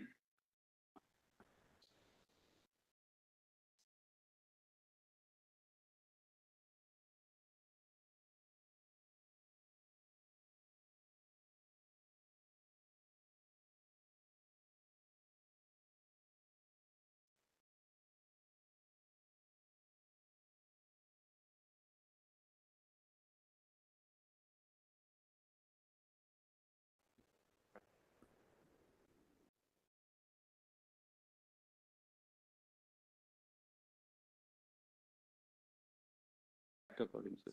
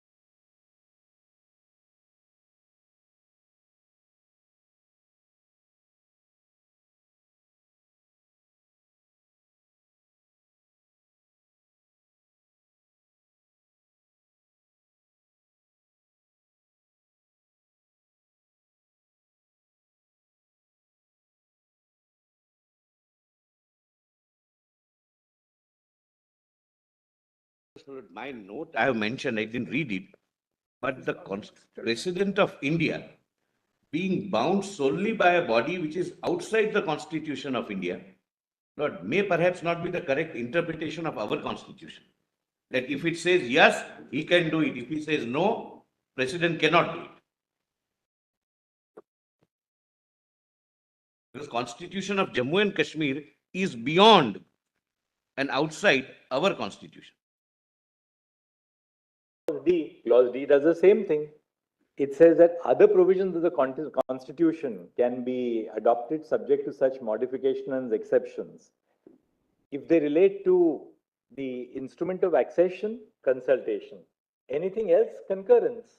Of the state government. Of this Not Constituent Assembly. Not to the assembly. No, but then if the Constituent Assembly was not in existence, then it has to be placed before the Constituent Assembly for its decision.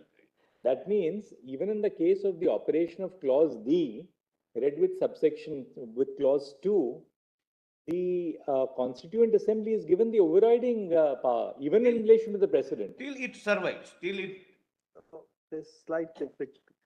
See, you can't say when Article 370 itself refers to Constituent Assembly, you can't say that this Constituent Assembly is outside the Constitution. It's within the constitutional framework because it refers to it. Yes, your argument that once the Constituent Assembly is no longer there, what will be the position with regard to clause 3 to 370 is something which we'll have to examine. With reference to the procedure you have, with reference to, because the judgments itself Many of the constitutional bench judgments still says we are not examining that issue. We'll have to examine. No, only worry is, only with permission of the learned AG, the worry is, well, suppose this exercise would have been undertaken in 2007, in 57, when Constituent Assembly was in existence. Suppose it would have recommended that don't abolish or don't abrogate or apply with modification that none of the provisions of the Constitution of India would be applicable, or never apply fundamental rights with that modification. Lord, would, I'm putting a question to myself, the President of India will denuded of its powers, my Lord? Was it intended that by not recommending not to abrogate, it would become permanent? We have taken that argument. in other words, That proviso will no longer be applicable after the Constituent Assembly is not there, but that will not deprive the President of his power under Clause 3. To We put have it in taken- other words, if the object and the role of Article 370 is essentially and fundamentally a constitutional integration process, anything which emanates from the Assembly, to the contrary, as a way of negation of the integration process, would be forbidden under the scheme of Article 370. You can't have a negation there. Mr. Tony, you extended that argument, Yeah. therefore the questions arose. You extended the argument to say recommendation only means advice, and even no advice. Suppose the Constituent Assembly was, that's assuming that the Constituent Assembly was, Therefore, There- I quite see. Therefore, what I'm that trying- part, the extension part is the one which is. Therefore, we have to probably understand the context in which why this provision was at all enacted. The constitution integration process repeated was the only mantra under Article 370. And everything around it revolves around it.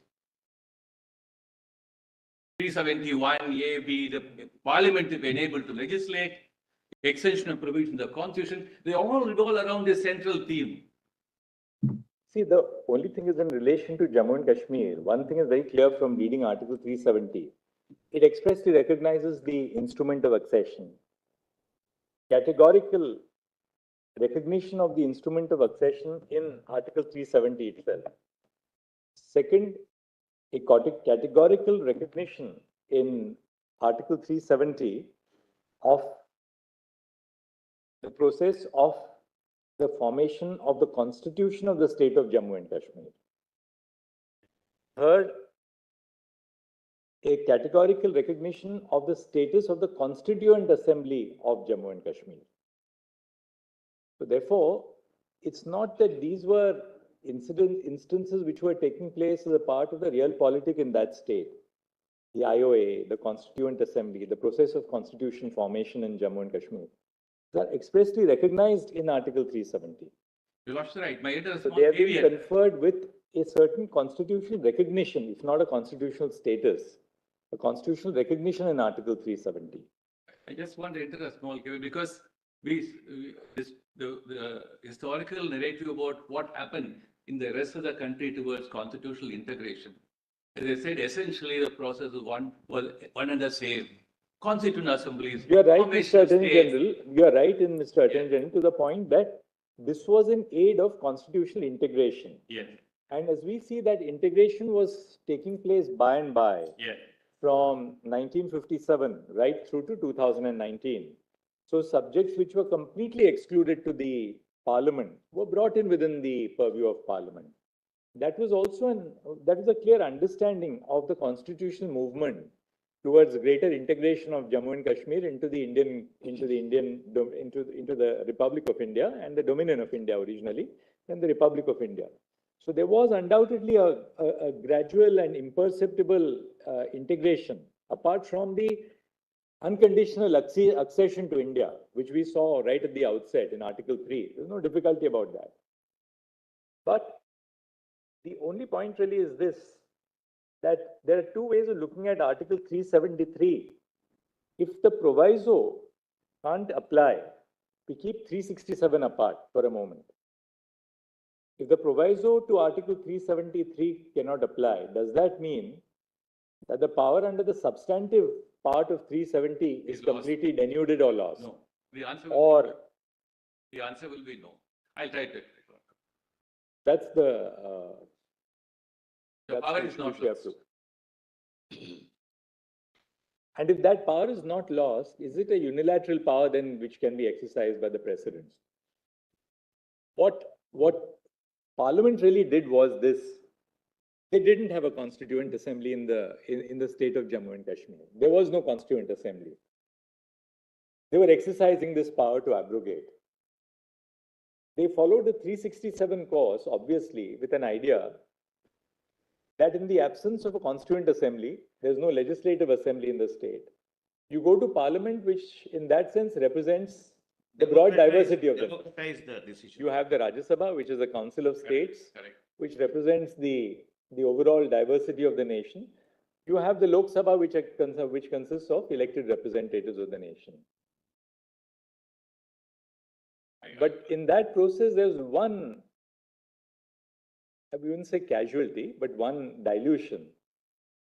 And that dilution is the role which was ascribed by the provisor to Article 370(3). Now, that role can, as you are trying to sort of elaborate, that role is merely recommendatory. Merely because that role is recommendatory does not mean that it can be dispensed with, because the Constitution provides for a recommendation. When a Constitution provides for recommendation, we can't say that, well, even if there's no recommendation, that's fine, you can override it. My endeavor is. Can I just add one thing? Sorry. Sorry. Sorry to interrupt. You see, after you amend 367, you say legislative assembly is equal to constituent assembly. We have to take it to the logical conclusion. Right. We've accepted that it exists, my lord, but. That's right. That's how it is. But my lord, only one question, my lord, and your lordships can consider this, my lord, during this holiday. My lord, suppose in 1957, at the time when the Constitution was framed, Constitution of Jammu and Kashmir. Yes. And the Constituent Assembly was dissolving itself. Last speeches were made, etc. Suppose it would have said that now in exercise of our powers under 370, sub-article 3, we recommend the President that the Constitution which we have framed, which provide for a semi kind of monarchy, and now therefore you delete 370. Lord, would it not go against the very spirit with which 370 was incorporated? That it has to be temporary and you are an integral part, because 370 sub-article 3 says, notwithstanding anything contained in the foregoing provision, meaning thereby 1 and 2, instrument of accession and article 1 being applicable. So, Constituent Assembly technically was not bound by 1 and 2. It could have said, then, my lord, would the President be completely denuded and act as per the desire of the Constituent Assembly? It cannot be, for the simple reason that the debates in the Constituent Assembly repeatedly say that this is a temporary provision. So that's why I said you can't. You don't have to refer to the debates. So that's why, Even the, Until that's unless why we I ignore said it. there can't be a negation principle read into the proviso. A principle of negation whittling down the entire scheme of Article 370. You can't read it into the proviso. Let us say, bro, that as Sheikh Abdullah at that time wanted, bro, that independence resolution being passed. That's why you put in suggested of the assembly. It's the very, that answer is given in the Article 370. I'm saying, had they proposed, then the president is not bound. No. That proposal is not, this will be contrary to Article 370. That's right. May I have your lordship's permission in support of this submission? Contrary to Article 1 also. Reading material can be shared with. Kashmir is an interior part of it. That's all right. Question. Some reading material can be shared with your lordships, and then. No, nothing in terms of reading material, Mr. Attorney. We have enough reading material with us. Now we will go by churning material, which we have at the bar. I didn't want to. Because then in rejoinder, we'll get a couple of thousand pages, Mr. Attorney, and we only know what difficulty that poses at the end to us. Coming through that, I understand. Give you a more accurate list of days. These are some. We put that discipline on you because we realized what could happen. No, but what happened? that was No. So the facts which are on record in the words of Sardar Patel. This is please let us not get to that. when he says, Please, I don't- Sybil, I don't- you'll have your chance in the I second don't round. think this statement is necessary at all. No, the reading material is some excerpt from certain books. Some thoughts come in the course of how do you explain internal sovereignty? How do you explain certain? I thought if they are useful, I can certainly. The one last word, and then we'll rise, of course, then we'll think of all that you've argued for the holiday tomorrow.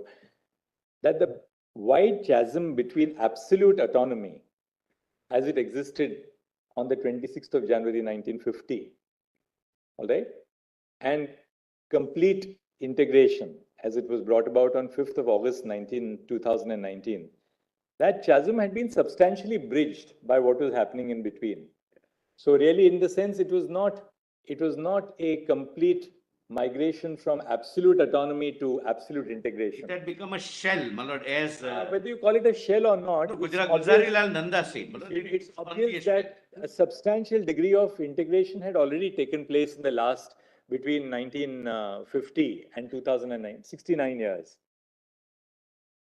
And therefore, what was done in 2019, was it really a logical step forward to achieve that integration? Absolutely. Integration was whole already. The power in 1950, only assimilation was there. Different meaning for us. The power to make the law. We have interesting issues, yes. We have interesting issues. Mr. Attorney, about how long would you take? About half an hour or so now? More if possible. Sorry? Maybe an hour more.